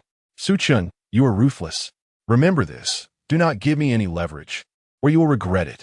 Her threats, however, sounded no more than a mosquito's buzz to Su Chen's ears. He waved her off, uninterested, as his attention turned entirely to Tang Yan. Earlier in the office, he had yet to complete his tasks, which displeased the diligent Su teacher immensely. Having now adeptly resolved Brother Long's predicament for the second time, he rightfully anticipated enjoying another educational opportunity. Just as he indulged in these thoughts, a smooth, beautiful leg entered the driver's seat, and Tang Yan's melodic voice chimed at his ear. What happened to Yayan? Why did she leave alone? She didn't want to disrupt our little world, Su Chen replied with a smile, casting a glance at her exquisite legs. You truly are an understanding subordinate. Tang Yan furrowed her brow, reluctant to disrupt their intimate world. It was implausible that this was the reason, yet she had already entered the taxi, and inquiring further would serve no purpose. Thus, she simply drove away. As she navigated the vehicle, Su Chen began to fidget, resting his hand on the central armrest, nearly encroaching upon the driver's space. Ahem, dear, don't you feel as though we've forgotten something? Tang Yan shot him a glare, her brow knitted. Forgotten what? In truth, she was disinclined to engage in conversation with Su Chen, who had deceived her. He had promised a kiss as a token of gratitude, but had overstepped his boundaries, becoming overly familiar. Had it not been for the issues at the construction site, she might have been compelled to endure an uncomfortable lesson on personal hygiene. This situation had incensed her to the utmost degree, nearly prompting her to brandish the utility knife from her bag in a fit of rage. However, upon emerging to gather herself, she witnessed him single-handedly overpowering over 100 ruffians. Seeing his broad, commanding silhouette, her anger dissipated like a wave being swallowed by the vast ocean, leaving behind nothing but a tumultuous sea of emotions and a flicker of warmth. For reasons unbeknownst to her, beneath that imposing figure, she felt an overwhelming sense of security. This sensation sent her heart into disarray.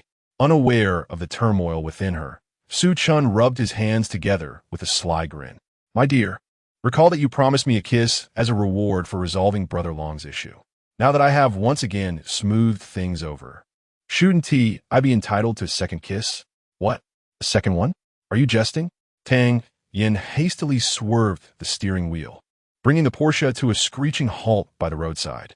She turned her head sharply to glare at Su Chen, her beautiful visage radiating fury. I have yet to settle today score with you, and now you dare to push your luck? Do you genuinely believe I want to be angry? I must remind you, our marriage is merely a fade. We have no real ties. If you dare to lay another finger on me, I will terminate this arrangement immediately. Her voice resonated with conviction, conveying an impression of true ire. Yet, only she knew how hollow her words felt. A dread loomed within her that Su Chen might take her declaration seriously, uttering a casual divorce that would shatter her world. Unsure of how to respond should that occur, she felt a wave of anxiety wash over her. In that moment of trepidation, Su Chen suddenly grasped her chin, drawing her closer, their faces mere inches apart. At this proximity, she could distinctly feel the warmth of his breath. My dear, since this is a transaction, it is only fitting that you uphold your end. Our dealings have always been transparent. I intervened to assist you with Brother Long's matter. A kiss in return is both reasonable and warranted. Do you expect me to act without recompense? Please, while your beauty is undeniable, it does not grant you the liberty to indulge in fanciful thoughts. Su Chen's talent for weaving tall tales has evidently reached new heights. In this ambiguous proximity, with his face almost touching hers, Tang Yan found herself utterly overwhelmed, her mind teetering on the brink of collapse. Not only was she unable to dissect the logic embedded in his words, but she also struggled to comprehend what he was articulating. All that occupied her thoughts were singular observations. His nose is so striking, his eyes so captivating, and his complexion truly flawless. What are you saying? Tang Yan murmured, her mind in a haze. What I mean is, we are engaged in a transaction. I exert effort, and you provide compensation. It is only fair. If anyone is attempting to evade their obligations, it is you, not me. Therefore, hand it over. Su Chen, embodying the persona of a cunning wolf, swiftly devoured the dazed Tang Yan, akin to a little Red Riding Hood, into his metaphorical belly. His crimson tongue caressed his pearly white teeth, and a self-satisfied grin spread across his face. To subdue a little girl is hardly a challenge. Indeed, it is a matter of mere ease. However, one must admit, the fragrance emanating from her is truly delightful, and her skin is remarkably soft. Whoever is fortunate enough to wed her shall undoubtedly be blessed. Yet no, the little girl is my toy. Should anyone dare to lay a finger on her, I shall tear them asunder. For the first time in his life, the wolf felt an overwhelming possessiveness toward Little Red Riding Hood. Chapter 31. The composed gentleman in the end. Su Chen's little class was abruptly interrupted. Although Tang Yan was currently enchanted and somewhat dazed by him, she remained a shy young woman, incapable of acquiescing to Su Chen's suggestion of engaging in intimate activities in the car during the broad daylight. Thus, despite Su Chen's fervent enthusiasm, his aspirations came to naught. Regret filled his heart. He lamented that he should have discreetly approached her after dark to impart his lessons. Alas, how could one resist the allure of such beauty? His patience seemed inconsequential in her presence. Originally, Tang Yan intended to make a trip to the office, but after the encounter with Su Chen, she could only silently return home to change her attire. However, upon entering her home, a moment of clarity struck her. She resolved to safeguard herself against Su Chen, determined not to let him take advantage of her again. Meanwhile, the young master, Su, could only sit on the sofa, sighing in resignation. As he reclined, a thought crossed his mind, prompting him to open WeChat and send a message to Qin Fun, instructing him to deal with that dragon brother from Tianhai City. Although he considered keeping him around to help elevate Tang Yan's KPI, the vengeful expression on the man's face irked Su Chen immensely. If his little plaything were to be touched by another, it would haunt him for a lifetime. Thus, Su Chen decisively snuffed out the threat in its infancy. Indeed, though this man was a scoundrel, he was also a composed gentleman. After Dragon Brother was transported to the hospital by ambulance, he underwent a gastric lavage and received 2 bottles of intravenous fluids before gradually regaining consciousness. As he opened his eyes, he shook his head and groaned in agony. "I can't drink anymore, Master Su. I truly can't." "Rest assured, no one will force you to drink again. Focus on your recovery," came a soothing voice. A pair of delicate hands grasped his own, and Dragon Brother looked up to see a stunning woman in a low-cut gown, her exquisite face etched with concern. Warmth flooded his heart. This woman was Li Hua, his most cherished companion, without exception. Beside her stood a man with a buzz cut and a fierce expression. Upon noticing that Dragon Brother had awakened, the man's eyes widened in fury as he bellowed, "Brother, who the hell forced you to drink to this extent? Tell me, and I'll take care of him." How outrageous it was that someone dared to treat Dragon Brother in such a manner in Tianhai City. Dragon Brother patted Li Hua's hand and then turned his gaze to Shirtu. "Xiaohua, Shirtu, you two are my most loyal companions. Every time I find myself in trouble, the first faces I see upon waking are yours. Of course, I'm your woman. How could I not rush over when you're in trouble?" Li Hua shot him a sidelong glance. "Indeed, brother, I am your loyal subordinate, and I will always be at the forefront for you. If only you had brought me along this time, I would have surely dealt with those scoundrels who forced you to drink," Shirtu declared, puffing out his chest in a display of loyalty.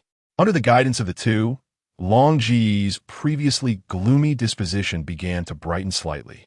He pressed his lips together and continued, "Shirtu is indeed sincere, and I believe you will act accordingly. However, you are not yet his match. That individual is remarkably ruthless.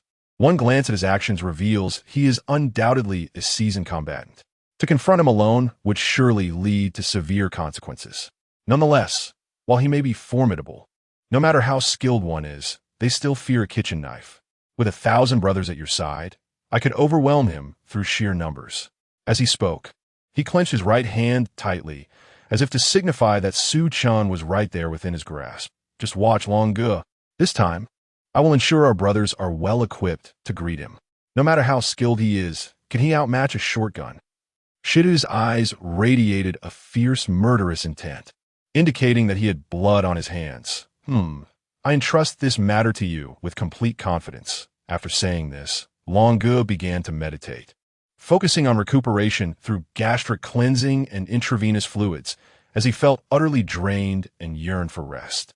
Noticing Long Ge's intention to rest, Shirtu respectfully bowed before him, exchanged farewells with Li Hua, and opened the door to carry out his mission. However, as he pulled the door ajar, he was met by a squad of armed personnel stationed outside, clad in black tactical gear and wielding firearms. At least 10 muzzles were aimed directly at Shidu's forehead the moment the door swung open. Instantly, this bloodied underling felt a wave of panic wash over him, raising his hands above his head with remarkable speed. His voice trembled, starkly contrasting with the bravado he had just exhibited. "Officers, what is this about? I'm an upstanding citizen. I haven't done anything." How absurd. Even if he had been involved in something, his targets were merely defenseless civilians. Before him now stood members of the armed enforcement, the embodiment of the most brutal justice in Longwa, wielding submachine guns. To act arrogantly in their presence would require a level of intoxication far beyond what Long Ge could muster. Consequently, Shirtu surrendered without a moment's hesitation. "Upright citizen, you are Li Bailong's top underling, responsible for all manner of illicit activities. How can you claim to be a good citizen?" One officer, dressed as a captain, stated while retrieving a pair of silver handcuffs to affix to Shidu's wrists. Upon realizing they were there to apprehend him, Shirtu surprisingly regained his composure. He extended his hands and, with an air of indifference, remarked, "Oh, so it's yet another arrest. Why the grand display? Usually, it's just a couple of local officers who show up. I assenti it? Do you really need all of you? Regardless, you just hold me for a few days before letting me go. Are you all so idle? Hold you for a few days and release you? What a fanciful dream you have." The captain ordered him to stand aside obediently, while ensuring he carried no prohibited items. "I must inform you that this time, you are utterly doomed. Not only will you face a lengthy imprisonment, but all with a criminal record will be unearthed, and those deserving of death will meet their fate. Without exception, Ashir, do you think I, Shirtu, am easily intimidated? You have apprehended me numerous times, each occasion with the intent of convicting me. Yet have you ever succeeded? Matters of justice hinge upon evidence. Without it, mere words are futile, and such baseless accusations deeply sadden us law-abiding citizens." Shitu's demeanor grew increasingly irreverent. Capturing oneself, he had followed Long Ge since the tender age of 12. Entering the police station felt no different from returning home. He remained unperturbed, confident that these Ashirs could not find a flaw in his defense. Sentencing? What ist?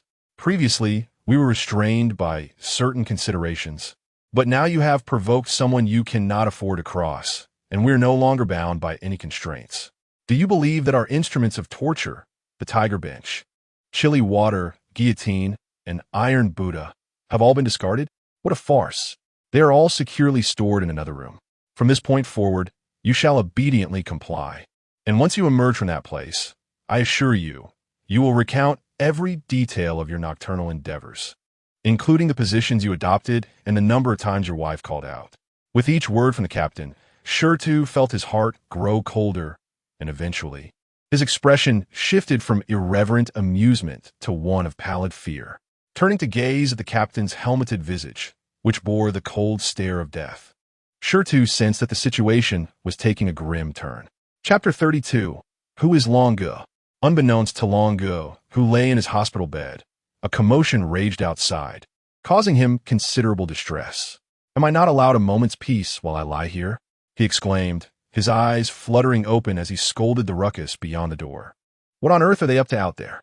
Someone should remind them to keep it down, and if they refuse to listen, then just send someone to throw them out." Suddenly, he was jolted by a realization. "What are you all doing, Ashier?"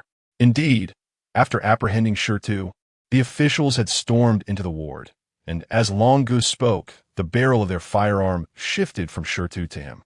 What is the meaning of this? Li Bailong, you are officially under arrest for your involvement in organized crime.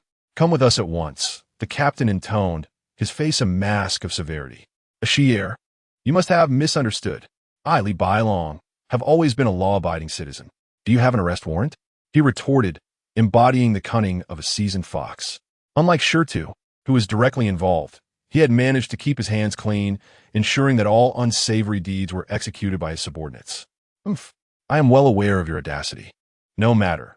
A visit to the precinct's holding cells will clarify everything, the captain declared, signaling to his men to drag Long Gu from the bed.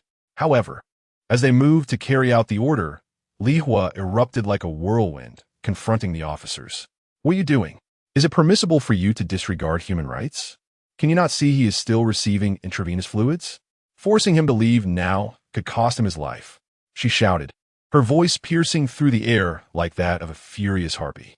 Being a woman, the officers found themselves momentarily at a loss on how to handle her. Just then, the captain's radio crackled to life, emitting a commanding voice filled with authority. Zhou Gu, why has the individual not been brought down yet? Hurry up. There are too many people here. Soon the station will be overcrowded, and we must transport him directly to Tianhai City Prison. Upon hearing this voice, Long Ji's eyes widened in alarm. His composure shattered as he nearly toppled from the bed. Had he heard correctly? Was that not the voice of the esteemed young Master Qin Fun? Was he here to deal with him? Panic flooded Long Ji's mind, leaving him with but a single thought. I'm finished. The captain noted his reaction, but could not be bothered to raise an eyebrow. With a mere wave of his hand, he coldly ordered, take him away. I dare you to try. Li Hua interjected vehemently. He is a patient. Do you understand what that means? If you proceed, I will expose your actions to the public, ensuring the entire nation knows of the rampant violence in Tianhai City. She continued to fight desperately to obstruct their advances. A glimmer of cold light flashed in the captain's eyes as he strode directly before her, rifle in hand. This woman seemed truly spoiled by Long Gu, oblivious to the gravity of the situation at hand. With her hands on her hips and a defiant glare, she exclaimed, What? Do you intend to strike me? Go ahead. Strike me, and I shall report you, stripping you of your uniform in the process. The captain, however, chose not to engage in further banter. Instead, he delivered a sharp blow to her forehead with the butt of his rifle. Li Hua let out a muffled groan before collapsing to the ground. Take her away. She is charged with obstructing justice. Yes, the well-trained officers dragged the unconscious Li Hua, along with the dazed Long Gu, out of the infirmary. Even as he witnessed his woman being knocked unconscious, Long Gu dared not utter a single word, for he sensed that his own fate was precarious. The group boarded a police vehicle and, with sirens blaring, returned to the precinct in a mere 5 minutes. Upon disembarking, Long Gu was met with a sea of people, all sharing a common trait. They were all thoroughly inebriated, some even receiving 4 drips, much like him. A chill ran down his spine as he realized that these were all his subordinates. Shirtu stood just behind Long Gu, his heart sinking as he beheld his comrades in chains. Long Gu, it seems that Heir and her crew are serious this time. What shall we do? What can we do? I have no idea how I even crossed paths with the first young master. Long Gu felt a profound bitterness welling within him. Quiet. No whispering. Everyone be still. A heavy blow struck Shitu's back, nearly sending him sprawling to the ground. Infuriated by such treatment, he turned to confront his assailant with a fierce glare. What's your problem? Can't we discuss matters civilly? We live in a society governed by law. There is no need for violence. The other petty criminals, witnessing Shitu's assault, were ignited with righteous indignation. They were no strangers to the precinct and were well acquainted with its rules. Though the officials appeared intimidating, they seldom resorted to physical violence. For the laws of Longhua explicitly forbade the abuse of power, with offenders facing dismissal or imprisonment. Thus, they felt emboldened. How dare you strike our brother, Shirtu? You must be seeking trouble. The audacity of the officials to resort to violence incited a fury among the onlookers. If you dare lay a hand on us, I will report you the moment I step outside. Your days are numbered. They demanded an apology from the official, threatening to report him if he failed to comply. Based on past experiences, even the most reluctant officials typically offered apologies in such situations, genuinely fearing these reports. Yet today, the very official who had just struck Shirdu launched another attack, this time with even greater force. The butt of his rifle crashed into Shida's chin, the ferocity of the blow causing his teeth to shatter and fly from his mouth. Upon reaching this point, do you still dare to argue? Have I shown you too much leniency? The officials retracted their weapons, while the injured individual, his teeth shattered, clutched his chin and screamed in agony. The once indignant ruffians now found themselves silenced, the fire of their defiance extinguished. Brother Long, observing this turn of events, clenched his fists tightly, acutely aware that the first young master was genuinely intent on dealing with him. Otherwise, such brutality and mercilessness would not have been exhibited. Fortunately, he still clung to a final lifeline. Above him stood a figure whose influence, though not as formidable as the first young masteress, still commanded respect in his presence. As long as that individual was willing to intercede, Brother Long might yet find a glimmer of hope. While he contemplated his escape, a young man, exuding an air of authority, approached slowly. An eerie silence enveloped the scene, and even the moaning individual stifled his cries upon catching sight of him. For this young man was none other than the first young master of Tianhai City, Qin Fun. He surveyed the crowd before inquiring, "Who is Brother Long?" Chapter 33. The identity of that gentleman. Everyone's gaze converged upon the pallid face of Brother Long, who tremulously raised his hand. "It is I, young Master Qin. What is the situation? I do not recall having offended you in any way." "Offended me? If it were merely that, I might overlook it for the sake of appearances. However, you have offended someone far more significant," Qin Fen coldly remarked. "That someone? Might I inquire as to who this esteemed gentleman is? I truly possess no recollection of such an affront. I've always conducted myself with utmost integrity. Secretary Zeng can vouch for me." Undoubtedly, Secretary Zeng was his backing, a person of considerable influence in Tianhai City. Secretary Zeng? He is destined to share your fate, a foolish creature indeed. You remain oblivious to the magnitude of the calamity you have summoned.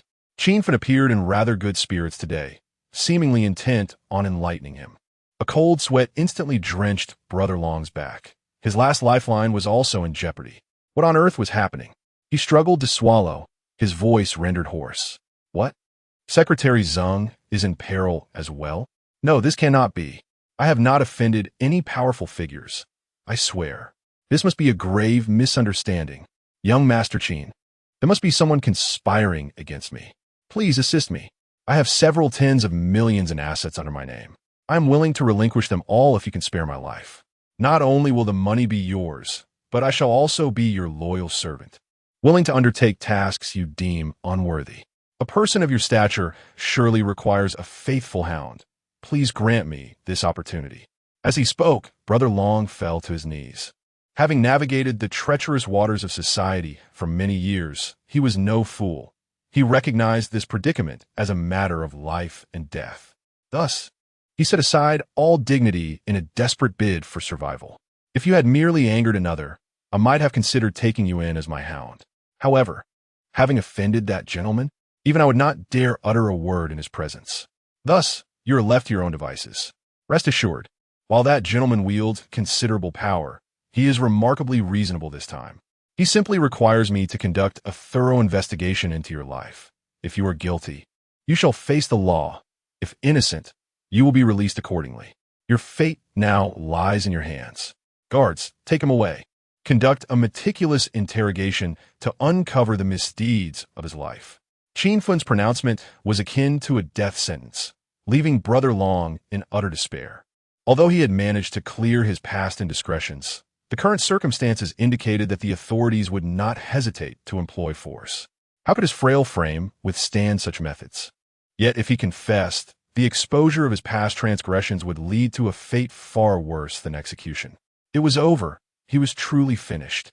Brother Long collapsed onto the ground, his eyes filled with hopelessness. When the officials arrived to drag him into the dark confines of the interrogation room, he suddenly regained his senses, his eyes widening in terror, akin to a gambler who had lost everything, fixating desperately on the last remaining chip on the table, seeking a miraculous turnaround. Young Master Chen, could you finally enlighten me on one thing so that I may die with clarity?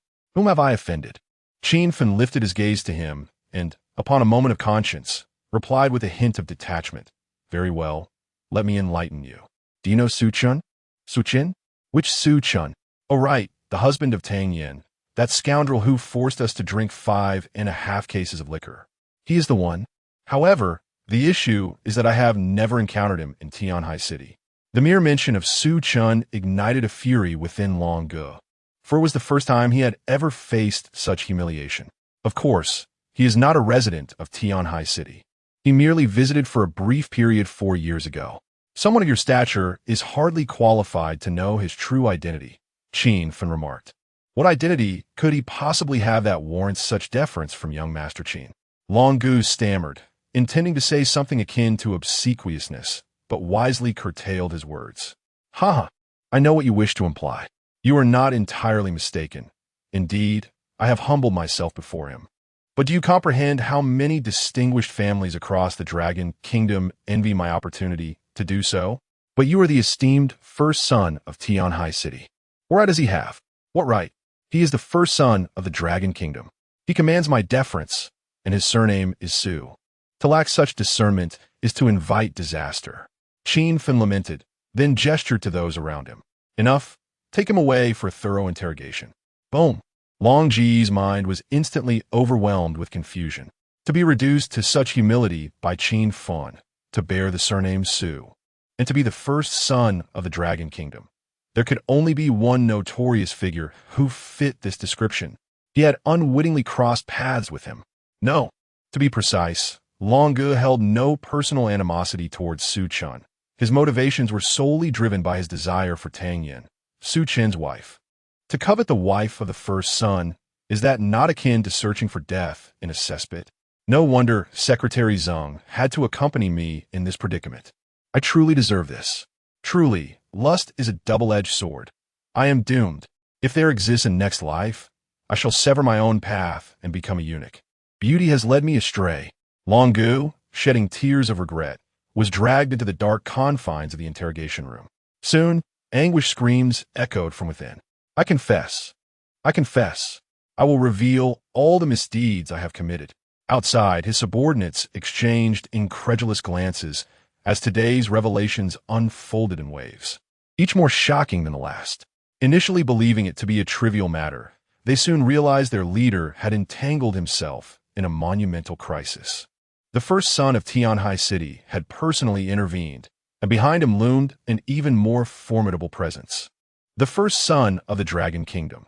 Such a name was foreign to these ruffians, far beyond their comprehension.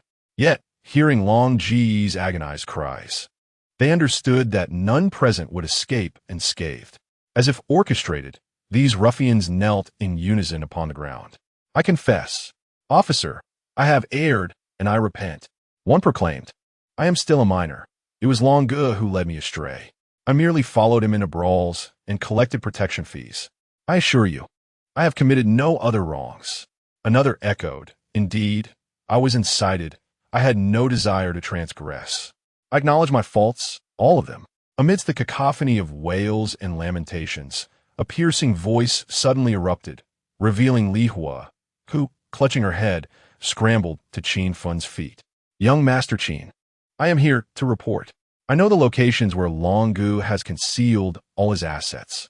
I am willing to become a witness for the prosecution, provided you grant me leniency. Li Hua had regained her senses midway.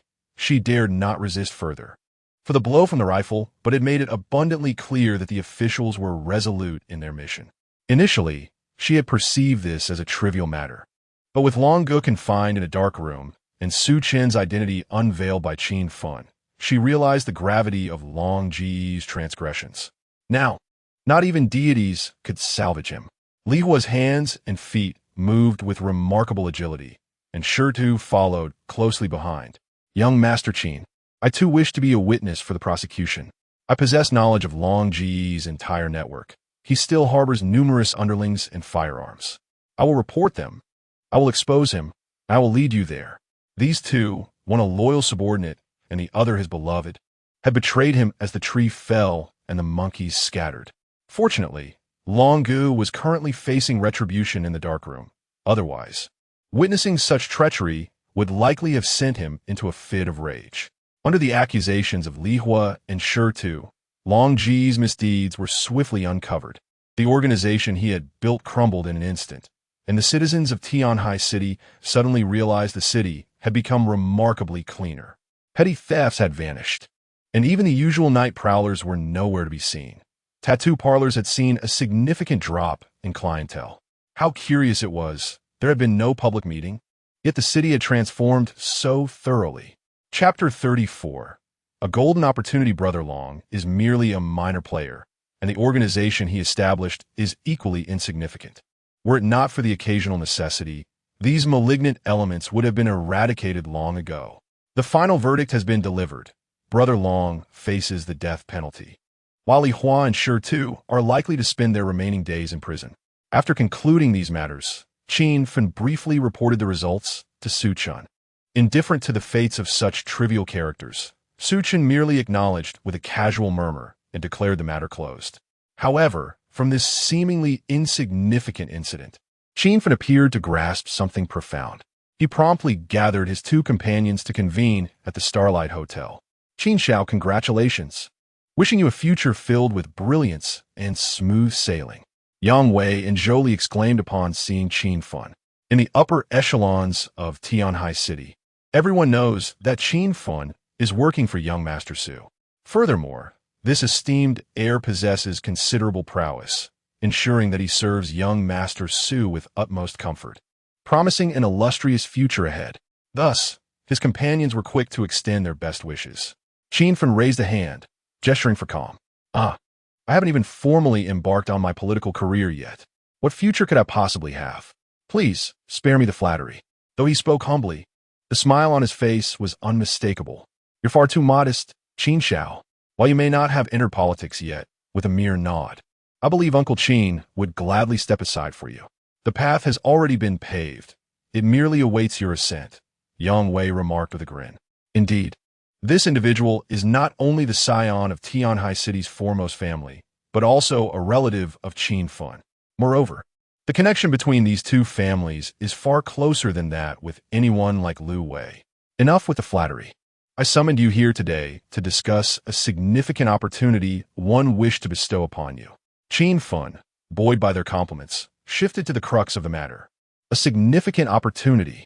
Yang Wei and Zhou exchanged eager glances.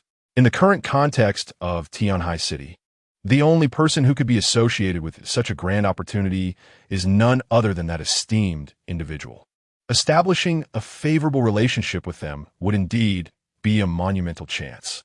With this thought, their eyes sparkled with fervor. Qin Xiao, please don't keep us in suspense. What is this grand opportunity? My heart feels as though a cat is scratching at it. I can hardly bear the anticipation. Yang Wei exclaimed, his eyes fixed intently on Qin Fen. The latter, however, took his time, leisurely sipping his tea. Once he had sufficiently piqued their curiosity, he began, very well. I'll divulge the details. Do you recall the last time when Shaoli asked young Master Su why he came to Tianhai City? Zhou immediately raised her hand. Of course I remember. Young Master Su claimed he was here for matchmaking, but I find that hard to believe. Does he truly need to engage in matchmaking? She scoffed. Su Xiao truly did not deceive you. He has returned here for the purpose of matchmaking. And the reason he remains in Tianhai City is solely because his wife resides here, Qin Fen remarked. What? The foremost son of the Dragon Country is actually married? Who could be so fortunate? This is akin to soaring to great heights, truly a remarkable ascent. Zhou couldn't help but feel a profound envy towards Su Chen's wife. It is essential to understand that she possesses considerable beauty, an admirable physique, and comes from a respectable background. Yet, despite being a quintessential example of a wealthy and beautiful woman in Tianhai City, she could not even qualify for the selection of Su Chen's fiancé. Thus, how could she not harbor jealousy towards this fortunate individual? Who exactly is this lucky one? Su responded in confusion. It is the widely acknowledged goddess of Tianhai City. The most exquisite female entrepreneur, Tang Yan, who single-handedly salvaged the Tang family from the brink of ruin. Ah, Tang Yan. No wonder. Zoli siga Leslie. As a woman, the significance of beauty need not be elaborated upon. Tang Yan's beauty is of a caliber that belongs to the pinnacle, not just in Tianhai City, but throughout the entirety of the Dragon Country. In comparison, one can only concede defeat gracefully. Qin Xiao, what opportunity are you referring to? Yang Wei inquired, scratching his head in confusion. Su Xiao may have secretly wed in Tianhai City, but that does not concern us much. Individuals of such stature are beyond our reach for attendance at their weddings. Indeed, given your familial circumstances, you wouldn't even qualify for an invitation as guests. However, did Qin Xiao not hold an ostentatious wedding? Did he not make it widely known, creating a sensation throughout the city? No, he did not. He has even concealed his true identity before Tang Yan. Furthermore, let me share a little secret. A thug known as Longgu in Tianhai City caused some trouble for Tang Yan, and Su Xiao, in a fit of rage, demanded that I uncover every misdeed this man has ever committed. This fellow is indeed no good, and the final judgment could very well be death. All because he crossed paths with Tang Yan. Qin Fan said calmly, sipping his tea. All of us are from elite families, having received the finest education. So our minds are quite sharp. With a slight turn of thought, they instantly comprehended the implication behind Qin Fan's words. I understand now. What Qin Xiao implies is that Su Xiao is utterly captivated by this woman. We may not have the qualifications to board Su Xiao grand ship, but we can seize the opportunity through Tang Yan. Establishing a connection with her signifies a connection with Su Xiao. What a tremendous opportunity this is indeed. Jolie was nearly ready to leap with joy. Yes, I have finally grasped Qin Xiao's meaning. If we can befriend this General Tang, then the solitary Su Xiao in Tianhai City will also be our friend, Yang Wei exclaimed, his eyes gleaming with excitement. It appears that both of you are quite astute. Indeed, the opportunities one I'm referring to are precisely of this nature. Yang Wei, are you not a significant client of the Tang family? Recently, our city of Tianhai has been contemplating a shift in focus towards supporting foreign trade exports. In due course, you shall facilitate the introduction of the Tang family, while Jolie will oversee the allocation of funds, and I shall provide the necessary policy support. The support for foreign trade exports is a prevailing trend, and with the assistance of the three of us, the Tang family is certain to thrive amidst this wave. As long as General Tang remembers our goodwill, you will ascend together with us in the future. With each word Qin Fan spoke, Yang Wei and his companion grew increasingly animated, their eyes nearly brimming with tears by the time he concluded. Young Master Qin, your kindness towards us is truly immense. Without further ado, our Yang family shall undoubtedly follow your lead. If you direct me east, I shall not venture west, Yang Wei declared with fervor, pledging his loyalty, while Jolie echoed his sentiments. Indeed, whenever young Master Qin requires assistance, financial matters will not be a concern. My Zhou family shall steadfastly accompany you, never lagging behind. Qin Fan nodded, having reached out to Yang Wei and Zhou Li precisely because the Yang and Zhou families are the most prominent aristocratic families in Tianhai. Binding these two families to his cause would ensure a smooth path ahead in the city. Moreover, without their involvement, executing this plan discreetly would be quite challenging for him alone. This is why he was willing to share this opportunity with them. By the way, allow me to caution you both. Do not reveal the true identity of young Master Su. Otherwise, you might find your flattery misplaced, and you won't even realize how you came to your demise.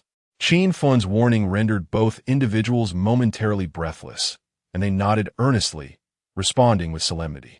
Rest assured, young Master Qin, we understand. I comprehend fully. Thank you for the reminder, young Master Qin.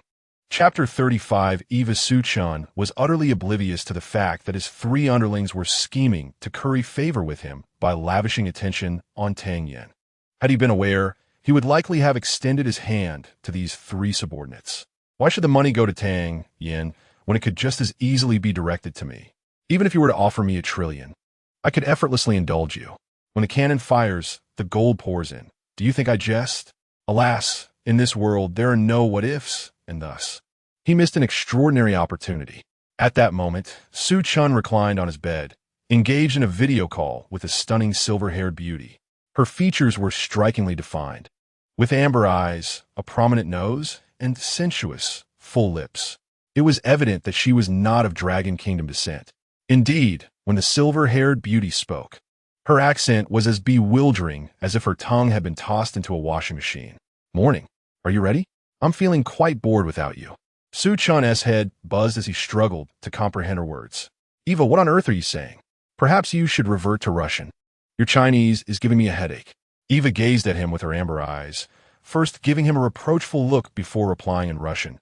"I haven't said much. Merely inquired when you would return. It's rather dull here without you. I've only been gone a few days. Are you truly so impatient? Make sure to keep an eye on a base.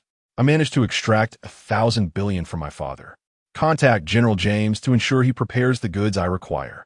And please, check the cargo thoroughly. Last time, the missiles he provided were faulty. He is quite the unscrupulous merchant." Su Chen crossed his legs and spat dismissively, showing no signs of decorum. Eva, however, was accustomed to his demeanor. Her amber eyes gazed affectionately at him, even taking note of his spitting. It was evident that she too was entangled in Su Chen's reckless charm. "Rest assured, I will inspect everything meticulously. If he dares to shortchange us again, I shall have Blood Wolf deal with him," Eva declared with a calmness that belied her deadly intent. Su Chen waved his hand in refusal. "Let be. That scoundrel has substantial backing in the beautiful country. If he were to meet his end, it would be difficult to explain. Allow him to keep his wretched life, for now. However, should there be any further issues with this shipment, ensure he receives a lesson he won't soon forget. We at the Dragon Warriors Mercenary Company are not to be trifled with." Eva nodded, complying with Su Chen's directives without the slightest hint of resistance. "Morning. How long until your return?" she inquired once more. "Em uncertain. After drifting abroad for so many years, a brief respite back home seems a splendid choice. I may linger for a while." Su Chen resolved to grant himself a break. After countless brushes with death over the years, he was indeed weary. "If your stay exceeds a month, I shall come to the Dragon Kingdom to find you. I cannot bear such prolonged separation." Eva, with her exaggeratedly large eyes reminiscent of a Barbie doll, expressed her dissatisfaction. "No way. What will happen to the base if you leave? You are not permitted to wander off without my orders." "All right, this will be all for today. I need to rest." After saying this, Su Chen hung up the video call without waiting for Eva's response. What a joke. The entire mercenary company relies heavily on Eva's support. She single-handedly manages daily training, reports, and deployment orders. Such a perfect employee wishes to take leave like me? Dream on. Setting down his phone, Su Chen hummed a cheerful tune, contentedly planning to take a shower and retire for the night. However, just as he had removed his shirt, a fragrant figure stealthily slipped into his bedroom like a thief. In the dim light, Su Chen immediately recognized who had entered. With a playful spirit, he swiftly darted into a corner, hiding himself just as the fragrant figure entered. The silhouette searched the room, frowning in confusion after failing to find him. How strange. Where could he have gone at this late hour? Just as she pondered this, Su Chen suddenly burst forth for his hiding spot. The fragrant figure was startled, instinctively about to scream. Anticipating this, Su Chen swiftly kissed her, silencing her startled cry. Half an hour later, a furious Qiao Yeyun delivered a sharp slap to Su Chen's shoulder. "You scoundrel! I told you not to. When did you say no? You clearly said no." "No. Stop." Su Chen teased, a playful smirk on his face. Qiao Yeyun forcefully pushed his hand away and wrapped herself tightly in the blanket. Her thoughts were in disarray as she realized with alarm that their compatibility had grown increasingly better. Each time he teased her, her first instinct was no longer to resist, but to find ways to cooperate. "This isn't my fault. It's this scoundrel's skills that are too good." Finding a mental excuse calmed her slightly, and then she abruptly remembered the purpose of her visit that night. She stretched out her delicate foot from under the blanket and kicked him. "If you keep talking nonsense, I'll get angry. By the way, I came to ask you about something." "What is it?" Su Chen lazily inquired, reclining on the bed. "What are you discussing with Tang Yan regarding compensation? Are you secretly taking advantage of her behind my back?" Qiao Yeyun propped her head on her hand. her enchanting eyes darkening with suspicion. If Su Chen's answer did not satisfy her, this nine-tailed fox would be ready to consume him whole. Su Chen glanced at her, entirely unfazed by the perceived danger. The compensation from Tang Yan is simply a salary increase a month later. What else could it be? As for taking action against her, do you still not trust me? I am a person of great integrity. I promise that as long as you can satisfy my needs, I would not lay a hand on her. Su Chen's ability to fabricate lies has certainly grown more refined. I find it hard to believe. If it were merely an increase in my remuneration, then why would Tang Yan refuse to speak with me? Furthermore, how dare you dismiss me from the vehicle when we were leaving the construction site? You must have been up to no good behind my back. Confess the truth at once. A woman's intuition tells Xiao Yayun that something is amiss, prompting this cunning seductress to resort to both threats and temptations against Su Chen. Unfortunately, she has chosen the wrong setting for her tactics. In a spacious, brightly lit CF, Su Chen might have revealed a hint of vulnerability under her interrogation. However, it is late at night, and the setting is none other than Su Chen's own bedroom. Thus, he simply smirks darkly. Why is it that you refuse to listen? You wretched woman?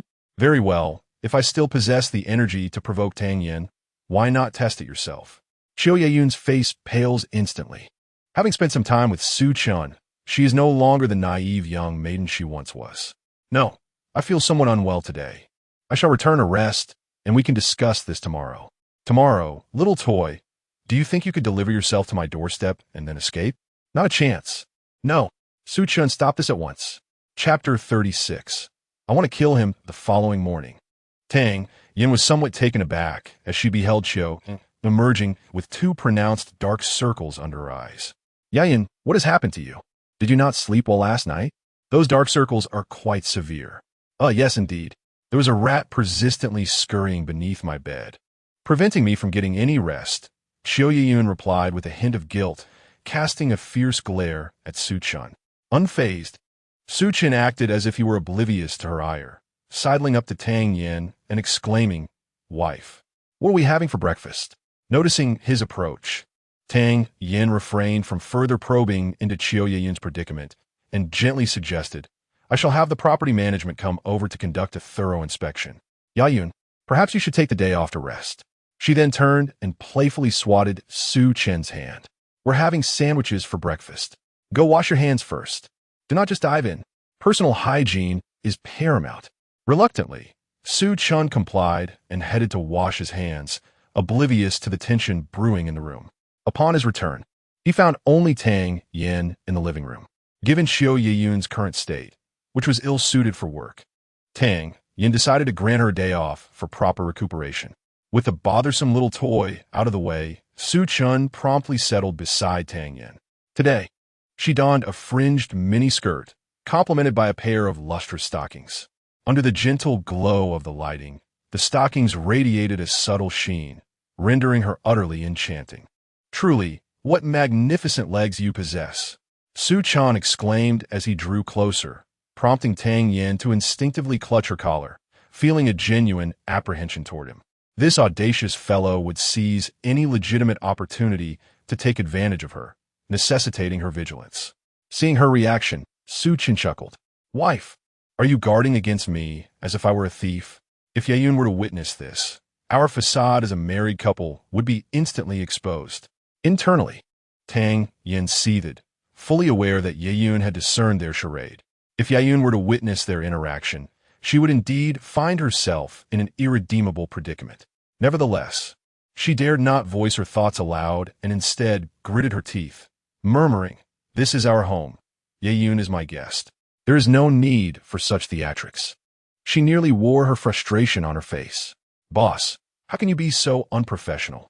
The closer we are in private, the more we must maintain decorum. After all, the dynamics of married life differ vastly from ordinary living. Have you ever seen a couple sitting at a meal, separated on opposite sides, without exchanging a single word?" As Su Chen spoke, he reveled in the silky texture of her stockings. One could not deny that Tang Yan possessed exquisite taste. The sensation was unparalleled. "I implore you, could you not be still? If you do not move away soon, I may very well lose my temper." Tang Yan felt as though a myriad of ants were crawling over her, an unbearable discomfort consuming her. However, she dared not make a sound, for Qiu Yeyun had just entered the room. If her extreme actions were to draw her attention, it would be a predicament to explain the sight of Su Chen in such a state. Encountering a boss as irresponsible as him was truly exasperating. He exhibited no ambition or drive. How could he possibly maintain the facade of a married man in front of others? He seemed utterly oblivious to even the most basic interactions between spouses, a reflection of utter failure. As Su Chen began his incessant rambling, his hands showed no signs of pausing. A perfectly fine pearl-hued sock was ultimately left in tatters under his touch. Initially, Tang Yan tried to reason with him kindly, but as his behavior escalated, she resorted to striking him on the head with a pillow several times, interrupting his advances. Ignoring the ruined sock, she fled the scene, hastening off to work. Su Chen, despite receiving a thorough reprimanding, remained unfazed, indulging in the delicious breakfast Tang Yan had thoughtfully prepared. It was sweet and soft, leaving an unforgettable aftertaste. Alas, it seemed he had indeed succumbed to the allure of her delicate tenderness. Yet, while he reveled in this moment, he remained oblivious to the pair of eyes fixated on him from behind, eyes shadowed by dark circles, having witnessed his nefarious hands ruin that pristine sock.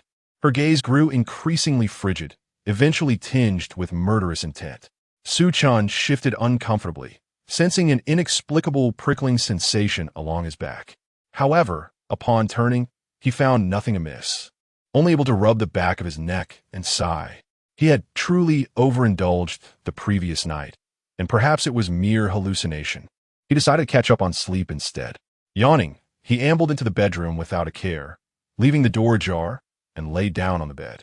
Qiu Yeyun, leaning against the door, felt tears streaming from her enchanting eyes, using her body as a sacrificial offering. Her only wish was for Tang Yan to be spared from this lecherous wolf's harassment. Yet, a wolf would always remain a wolf. Observing Tang Yan's submissive demeanor made it clear that she had long been tormented by Su Chen, while she foolishly believed she had him under control. The realization of her own naivety stung deeply. She had been played for a fool. Taking a deep breath, Qiu Yeyun resolved to take action. It was I who invited the wolf into the fold. Had I not suggested such a dreadful idea to Tang Yan, she would not have endured this torment. Furthermore, my own body had been sullied by this beast, and I had nearly lost myself in his deceptive gentleness. I had betrayed our love, yet I must seek redemption. There is still time to rectify my mistake. She slowly opened the nightstand drawer, revealing a fruit peeler, a knife approximately 10 centimeters in length. Though its usual purpose was merely to peel fruit, the laser-honed blade bore an unsettling sharpness. Qiu Yeyun trembled as she drew forth the fruit knife, which usually felt light as a feather, but today seemed unbearably heavy. She gasped for breath, and then rallied herself with encouraging words. Yeyun, it was your mistake, and you must make amends. Otherwise, as time passes, Tang Yan will be in peril. She recalled how that brute had treated her.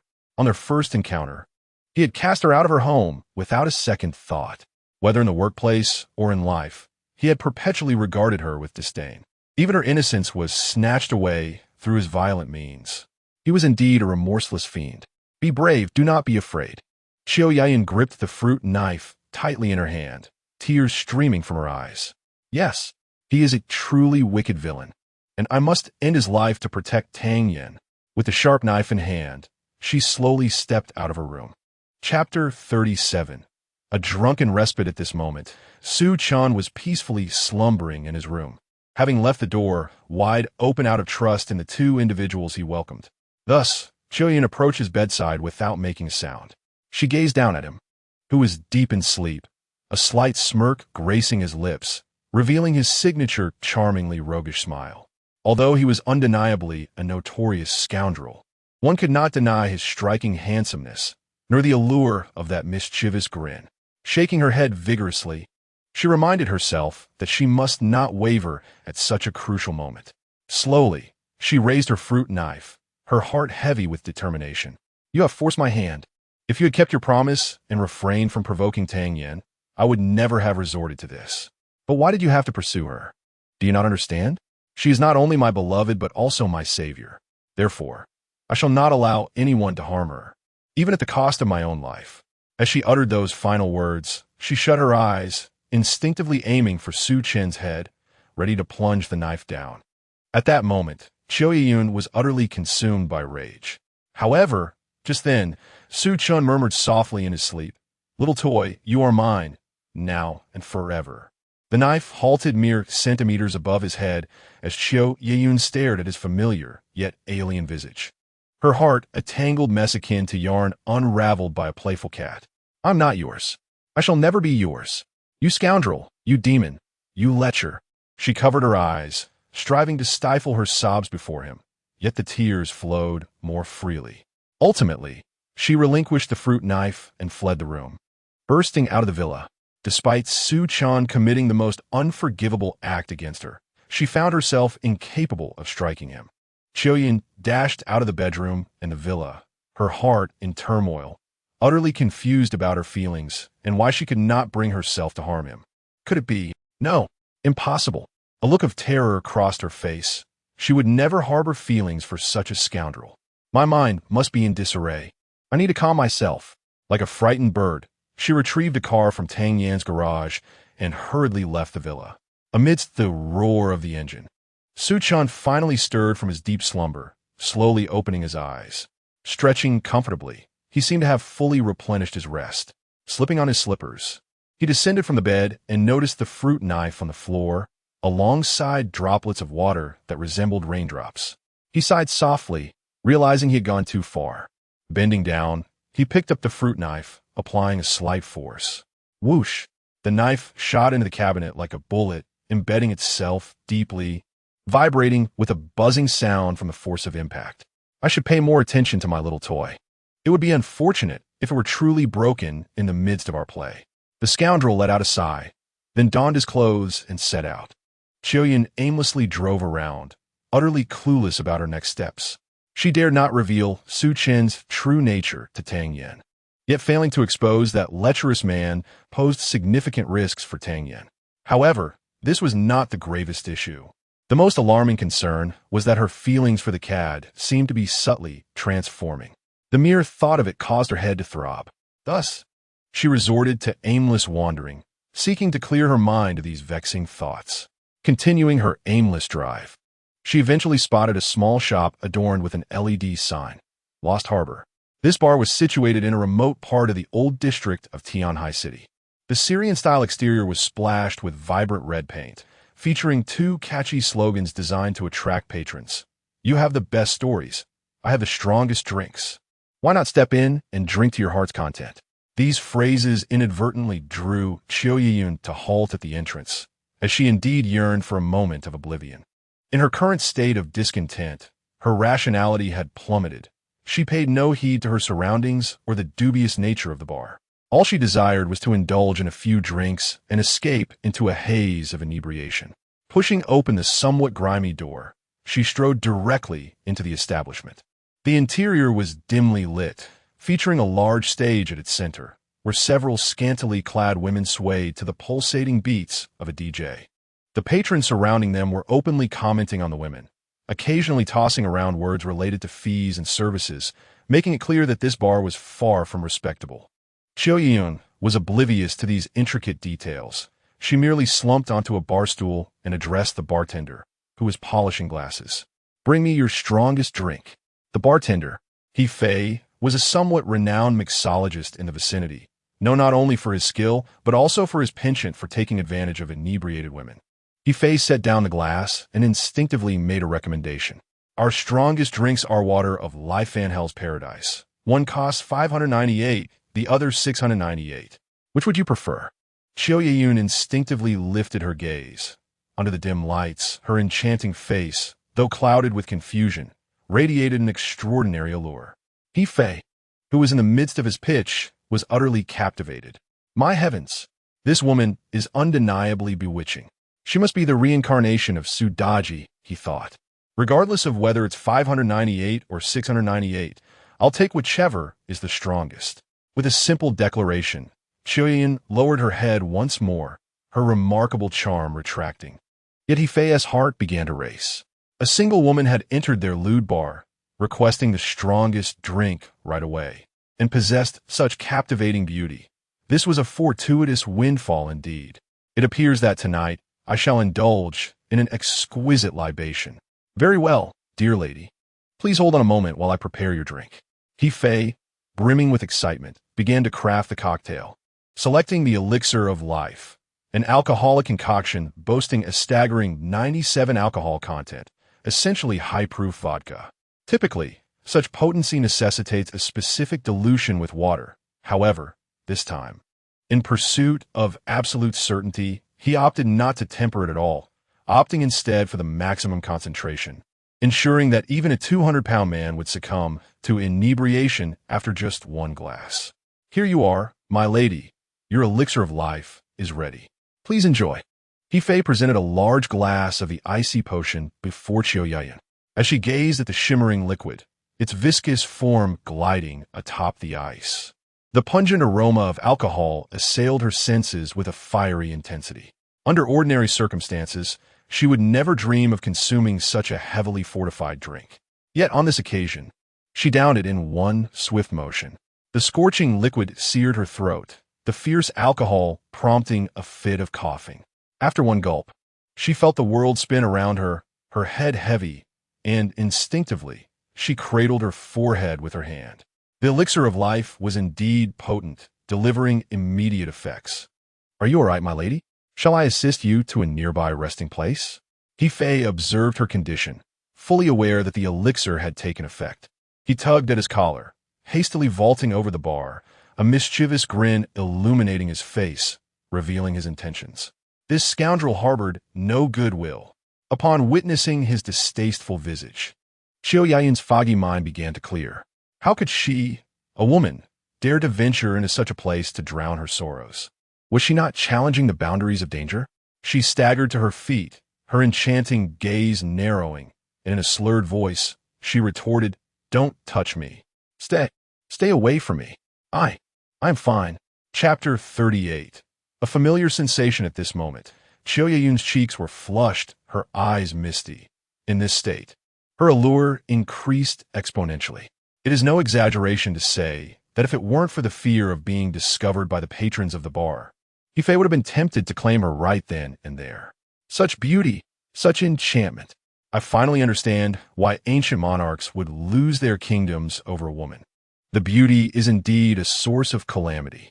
For her, one would willingly forsake an entire nation. Do not worry, my lady. I am merely the bartender here. I will assist you to a private room for some rest. Perhaps you could share your friend's number, and I shall call them to come for you.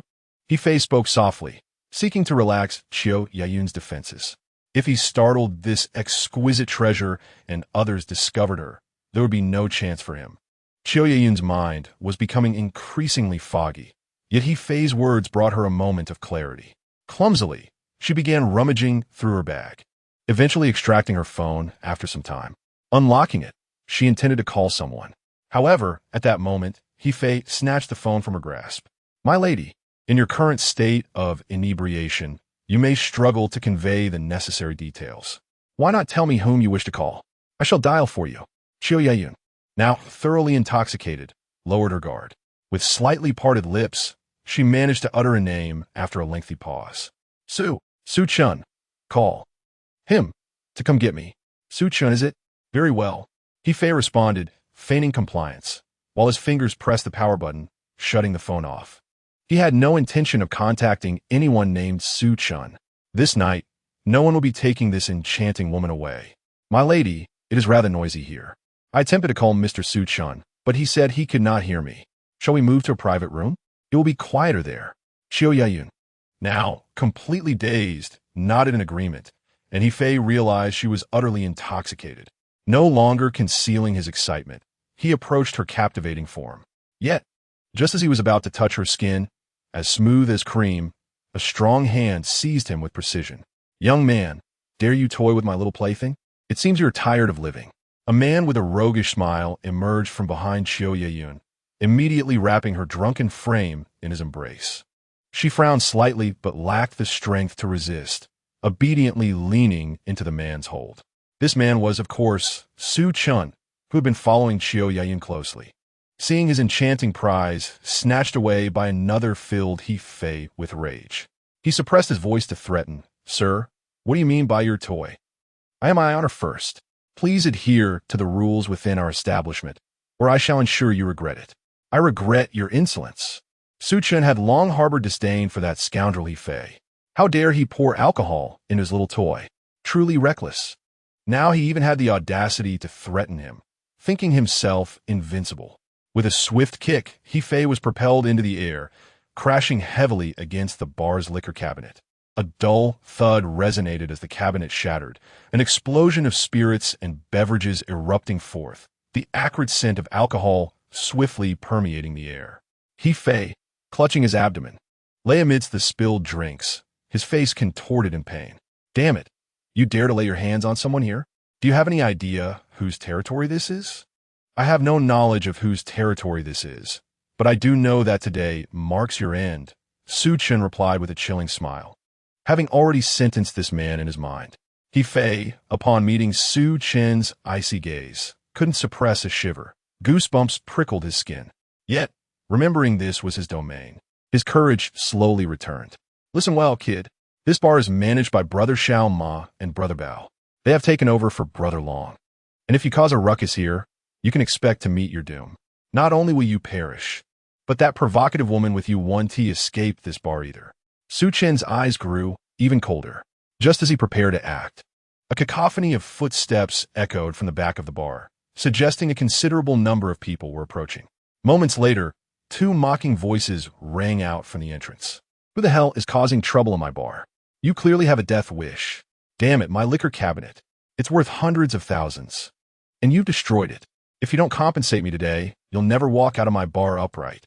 In the dim light, two young men with bleached hair swaggered in, flanked by dozens of subordinates, their raucous shouts filling the air. These must be the Brother Bao and Brother Xiaoma that He Fei had mentioned. As expected, upon seeing these two young men, He Fei dashed towards them like a dog, vociferously accusing Su Chen of his transgressions. The two young men, enraged by He Fei's claims, approached, weapons in hand, ready to teach Su Chen a lesson. Naturally, Su Chen regarded these ruffians with disdain. However, as he observed the advancing young men, their features became increasingly familiar. One of them, sneering as he approached, stood at a height of around 7 meters, yet was a full head shorter than Su Chen. He looked up at Su Chen, a gesture that irked him greatly. Just as he was about to unleash his anger, he suddenly found Su Chen's handsome visage increasingly recognizable. In an instant, the once arrogant expression of the young man transformed into one of terror. Without hesitation, he grasped the arm of another raucous young man beside him and, in a swift motion, dropped to his knees with a resounding thud. His actions were so sudden that the other young man, caught off guard, fell to the ground in a full prostration, his posture remarkably sincere. The young man with yellow hair lay sprawled on the ground, clearly displeased, and turned to his companion on the left. "Xiao Ma, what are you doing? Are you out of your mind? Bao, for heaven's sake, shut your mouth. How can you not even recognize this esteemed gentleman?" Xiao Ma, in a fit of anger, felt an urge to strike Bao across the face. Upon being shouted at, Bao took a closer look at Su Chen. With striking features and a charismatic demeanor, he was cradling an enchanting beauty in his arms. This scene evoked a strange sense of DJVU goodness. ISNT, this gentleman, the renowned god of war, Su Chen, who once defeated 100 foes single-handedly. Bao was instantly drenched in cold sweat and quickly buried his head in the ground. "Esteemed sir, what brings you here?" Indeed, these two young men were the underlings of Long Gu who had previously blocked the entrance. Su Chen recalled that they were the same two young men he had effortlessly knocked out. It seemed that with Long Ji's downfall, these two little rascals had taken over his territory. "So, it appears that you too have inherited his empire?" "Yes, esteemed sir." Young Master Qin, recognizing that we had not committed any wrongdoings, decided to let us go. He requires individuals like us to assist him with certain less than noble tasks, and thus chose us as his proxies. Rest assured, esteemed sir, although we are now aligned with young Master Qin, we truly have not engaged in any illicit activities. We merely tend to our own bar, minding our own business. Xiao Ma, in a bow, like a bamboo tube spilling beans, recounted everything that had transpired following Long Ji's downfall to Su Chen, not daring to conceal a single detail. Chapter 39. Regain your defiance. Observing his elder brother kneeling on the ground like two frightened quails, He Fei was utterly astonished. He pointed at Su Chen, stammering Xiao Ma. Baogu, this fellow is here to cause trouble. Why are you being so courteous to him? Aren't you going to deal with him? I'll deal with you, you fool, Xiao Ma exclaimed, springing up to deliver a sharp slap to He Fei's face. If you seek death, don't drag us into it. I barely escaped the gates of hell. And if I were to venture in again, my soul would surely be lost. After venting his frustration on He Fei, Xiao Ma quickly returned to a state of trepidation. Kneeling once more. Please, sir, do not heed this fool's nonsense. He is merely a temp. Yes, just a temp, and he has no connection to us whatsoever. Indeed, not a single connection, echoed Ah Bao, also kneeling in agreement. He Fei, clutching his face, suddenly realized he had been betrayed by his own leader. As he observed Xiao Ma and Bao Gu fervently attempting to dissociate themselves, he belatedly grasped the gravity of the situation. The audacious young man before him seemed to be an insurmountable challenge, one that both Xiao Ma and Bao Gu dared not provoke. And here he was, foolishly considering a move against this man's woman. The two characters that flashed through He Fei's mind were finished. Su Chen watched as Xiao Ma and Ah Bao fervently apologized at his feet, contemplating the futility of punishing them. After all, they were merely the subordinates of his subordinate, and a modicum of leniency was warranted. Having been well treated by Qin Fun during his time in Tianhai City, he decided to spare these two. However, the one who dared to covet his woman. Rise, he commanded. I have no affinity for those who kneel before me without cause. With a wave of his hand, Xiao Ma and Ah Bao stood up as if granted a reprieve. Even in their upright position, these two individuals, now inheritors of Long Ji's enterprises, could only bow their heads respectfully beside him. I have no further comments. Since you are now Qin Fun's right-hand man, be mindful of what is permissible and what is not, and exercise discretion. Su Chen issued a warning to these evidently inflated figures to prevent them from jeopardizing Qin Fun. Yes, rest assured. We shall rectify our ways and abandon all previous misdeeds, striving to become exemplary citizens. Xiao Ma and Ah Bao nodded vigorously. Su Chen, unwilling to waste further time on these two minor characters, deemed his admonishment sufficient. After speaking, he approached Xiao Yun, who was now aware of his status, and was cowering in a corner, drenched in cold sweat, hoping Su Chen would overlook his presence. Unfortunately for him, Su Chen approached nonetheless. Were you not so brazen a moment ago? What is with the trembling now? He patted He Fei on the shoulder, causing the latter to shudder violently before suddenly collapsing to his knees.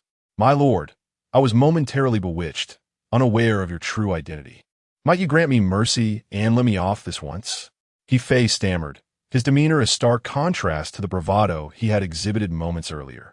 Brother, regain your composure. I preferred your former defiant attitude. Su Chen mocked. My lord, please spare me. I am but a mere wretch in your presence, and I have not even laid a finger on your woman. Please grant me mercy. He Fei dared not return to his former insolence, especially seeing his two older brothers reduced to cringing fools. Thus, he clutched Su Chen's pant leg, sincerely confessing his wrongdoing. Realizing your mistake now is too late. Indeed, you have not touched my woman, which is precisely why you have been granted a reprieve, Su Chen said coldly. Upon hearing he had been spared, He Fei's eyes gleamed with relief, and he wept with joy upon the ground. Thank you, my brother, for your mercy. Thank you for what? I am not yet prepared to let you off the hook. Though you have not touched my woman, your intentions have left me deeply unsettled. Therefore, sever your own hands and leave Tianhai City. Never return for the rest of your life, Su Chen pronounced with icy detachment. This decree brought He Fei crashing back down to despair, his face a mask of anguish. My lord, I rely on these hands for my livelihood. If you render them useless, how shall I survive? Adults must take responsibility for their actions. When you reached for my woman, those hands lost all significance. Su Chen replied coldly, preparing to act. At that moment, however, Xiao Yun, furrowing her brow, let out a dry heave.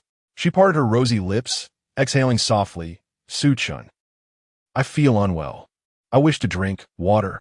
Su Chen's frostbitten expression softened instantly as he playfully pinched Qiu Yeyun's nose, eliciting a laugh from him while she grew increasingly discomfort. Go, fetch me a glass of honey water. Xiao Ma, quick-witted, dashed to the kitchen and soon returned with a glass of honey water. Here, my lord, the honey water has arrived.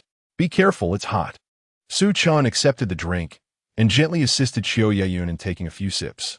After finishing, she slowly opened her eyes, dazedly surveying her surroundings before finally fixing her gaze on Su Chen. You annoying brat. You lecherous wolf. What are you doing here?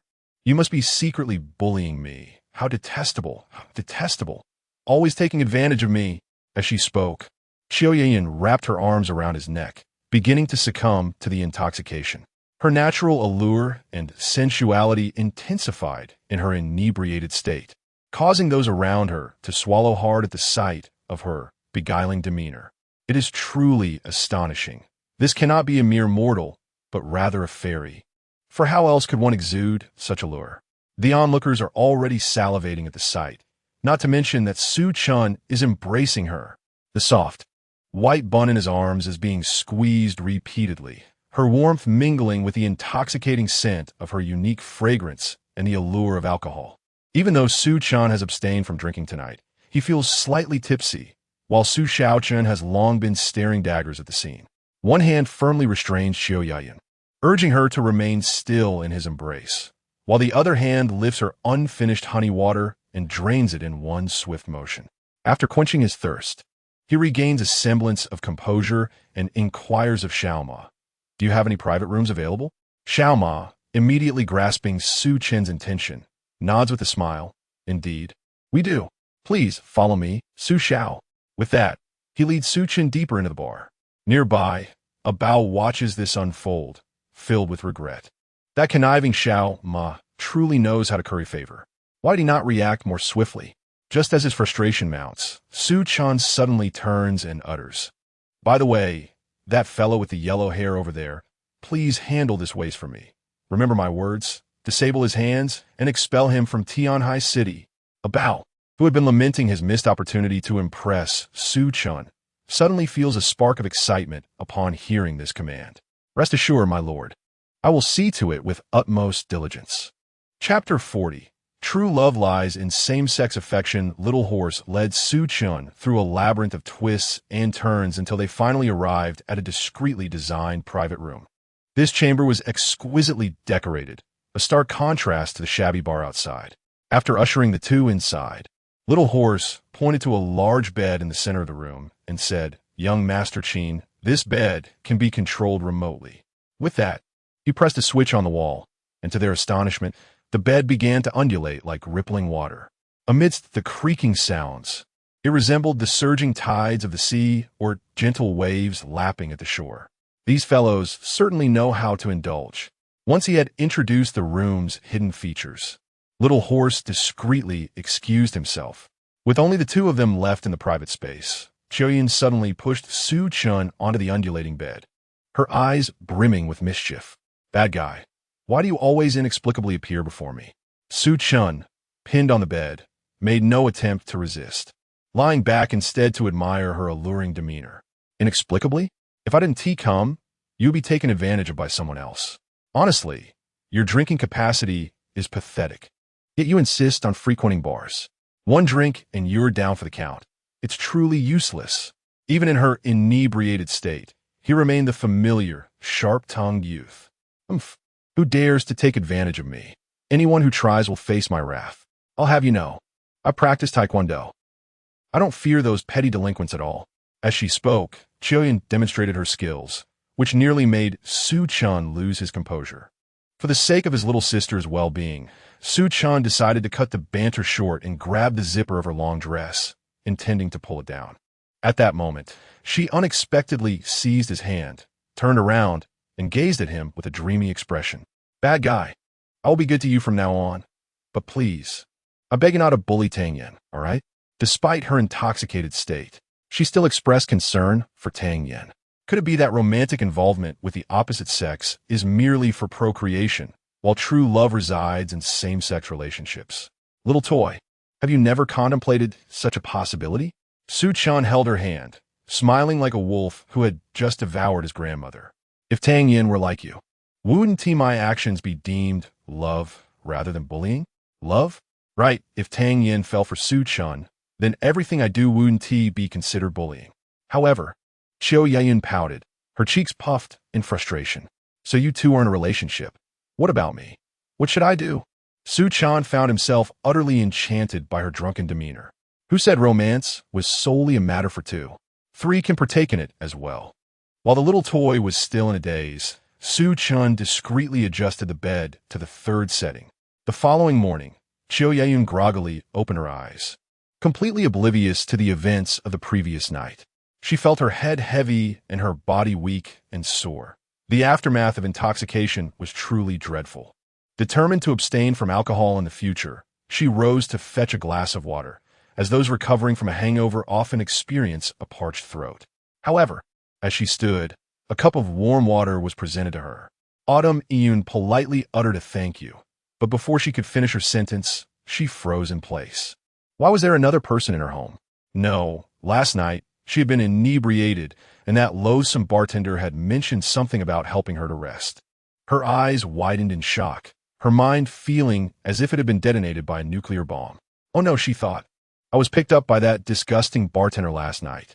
In the fleeting 2 seconds it took to grasp the cup, Autumn Iyun nearly lost her courage to continue living. She turned around, ready to confront this revolting individual, but instead, she was met with the strikingly handsome face of Su Chen. Seeing Autumn Iyun's agitated demeanor, Su Chen tilted his head and asked suspiciously, "What's wrong? Are you having a fit? Do you need me to call an ambulance?" His tongue remained as sharp as ever. Yet, Autumn Iyun felt tears streaming down her cheeks, overwhelmed with relief. Thank goodness it wasn't he, that detestable bartender. It was him. Su Chen could scarcely fathom the depth of her emotional turmoil. Witnessing her tears caused his cheeks to flush slightly. Could it be that he had gone too far last night? He pulled her into his embrace, gently wiping her tears as he spoke softly. "What's the matter? Why are you crying so early? It's not our first time. Haven't you gotten used to it?" His words only served to ignite her anger further. Clenching her small fist, she struck his chest vehemently, exclaiming, "What do you mean by getting used to it? You scoundrel, demon, lecher, get away from me." Observing the fiery response of his little plaything, Su Chen could only grin sheepishly, realizing the depths of his own depravity. After much coaxing, Autumn Iyun finally remembered the matter at hand. Breaking free from Su Chen's mischievous grasp, she fixed him with a penetrating gaze, her expression icy as she demanded, "Tell me, why did you deceive me? You promised that as long as I satisfied you, you wouldn't harm Tang Yan. Why then do you continue to bully her?" "I haven't bullied her," Su Chen protested, feigning innocence. "You can't just make baseless accusations. I saw it with my own eyes. Yesterday morning, during your meal, you kept touching her thigh. Her stockings were practically snagged from your groping. If you dare act like that at home, I can't even imagine how you treat Tang Yan otherwise. Su Chen, you're a scoundrel." As she spoke, Autumn Iyun's eyes reddened once more. "Damn it. No wonder this little plaything is trying to stab me," and ran all the way to this wretched place to drown her sorrows. It turns out she discovered my misdeeds. Nevertheless, Su Chen is indeed Su Chen. Even when confronted with his despicable actions, this fellow remains unflustered, his composure unwavering as he begins to speak nonsensically with wide-open eyes. "You misunderstand me. I was merely assisting her in practicing the intimate gestures characteristic of a married couple. One must understand that Tang Yan secretly was the most esteemed heir of Long Country, and should this truth come to light, the repercussions will be far more severe than one could imagine. Thus, during my time at home, I imparted some knowledge to her. Otherwise, if she were to be recognized outside, it would spell disaster." "What? You two are practicing intimate gestures at home?" Qiu Yayun's expression was one of disbelief, as if she was convinced he was lying. "Of course, if you doubt my words, you may directly inquire with Tang Yan," Su Chen chuckled in response. "If that little vixen dares to admit that I am taking advantage of her, I shall eat 3 pounds of dung live on stream. Therefore, as long as I refuse to acknowledge it, No matter how flimsy the excuse, you must believe me. Engaging with me is a mistake. I have you both firmly in my grasp. All right, you have said it. I shall call Tang Yan now to verify. If you deceive me, our affair will not end here. The little vixen, brimming with determination, brandished her phone. However, as she began to retrieve it, a familiar ringtone echoed through the air. Upon seeing the caller's name, Chiao Yun trembled, akin to a caught mistress, as she raised the phone for Su Chen to see. Oh no, Tang Yan is calling. Chapter 41. The peach blossoms are in full bloom. Su Chen raised an eyebrow, a smirk playing on his lips as he regarded her. Were you not just eager to call Tang Yan to verify your doubts? Now that she has called, why are you in a fluster? Chiao Yun clutched her phone, feeling as if she were holding a scalding hot potato. Are you foolish? At this hour, Tang Yan's call must surely concern our absence last night. If she discovers we were together, how am I to explain that? Explain what? She merely made a call. It's not a video chat. If you don't tell her I was with you, how could she possibly know? Su Chen viplaid, exasperative. All right. Chiao Yun's realization dawned upon her, and she quickly gestured for silence at Su Chen before answering the call. Hello, Tang Yan, what is up? Her ability to lie paled in comparison to Su Chen's, and her voice turned shrill with her fib. Well, I happened to run into a classmate today, so I went out with her for a bit. It got too late. How didn't he come back? Don't worry, it's a girl, not a boy. Are you still suspicious? As she continued her charade, it became evident that Zhang Wuji's mother was indeed right. The more beautiful the woman, the more adept she was at deception. While Chiao Yun engaged in her lengthy conversation with Tang Yan, Su Chen found himself utterly bored. He had to maintain a motionless posture. The moment he shifted, Chiao Yun's piercing glare would shoot his way. In his state of ennui, he could only smirk and slip his hand beneath the covers. Rest easy. I'll be at the office by 9:30 at the latest. Ah! Chiao Yun suddenly exclaimed, hastily covering her mouth, for she was still on the line with Tang Yan. As expected, Tang Yan inquired about her outburst, yet Chiao Yun could not divulge the truth. Flushing, she pressed her lips together tightly, then managed to squeeze out a few words through clenched teeth. Nothing, just a mouse scurried into the room and startled me. I must hang up now. It's getting late and I need to freshen up. We'll see each other at the company. With that, Chiao Yun hurriedly ended the call, swiftly tossing Su Chen's hand from under the covers. Su Chen, what are you doing? Daring to take advantage of me in front of Tang Yan? What if she discovers something amiss? But she hasn't discovered anything, has she? You only know how to bully me, you scoundrel, demon, lecher. I wholeheartedly agree with that sentiment. Thus, my dear plaything, do not resist futilely. Submit to my whims. No, it's too early for this, and I have work to attend to. Disregarding Chiao Yun's protests, Su Chen casually flicked the switch on the wall. 3 settings activated. Then, o'clock. At last, Chiao Yun sauntered into the office, exclaiming, You wicked scoundrel, demon, lecher. They say there are no fields that can be overworked. Only oxen that can be exhausted. But at this rate, I shall surely be worn out by you. You are more beastly than any animal. She furiously kicked the glass door of the company, as if it were the insufferable Su Chen. After venting her frustration, Chiao Yun checked her attire, ensuring everything was in order before striding into Tang Yan's office in her high heels. The receptionist, observing the scene, discreetly whispered to her colleague, What has gotten into Manager Chiao today? She seems particularly irritable. Has someone upset her? Her colleague adjusted her glasses, the thick lenses reflecting a glimmer of wisdom. She shook her head and replied, No. I don't believe Manager Chiao is angry.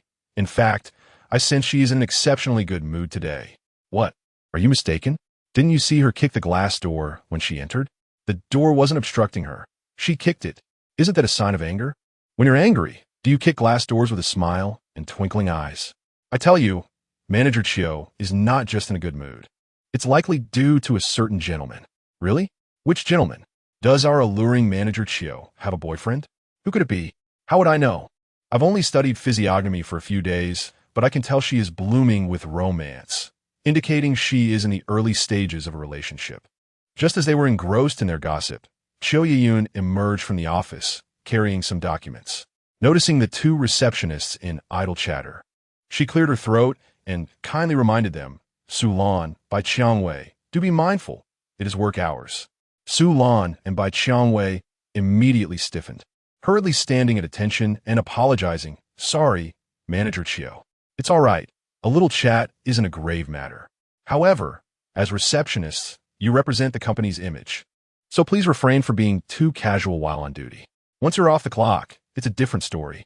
Xiao Yan merely offered a gentle reminder before departing. Once she left, Bai Qiangwei gave Su Lan a thumbs up, exclaiming, "Your reading is quite accurate.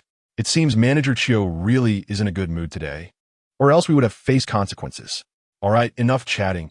If Manager Chiu catches us again, no matter how joyful she is today, we're doomed. She doesn't tolerate nonsense." Just then, the automatic glass door swung open. A young man, his head bandaged and complexion pale, stepped inside.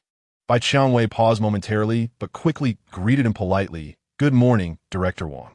The bandaged youth was none other than Wang Fei, the burdensome companion brought back by Tang Yan's stepmother.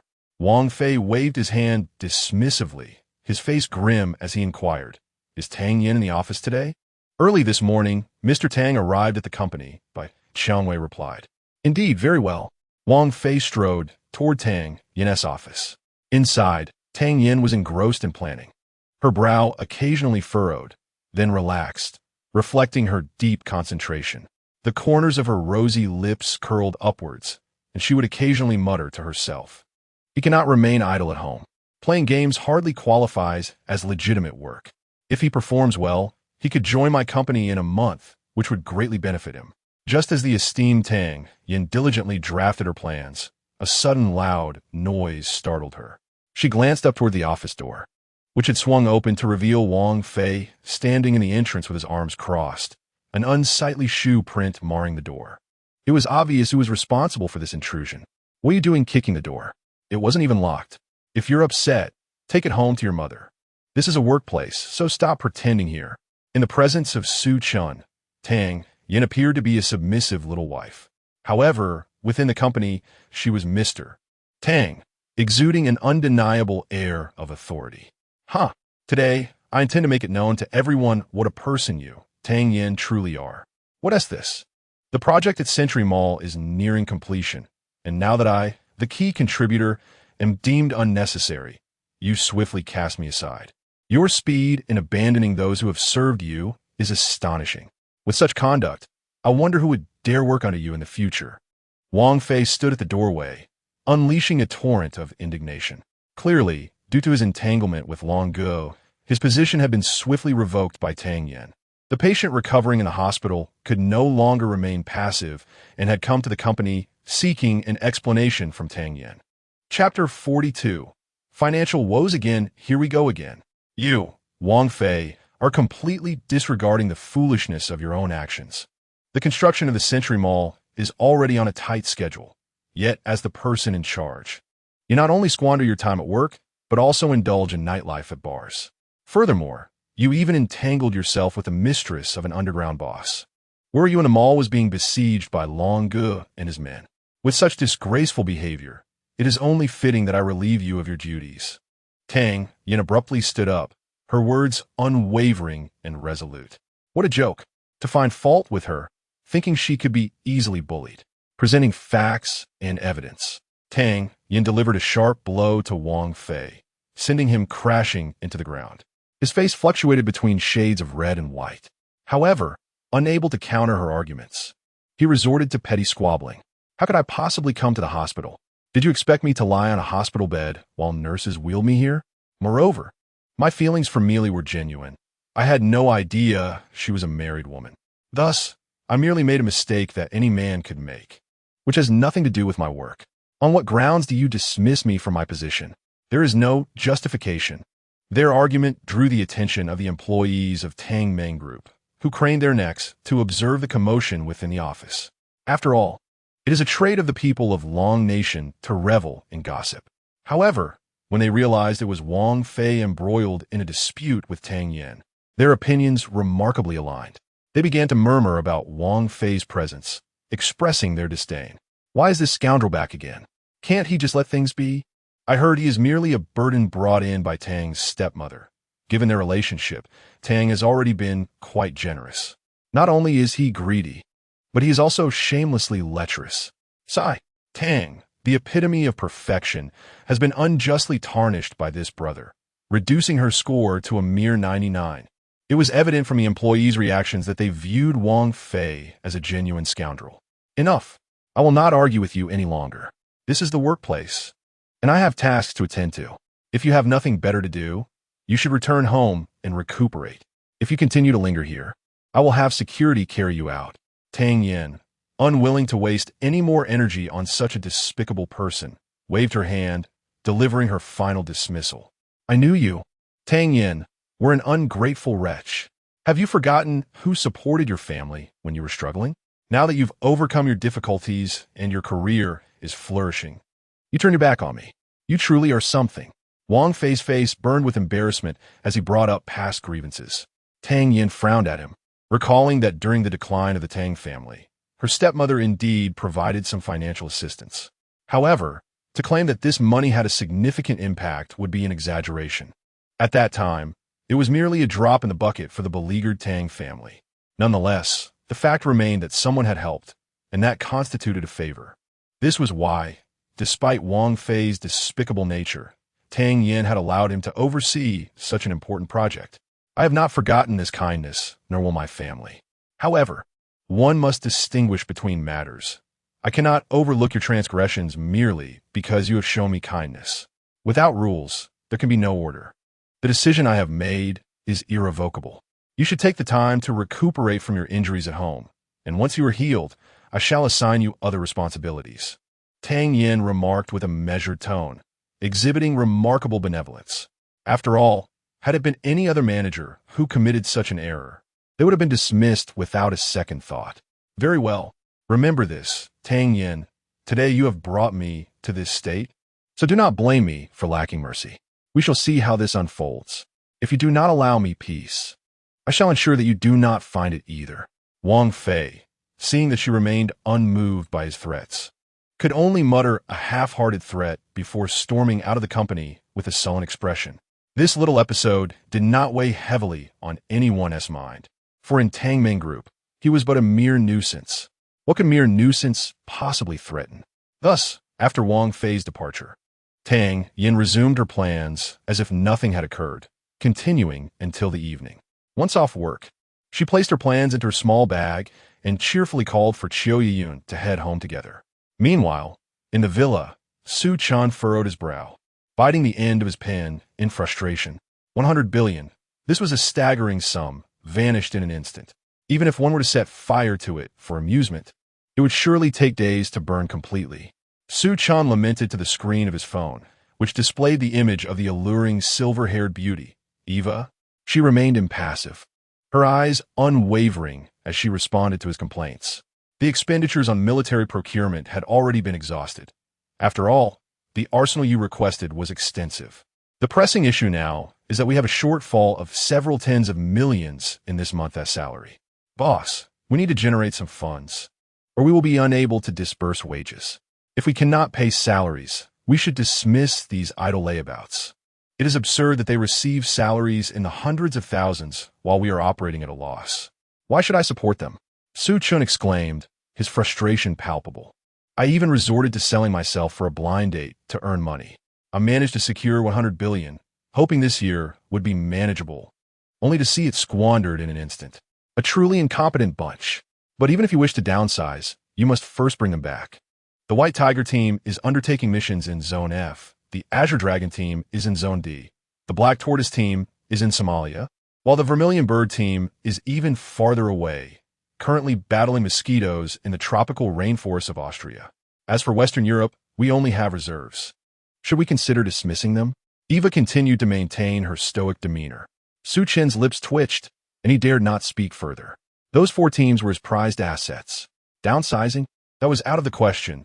He could only indulge in such thoughts when funds were low. Forget it. Just tally the remaining shortfall and report back to me. I will ask my father for some assistance. Very well. By the way, Su Chen, when will you return? You did not provide me with a definite timeline last time. Eva's expression transformed entirely. When discussing work, she resembled an emotionless automaton. Yet upon the mention of Su Chen, a palpable urgency illuminated her visage. This matter remains uncertain. Once it is settled, I shall provide you with an answer, Su Chen replied dismissively.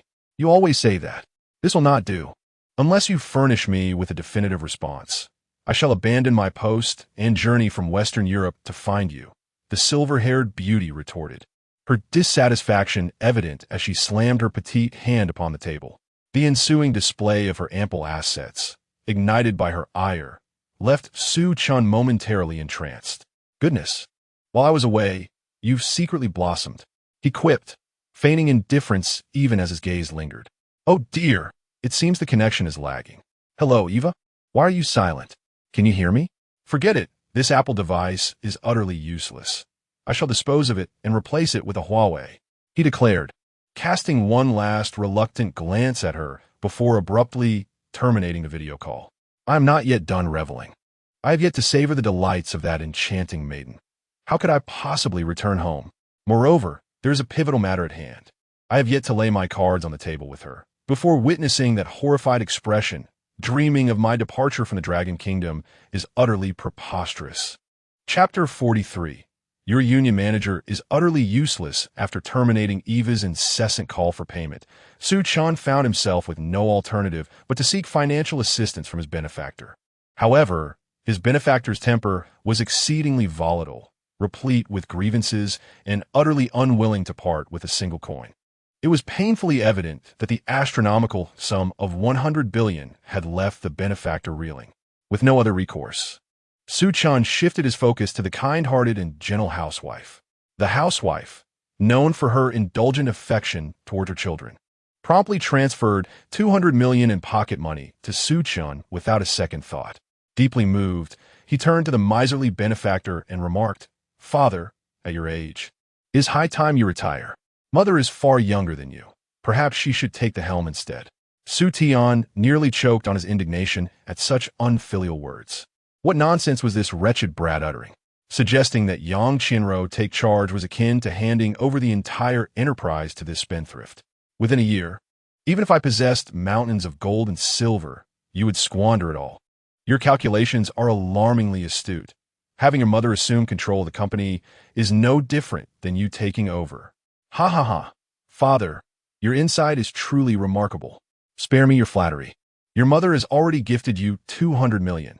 And I refuse to part with another cent, curse it. You stingy miser. Will you hoard your paltry assets forever? How dare you insult me, you ungrateful child? Do not forget your promise. If I do not hold a grandchild in my arms within a year, you shall return my 100 billion. Oh, my esteemed and beloved father, I have erred profoundly.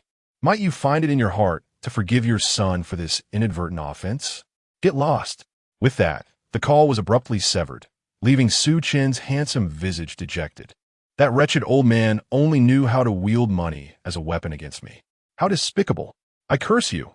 May you find yourself surrounded by countless wives and concubines, reveling in a life of excess, drunken revelry, and indulgence. Just as Su Chen was engrossed in his malevolent musings, a gentle knock resounded at the door. Moments latte, a stunning beauty, radiating an ethereal charm akin to a fairy descended from the heavens, peered in. Su Chen, what would you like to eat tonight? I have procured ribs, prawns, oolong, and free-range black-bone chicken.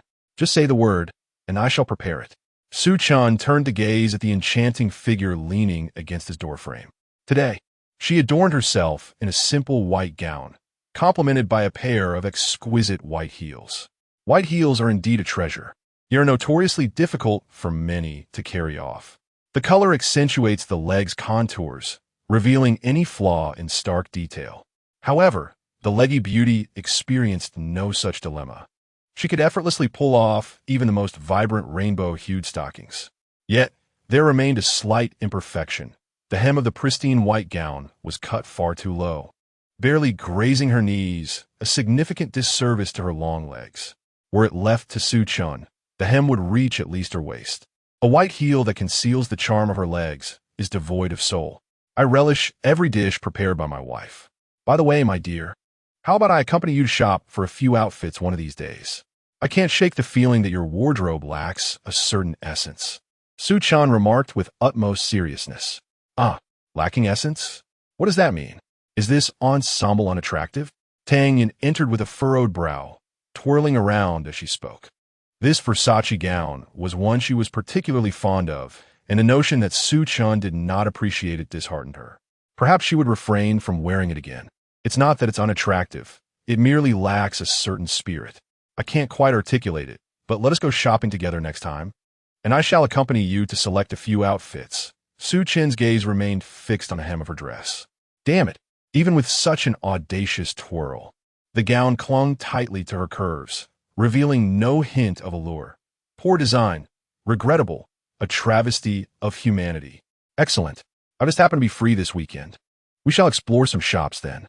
For reasons unbeknownst to her, despite Su Chen's simple invitation, she felt a surge of unrestrained joy. At that moment, Tang Yan's eyes fell upon a small notebook in Su Chen's hand, filled with dense writing. MIA 110 units. Unit price 450 million. Total 5 billion. F-35 5 units. Unit price 750 million. Total 75 billion. JF 1710 units. Unit price 180 million. Total 8 billion. A myriad of assorted items. The total astonishingly exceeded 110 billion. Tang Yan's scalp tingled at the sight. What on earth were these items? Priced so exorbitantly they could purchase several Tangming groups? Were these things? Tang Yan's voice trembled slightly. Su Chen glanced at the shopping list in his hand, startled that she had uncovered his confidential information. However, a clever idea sprang to mind, and he confidently presented the list to her. Oh, this is a list of gaming equipment our guild intends to purchase. From your expression, one might think you believed it was genuine RMB. Over 100 billion? Even if you sold me, I couldn't possibly amass such wealth. Upon learning it pertained to gaming equipment, Tang Yan finally exhaled in relief. I thought it was utterly ludicrous to claim over 100 billion. Thus, the matter was a virtual currency, which alleviated her concerns. Relieved, Tang Yan picked up Su Chen's shopping list for closer inspection, but her brow furrowed slightly as she perused it. Flipping through the list, she encountered the financial statements for Long Zhan Yi, and her frown deepened with each line. Finally, she set the documents back on the table, addressing Su Chen with evident dissatisfaction. Su Chen, who holds power in your guild, a top-tier guild dominating the global rankings operating at a perpetual loss? If it were my responsibility, I would have fired the CEO long ago. What utter incompetence. Su Chen's brows shot up in disbelief. Who do you think you're calling incompetent? Do you dare to challenge me? Believe it or not, I could easily confine you in a small room until you see reason.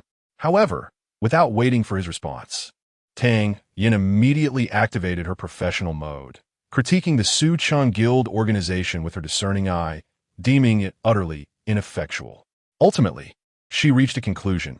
Unless the entire management of this guild underwent a complete overhaul, it would remain a bottomless pit, not only failing to generate profit, but also incurring losses indefinitely.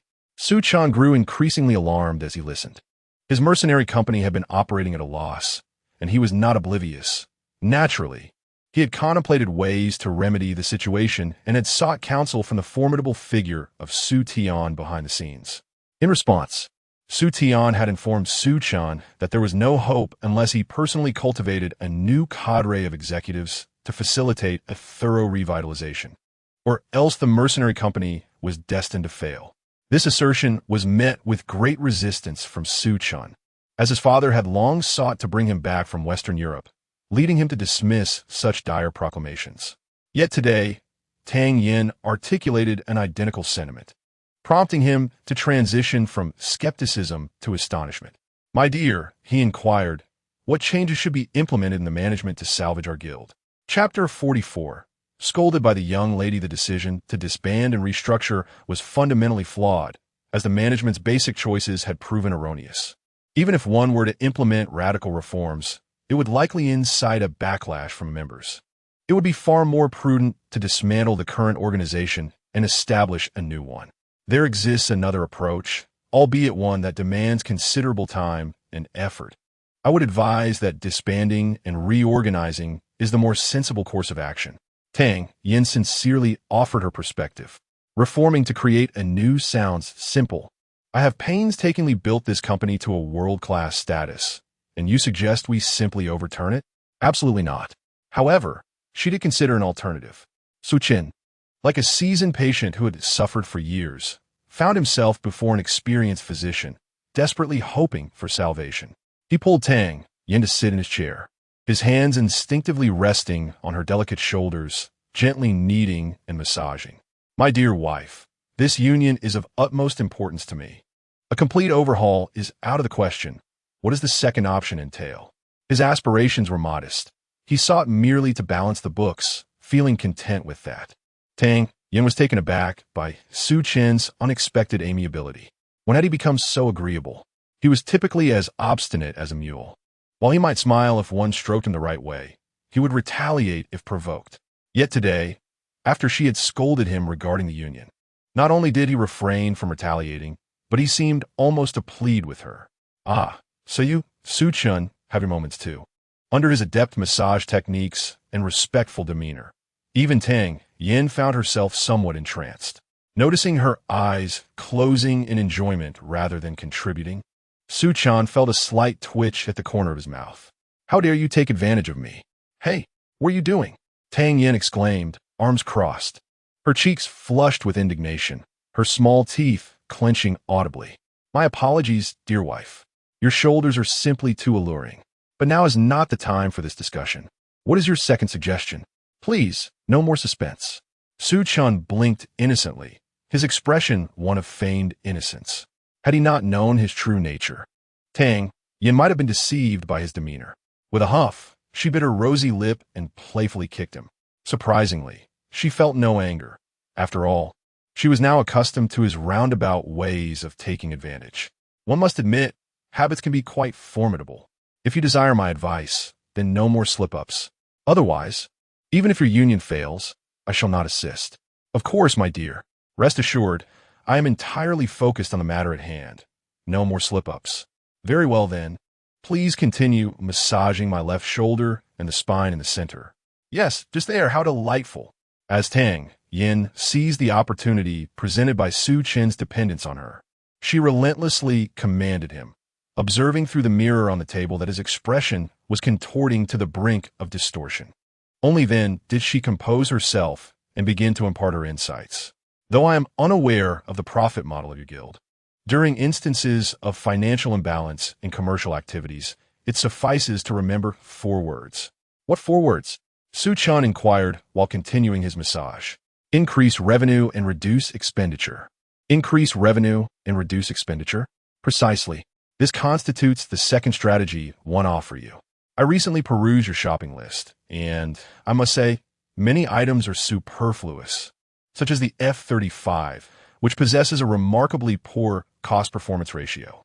Tang Yan transformed into a business mogul, embarking on a professional analysis. Observe this maintenance list. Virtually every time you embark on a mission, the F-35 requires extensive repairs upon return, not to mention the time and money wasted on repairs. Its value is utterly undermined while stationed in the hangar. Consequently, the expenditure of such funds is decidedly unwise. In contrast, consider this JF-17. It only necessitates maintenance once a month. Such a paragon of cost-effectiveness utterly eclipses the F-35. She spoke with authority, wielding various reports to uncover hidden truths within the data. In summary, these American-made assets are merely numerical anomalies. While they appear formidable on paper, their practical cost-effectiveness is abysmal. Conversely, this Chinese equipment embodies the essence of value. Given your guild's high damage rates, completely phasing out American assets in favor of Chinese counterparts would undoubtedly be the most prudent choice for cost saving. I never would have guessed you were such an advocate for Chinese products. Su Chen wept. Tang Yan, her large eyes wide with surprise, clearly did not grasp his jest and was oblivious to its meaning. Su Chen chose not to explain, but instead continued, urging her as he massaged. All right, now that we understand cost reduction, what about increasing revenue? How can we achieve that? Increasing revenue involves diversifying your resource acquisition channels. I have examined your financial reports, and it appears your primary source of funding is through employment. While other guilds may inform you of conflicts, I noticed something intriguing in this report.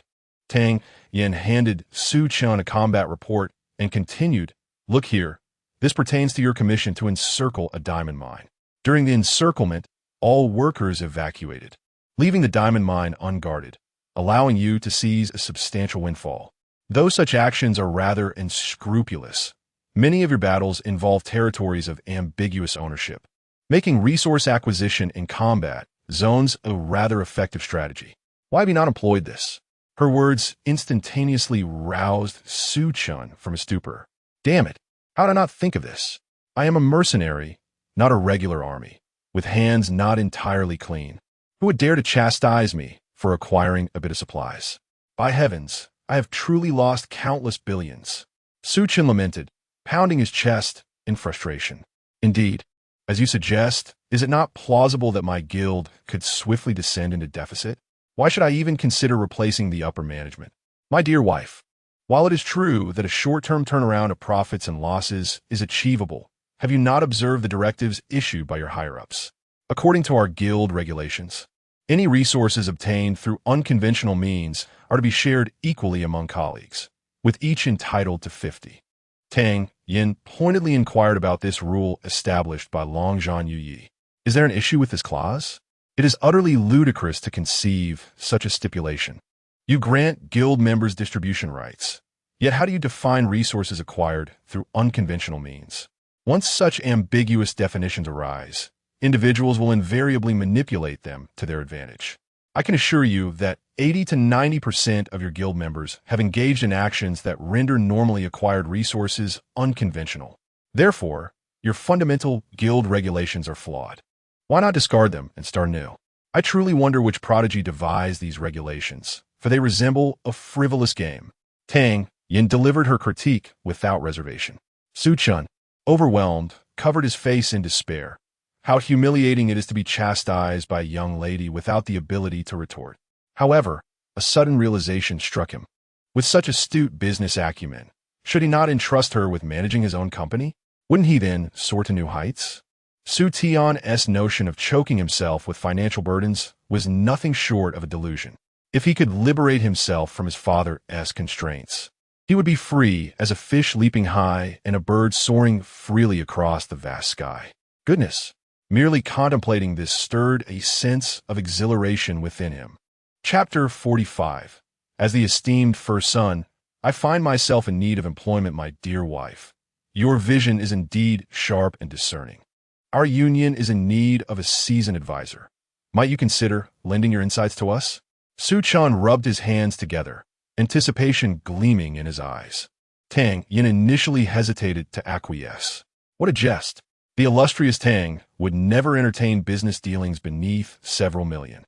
To serve as a consultant for such a trivial gaming union would be an utter waste of time.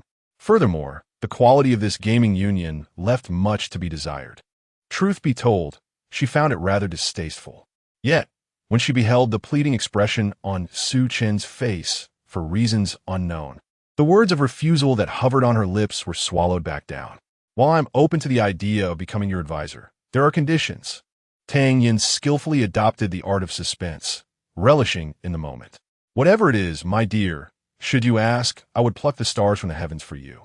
Su Chen replied, now as humble as a devoted admirer. "A true man knows how to bend without breaking, unafraid of yielding just a little beneath the charm of his beloved. Today, he surrendered to her whims, but in the future, the roles may well be reversed, and he would revel in the sight of her exasperation. However, you must also consider joining our company. I perceive little potential for growth at your current workplace. Perhaps you should explore the opportunities at Tangmeng Group, which is among the top 50 enterprises in Tianhai City. It would surely enhance your skills. Moreover, Yi Yun believes in your leadership capabilities and has been singing your praises in my ear. I concur with her assessment, and thus I seek your opinion on this matter." Tang Yan lifted her chin, her eyes sparkling with mirth as she gazed upon him. The very demeanor she displayed was nothing short of a preordained conclusion. How absurd! As the esteemed first son of the Dragon Kingdom, with countless assets awaiting my stewardship, you suggest I take up employment? What say you?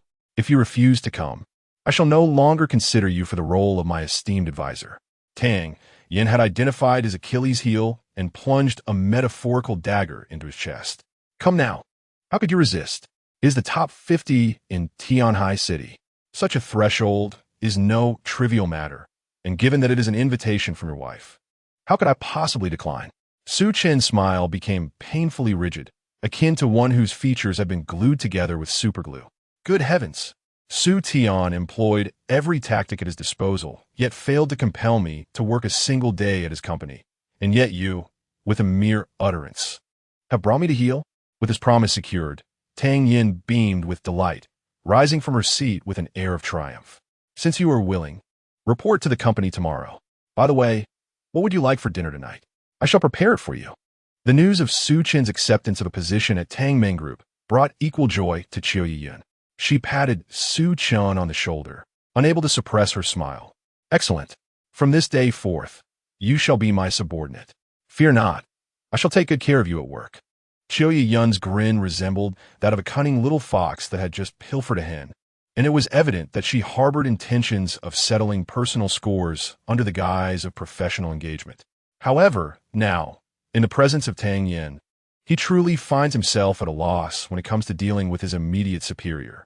After having dinner, he took the initiative to arrive at Qiu Yiyun's room first, thinking that if she wished to care for him, she should allow him to care for her in return. The following day marked Su Chen's first day at work, prompting Tang Yan to rise early, thoughtfully preparing breakfast, and subsequently waking both Su Chen and Qiu Yiyun.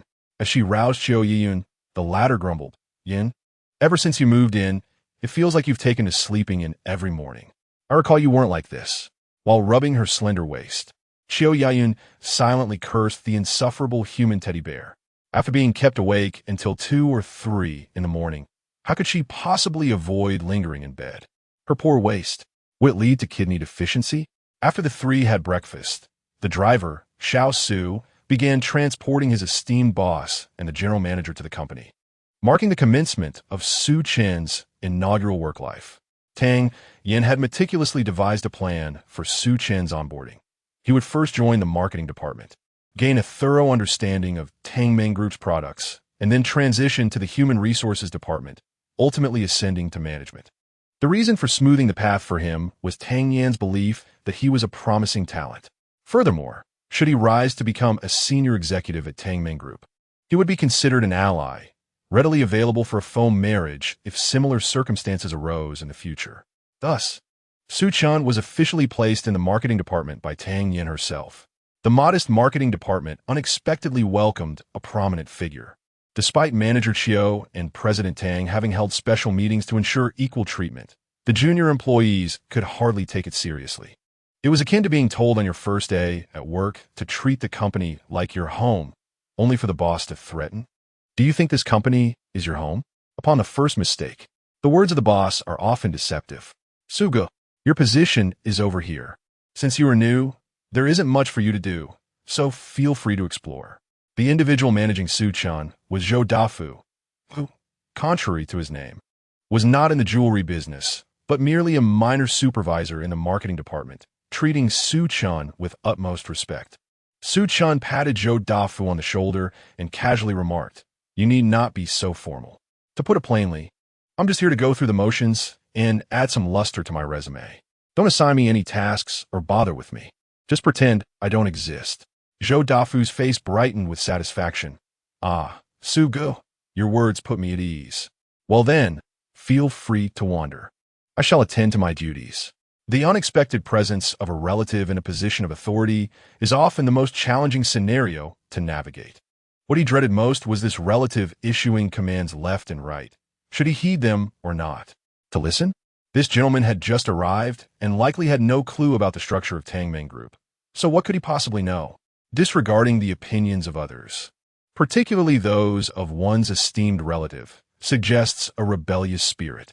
Fortunately, the elder relative possesses a clear understanding of the situation, openly acknowledging that the individual in question merely seeks to embellish their credentials without contributing any substantial effort. This arrangement promises a more harmonious coexistence among all parties involved. Once the supervisor departed to attend to other matters, Su Chen commenced his leisurely approach to work. With his extraordinary charisma, He quickly endeared himself to the members of the business department. Historically, beauty has flourished among sales personnel, and the Tang Meng Group's business division is no exception. Consequently, within a mere half-day, Su Chen had the attractive women in the department fluttering with excitement. Moreover, some even took the initiative to add Su Chen on social media, suggesting that they could meet up during their leisure time. This audacious maneuver left the employees of the business department utterly astonished. Wait, is this fellow not the esteemed relative? And given his apparent status as an in-law, how could he dare to pursue romantic interests within his wife's company while drawing a salary? Surely, he must fear being discovered by President Tang and subsequently dismissed. To their astonishment, they realized that not only had Su Chen escaped detection, but each time President Tang or General Manager Chiu conducted inspections, he presented himself as a diligent learner. Thus, they finally discerned the true nature of their relative. He was, in fact, a consummate rogue. Chapter 46. Expulsion. As Su Chen was laboriously indulging in a paid day off, the glass door suddenly swung open, and to his astonishment, Wang Fei, who had caused quite a stir the previous day, made his entrance once again. This time, however, he was not alone. He was accompanied by a formidable entourage of sharply dressed individuals. A haughty group strode into Tang Yan's office, exuding an air of aggression.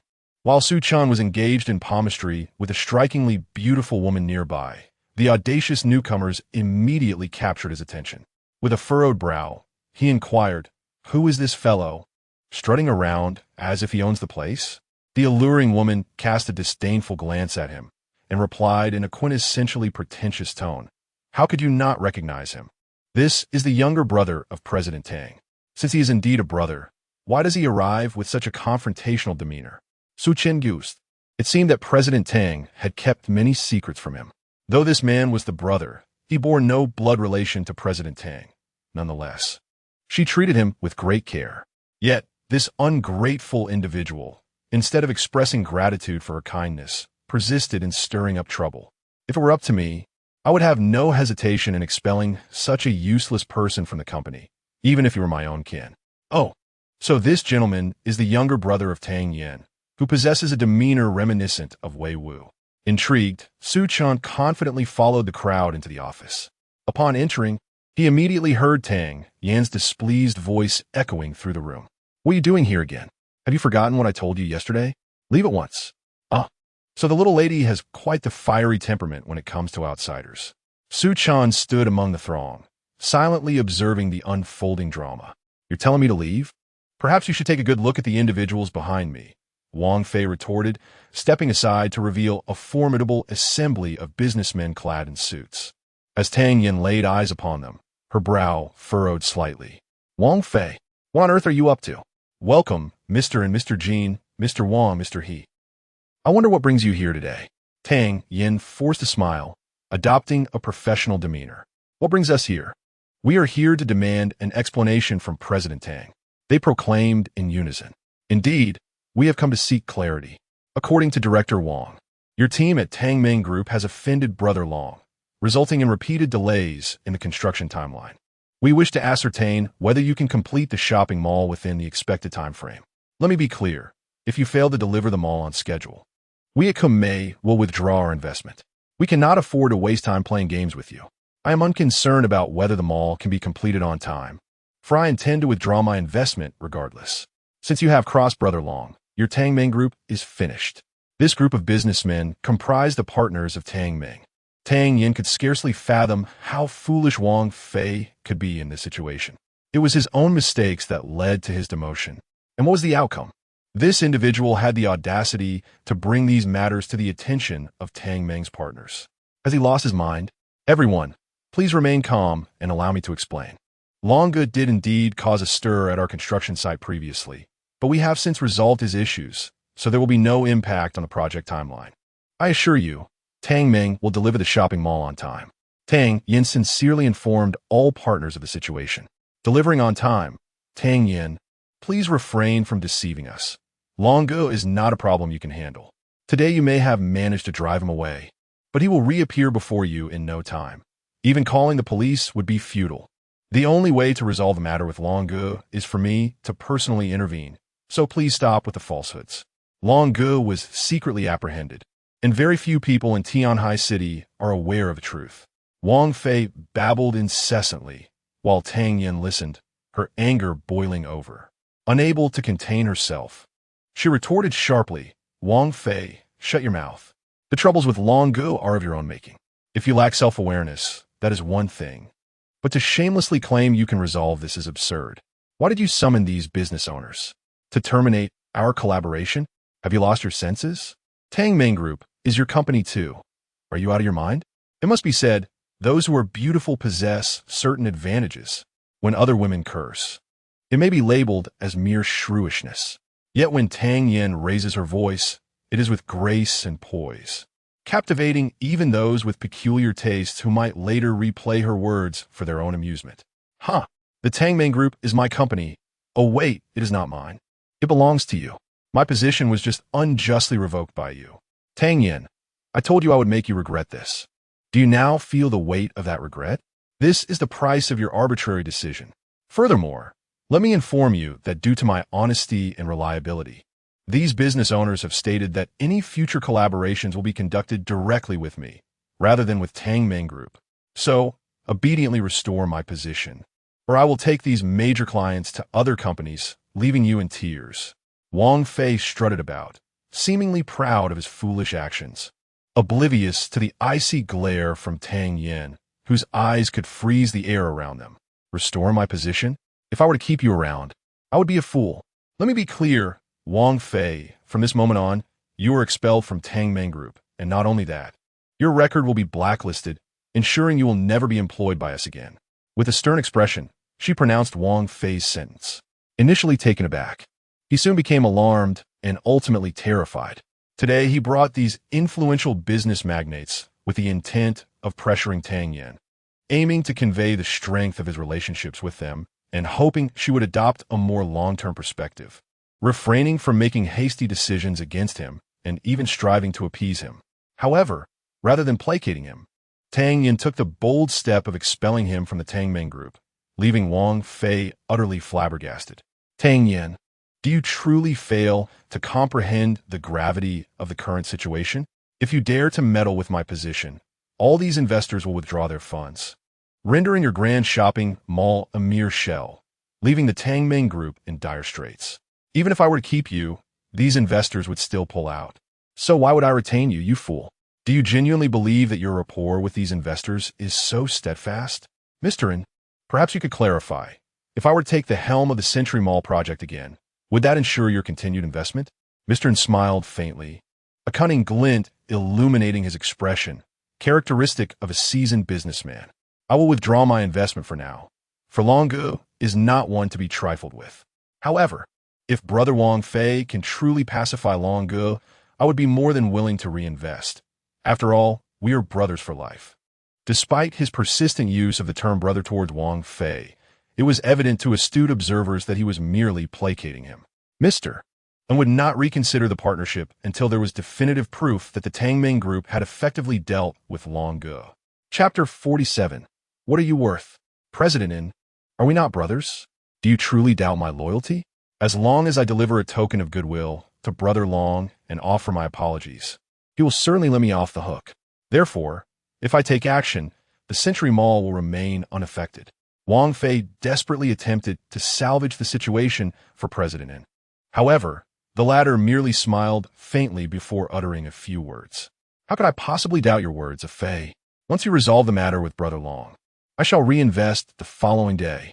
Wang Fei yearned to continue his pleadings, yet Tang Yan abruptly interrupted him. Fool, do you now grasp the reality? What honesty and reliability! You were easily swayed by a mere phrase. How utterly foolish you are!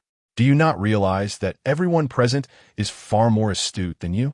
Wang Fei was left speechless by her reprimand. Turning to the business owners he had brought along, he noticed their smiles, which, upon closer inspection, seemed to mock him. Attempting to coerce Tang Yan through these business owners was nothing short of sheer folly. Instead of revealing the issues within Tang Ming Group, he had gained nothing of value. Owners, you did not speak this way initially. Did you not assure me with confidence that you would collaborate with me moving forward? Did you not trust my ability to resolve Brother Long's issue? Wang Fei made one last desperate attempt.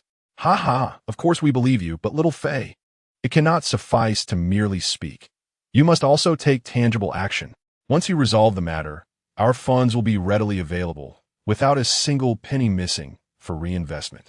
Indeed, we will certainly reach out to Tang Yan Group through you, rest assured. We are all good brothers. There is nothing to worry about. My withdrawal today is not out of fear of Brother Long, but merely due to some financial constraints within the company. Ha ha ha. All the owners echoed similar sentiments. In essence, their message was clear. They would withdraw their investments now and only consider re-establishing collaboration once the issues with Brother Long were resolved. Now, as you wished, you see the outcome of your own actions. This is the first time I have witnessed someone sabotage their own company. From the very first day you joined, I should have sent you straight to security. With your intellect, you are fit only to serve as a guard, Tang Yan remarked coldly. No, I do not wish to harm Tang Yan Group. I simply... Wang Fei stammered, struggling for words. Enough, President Tang. Our time is limited. If you have no objections, please sign the contract for the termination of our collaboration at your earliest convenience. Yes, President Tang. While this partnership was somewhat rushed, we believe you can handle Brother Long. Once that is settled, we can discuss collaboration anew. President Tang, I shall speak plainly without sarcasm. It is unwise to offend anyone. Yet you have chosen to provoke Brother Long, this persistent nuisance. I advise you to invest effort in resolving this matter. Otherwise, do not expect timely completion, as your mall may very well face abandonment. The prominent executives presented their prepared contracts, demanding that Tang Yan sign for termination. At this moment, Tang Yan found herself in a state of utter turmoil, having devoted extensive effort to the operation of her project. This venture represented a critical strategic move for Tang Yan Group. Should these investors withdraw their funding, all previous endeavors would be rendered futile. Thus, she pressed her crimson lips together and began her final plea. Honorable executives, you are all aware of the integrity of Tang Yan Group. I assure you, the Century Mall will be completed within the stipulated time frame. As for Longo, we have resolved the matter satisfactorily. He will no longer pose any interference. I implore you, grant us one more chance to prove ourselves. It was manifestly the foolish actions of Wang Fei that had led to this predicament. It fell upon Tang Yan to rectify his missteps. Such a burden made her feel both distressed and wronged. We have expressed our unwavering faith in Tang Yan and in you, President Tang. However, we are genuinely in urgent need of funds, one of the executives interjected. Indeed, the company is experiencing cash flow issues, and we hope you can empathize with our situation. Another added, enough. Let us be candid. I intend to withdraw my investment. Otherwise, I risk losing everything, declared another executive, his stance resolute. The executives maintained their firm positions. Tang Yan bit her lip, inhaled deeply, and lowered her head. Just as she prepared to beseech these investors with a more earnest demeanor, a pair of long, strong hands grasped her delicate chin. Su Chen, what are you doing? This is the office, she exclaimed, her large, beautiful eyes widening in surprise, fearing he might take advantage of the moment. Yet, Su Chen merely flashed a charming smile, raised her lowered head, and calmly remarked, I can no longer stand idly by. Is it merely a matter of withdrawing funds? Let them withdraw as much as they wish. Do they truly believe we are desperate for their business? I refuse to cater to them any longer. What kind of man would force my boss into such a position? His words detonated like a bomb in the tranquil waters, creating an uproar. Young man, how dare you speak so? Who are you insulting? One executive retorted. You expect us to shoulder the consequences of your mistakes? Your expectations are rather unrealistic, another added. Indeed, we are the investors. We are the gods here. We can withdraw our funds whenever we please. You are the ones seeking our business. What is the matter? Are you feeling discontent? Another chimed in. Mind your tone, young man. Remember, everyone here is your elder. Show some respect. These privileged executives had never been spoken to in such a manner and could not refrain from retaliating, their attitudes harsh and their tones caustic, as if they wished to brand him as insignificant. Su Chen raised an eyebrow, intrigued. Oh, this is amusing. You dare to retort? Then don't blame me for being impolite. Insulting someone without merit? Whoever responds is just as much to blame. What of it? A bunch of rumor-mongering fools claiming superiority? The essence of business is mutual benefit and equality, yet you flaunt your sense of superiority. I'm utterly bemused. If you possess even a modicum of intelligence, you ought to investigate whether long ago has been dealt with by us. Yet, you continue to speak in a condescending manner, truly believing that anyone is inclined to indulge you. As for my uncle's generation, who dares to assume such a role in my life? I assure you, I could easily subtract 20 years from your lifespan. This fellow, standing against all odds, single-handedly confronts a dozen, and he does so without the slightest hint of hesitation, effortlessly subduing these old-timers. Reasoning and presenting facts? That is utterly non-existent. Su Chen excels in the art of logical aggression. I will crush you with fallacies. And if that fails, I shall berate you with profanity. Ultimately, the dozen or so executives are left flushed and furious, nearly beside themselves with rage. Who is this ruffian that has emerged from the shadows? I genuinely feel an overwhelming urge to obliterate you. Chapter 48. He is my Tang Yan's husband in stark contrast to the blushing and flustered bosses. Tang Yan gazed at Su Chen's retreating figure, lost in thought. Since she took over the Tang family during a time of crisis, she has become the pillar of strength and a safe haven for everyone. This delicate young woman stepped into the limelight, engaging in schemes and arm wrestling with others. Even when Wang Fei created trouble and Brother Long blocked the construction site's entrance, she reluctantly ventured there alone to resolve the issue. Yet, she is merely a blossoming young girl.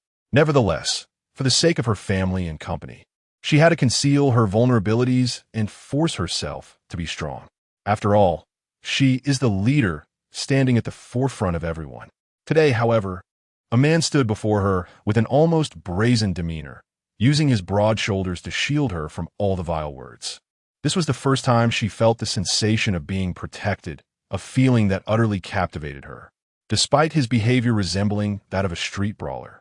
Su Chen today appeared to her as a celestial being, treading upon clouds of vibrant hues. Enough! I won't waste my breath on you, you insolent brat. My decision to withdraw my investment is final, so stop your incessant prattling. General Manager gasped for breath, his face flushed. Luckily, he didn't suffer from high blood pressure, or he might have collapsed right there. If I want to withdraw, then I will. Do you think I would impede you? With your limited vision, you'll be begging me for business in the future, and I want to even acknowledge you. Young Master Su, arms crossed and legs casually crossed, wore an expression that suggested everyone present was intellectually challenged, further aggravating General Manager and's already elevated blood pressure. He could no longer tolerate the insults. Just moments ago, Su Chen's tongue had desecrated his lineage with fervent disdain. As a businessman worth millions, and had never endured such humiliation. Were it not for his age, he might have rolled up his sleeves and challenged Su Chen to a real-life showdown. Tang Yan, is this the caliber of your employees? I tell you, if you do not compel this brat to apologize, not only will I withdraw my investment, but I will also terminate any future collaborations with your Tangmen group. Unable to win the verbal battle and lacking physical prowess, the old man resorted to his favored method of intimidation. Oh, do you think I fear you? Go ahead and cancel. Whoever doesn't tea is a fool. You old relic with so few teeth, your bravado is amusing. Do you think the world will stop spinning without you? You're no more than a withered onion, misplaced wherever necessary. Su Chen unleashed another torrent of words, leaving General Manager breathless and nearly collapsing. With trembling fingers, he pointed at Tang Yan, gasping like a bellows. Tang Yan, are you truly willing to sever ties as he suggests? Think this through. Hearing his call, Tang Yan finally regained her composure. She tilted her head, a captivating smile gracing her face, a rare beauty that could topple nations. His words are my words, and his decisions are my decisions. Therefore, since Mr. and no longer wishes to collaborate with our Tangmen group, we shall part ways amicably. This statement left everyone present utterly astounded. It is important to note that Mr. and has been a close partner of Tang Yan. If they were to completely sever ties, it would be a significant loss for both companies. Tang Yan, have you lost your mind? For the sake of a scoundrel, you dare to terminate our partnership? Do you comprehend the magnitude of the loss this would inflict upon Tangmen Group? Mr. An's eyes widened in disbelief. He is certainly not a mere scoundrel. I implore you to be mindful of your tone. Mr. and Tang Yan's smile instantly transformed into a serious demeanor as she gracefully approached Su Chen, taking his hand for the first time, and announced to everyone present, "Allow me to introduce this gentleman, Su Chen, my husband." Thus, his words fully represent my will. If any of the owners wish to withdraw their investments or cancel our partnership, please step forward, and I shall promptly arrange for the legal team to draft the necessary contracts. Suddenly, the office fell into a profound silence, with all eyes fixated on Su Chen's charmingly roguish face. This fellow is actually Tang Yan's husband. This revelation was far more shocking than Tang Yan's agreement to their withdrawal. Who is Tang Yan, you might ask? She is the goddess of the entire Tianhai city, and not a single one of the present business leaders is immune to her beauty. If it weren't for her formidable prowess and exceptional capabilities, she would have been devoured by the capital long ago. Yet, this extraordinary woman has quietly tied the knot. This could very well be the most disheartening news of the year. However, for those who admire the legacy of Wei Wu, it may simultaneously be the most delightful news of the year. Such a foul-mouthed individual is your husband, Tang Yan.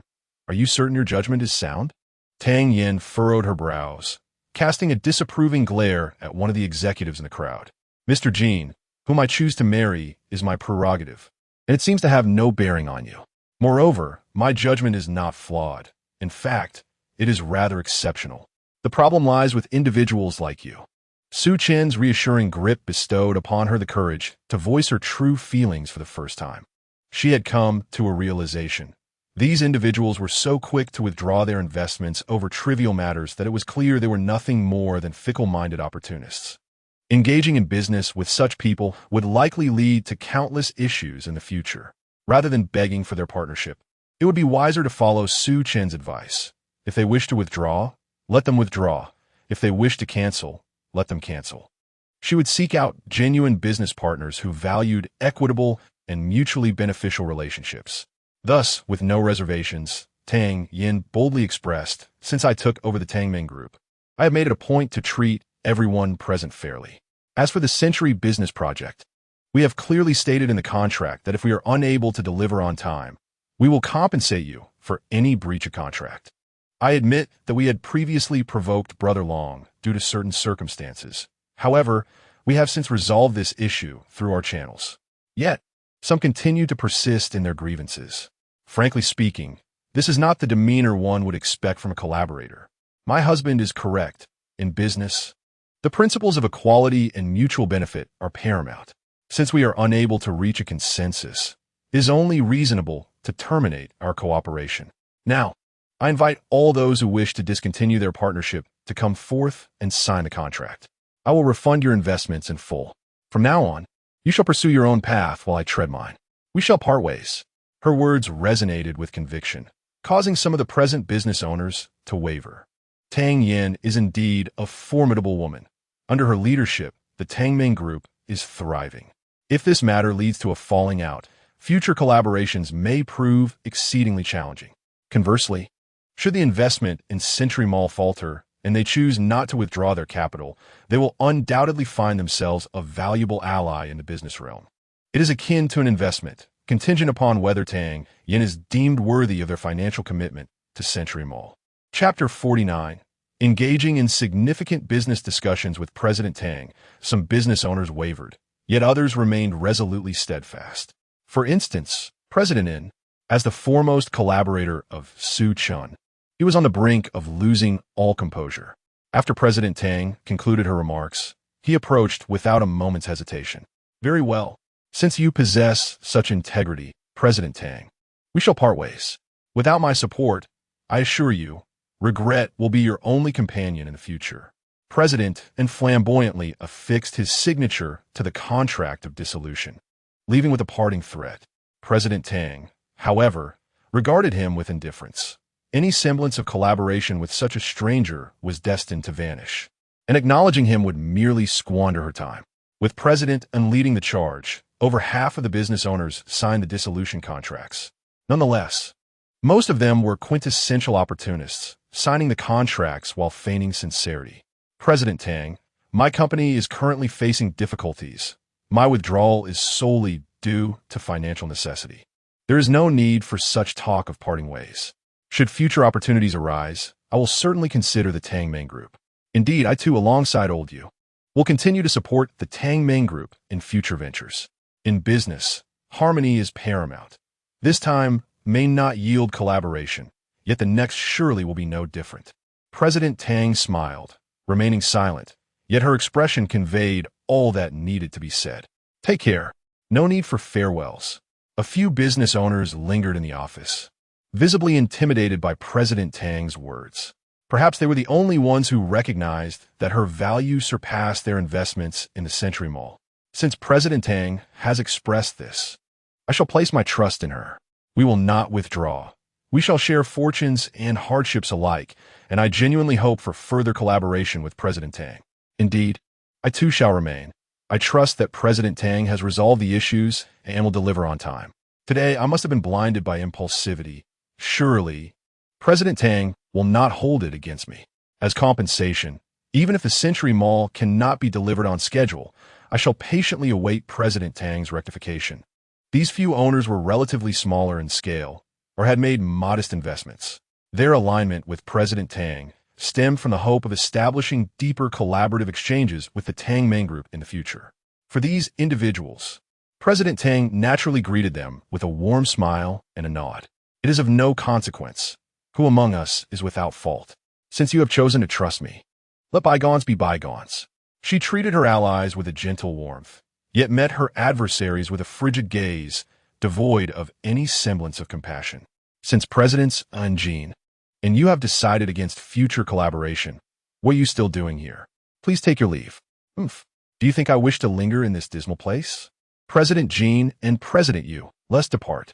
President and waved his hand grandly, leading the disgruntled business owners to exit. However, just as they turned to leave, they were confronted by another large group blocking the doorway. Mr. N is currently in a state of near madness, turning around to find a throng of people blocking the door, which fills him with discomfort, causing his tone to become notably harsh. Does a good dog not block the way? What are you doing here, a bunch of wise fools? What did you say?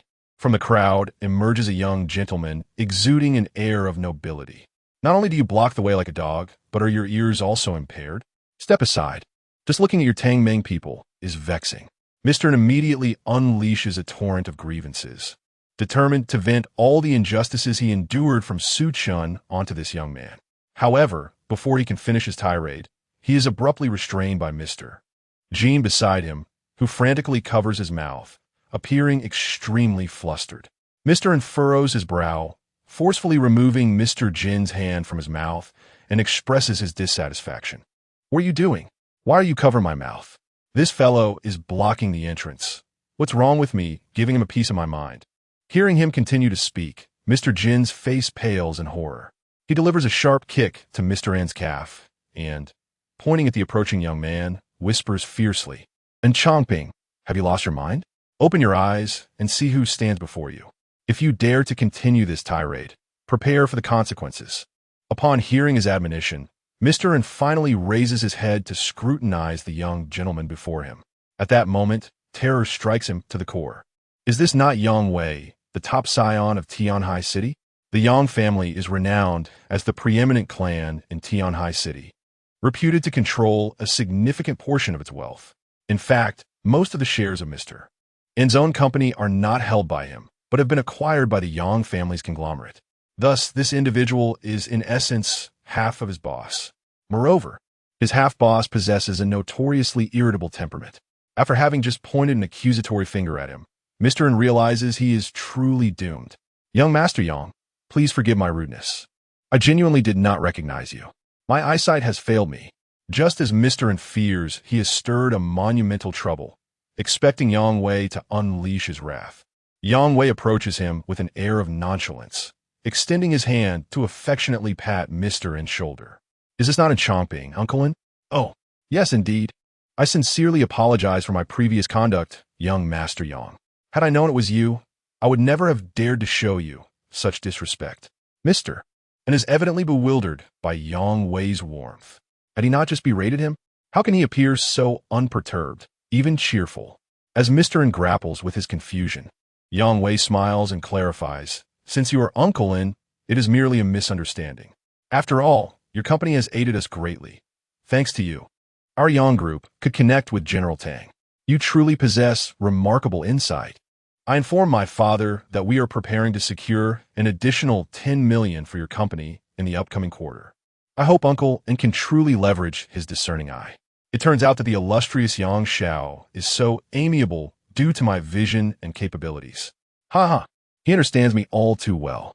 Furthermore, the Yang Group is also seeking to raise 10 million next quarter, a figure that far surpasses that of the Tang Ming Group. My refusal to collaborate with them was indeed a stroke of insight. For a moment, even General N seemed a bit giddy. Alas, Yang Xiao, you flatter me. My vision is merely a product of age, allowing me a clearer perspective. Haha.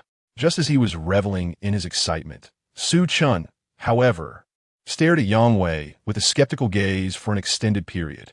What on earth is this fellow doing here? As his eyes landed on Yang Wei, the top heir of Tianhai City, he nearly blurted out Su Xiao. Fortunately, he recalled Qin Fuan's admonition to never reveal Su Chen's identity.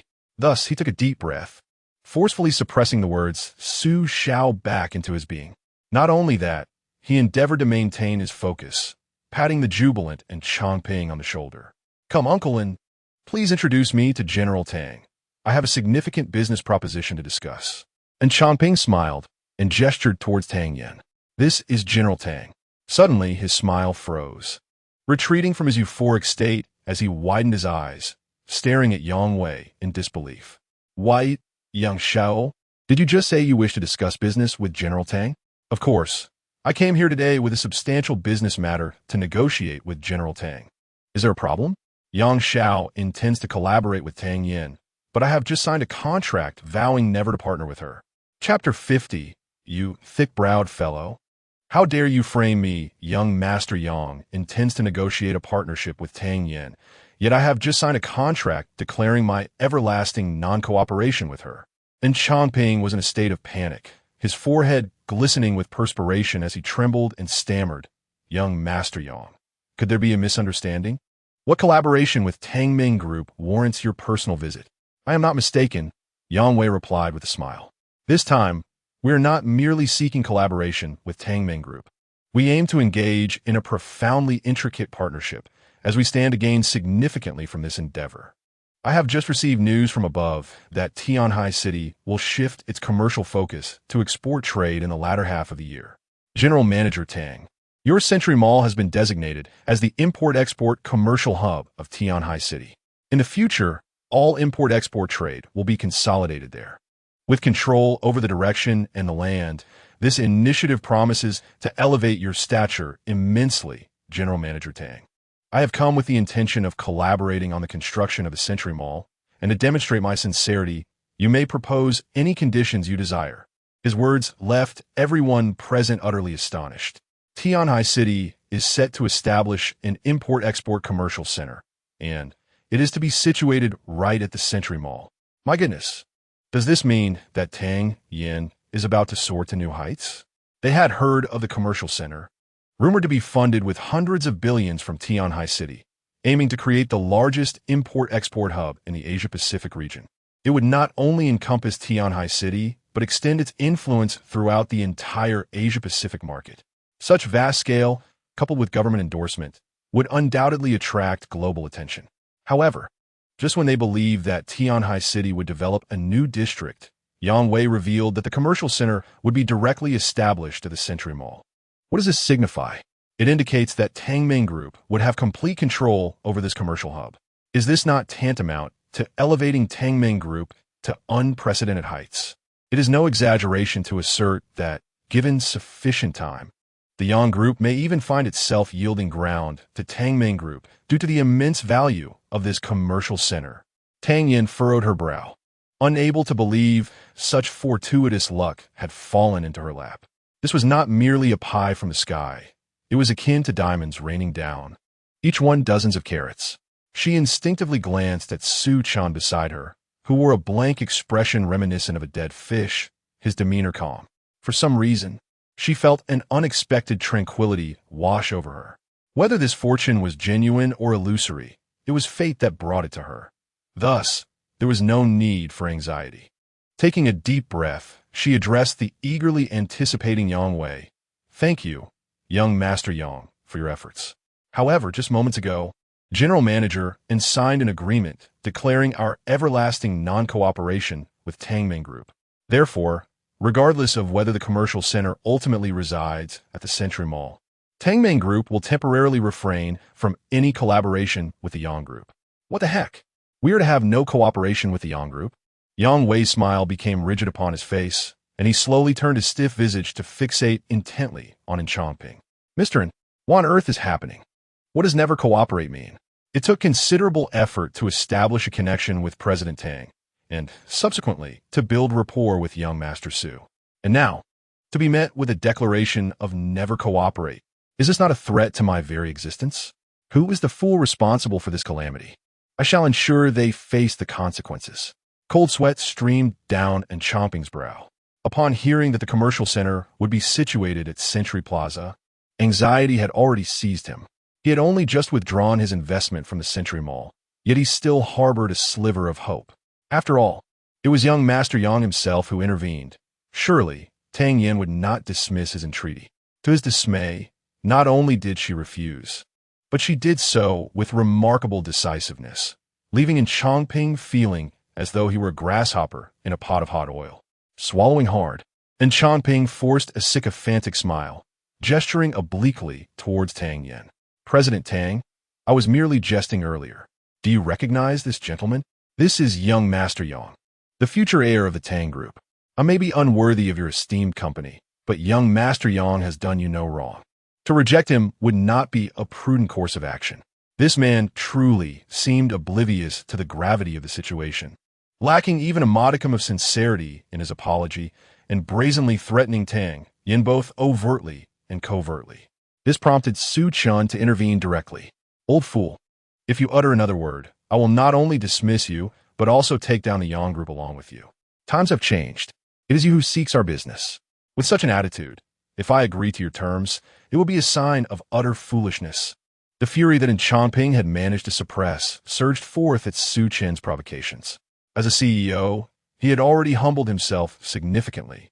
Yet this insolent fellow showed no sign of restraint, blatantly disregarding the boundaries of decorum. Moreover, the most intolerable aspect was that while insults directed at him might be bearable, insults aimed at his patron were simply unacceptable. "You insolent brat, I have tolerated you for too long. You may insult me, but dare to insult young Master Yang, and you are courting disaster."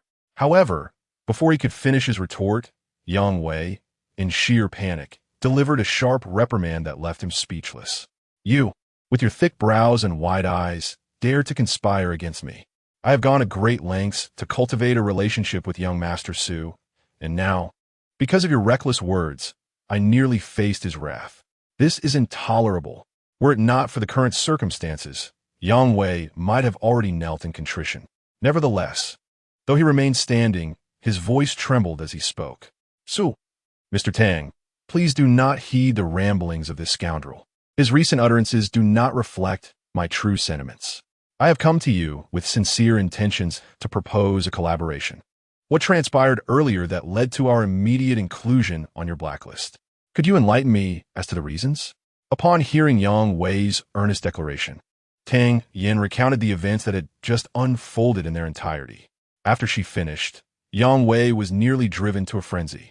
"I had just shown you such courtesy, yet you, an old fool, have single-handedly jeopardized the collaboration with the Tang Yan Group, effectively shattering your own employment security. You are courting disaster. Who bestowed upon you the authority to sign a contract of perpetual non-cooperation with the Tang Yan Group? What are you even worth? I hereby announce that, effective immediately, your position as chairman is revoked. Furthermore, due to your foolish actions, I harbor grave suspicions of your misconduct in office. I shall conduct a thorough investigation into every debt of your company, and should any discrepancies arise, I will personally ensure you are incarcerated for life." Yang Wei declared through clenched teeth. The slap of reality stunned Chongping into a shiver. "Investigate every debt? What ist? Which company head is devoid of any blemish? Can such inquiries even be conducted? Moreover, judging by young Master Yang's tone, this is not merely a casual investigation. He is resolutely intent on dismantling him. With young Master Yang's unwavering determination and cunning, even an innocent and Chongping could find himself ensnared for a thorough examination, let alone the numerous clandestine dealings behind and Chongping's back. And Chongping stood there utterly dumbfounded. Have I truly committed such a grave offense against Tang Yan? Is it truly warranted to escalate matters to this degree? Chapter 51. Utterly incompetent after demonstrating all his bravado towards Chongping, Yang Wei turned his gaze towards Tang Yan. Upon catching a glimpse of her breathtaking beauty, this young scion of the Yang family did not take a moment to truly appreciate her allure. Instead, he lowered his head submissively. With an ingratiating tone, he inquired, "President Tang, as you have observed, this incident was solely the folly of Chongping. I have administered a stern punishment. This bears no relation to our Yang family consortium whatsoever. Initially, due to his collaboration with your esteemed company, our headquarters intended to reward him handsomely. However, it was utterly unexpected that this imbecile would engage in such a foolish act. This truly does not reflect the intentions of the Yang family group. Nevertheless, as compensation for this incident, we, the Yang family group, are willing to grant you free access to our internal channels for future endeavors. All products of Tang Ming Group can be sold through our avenues. The profit will be divided in a 1-to-9 ratio, 1 for us, 9 for you." Boom! This declaration was akin to dropping a nuclear bomb amidst a crowd. Yang Wei's grievance against Chongping, stemming from a foolish contract he signed, was met with understanding, as it was clear that if the commercial center were indeed to be planned near the Century Mall, the Yang family group would miss out on a significant opportunity, leading to considerable losses. However, Yang Wei's offer to open the internal channels of the Yang family group left everyone utterly astonished. It is essential to grasp that the Yang family group holds a substantial portion of the wealth in Tianhai City, with their commercial reach extending to nearly every corner of the metropolis. The promise of such a titan opening their internal channels is invaluable beyond mere monetary assessment. Without exaggeration, every executive in the office turned green with envy upon hearing this compensation proposal. Yet the most astonishing aspect was the 1-to-9 profit split. It is widely acknowledged that utilizing someone else's channels, receiving even 50 of the profits, is considered generous, let alone from a conglomerate like the Yang family group, where a 1-to-9 split is deemed reasonable. However, Yang Wei's offer implied that they would receive only one part while the Yang family would take 9.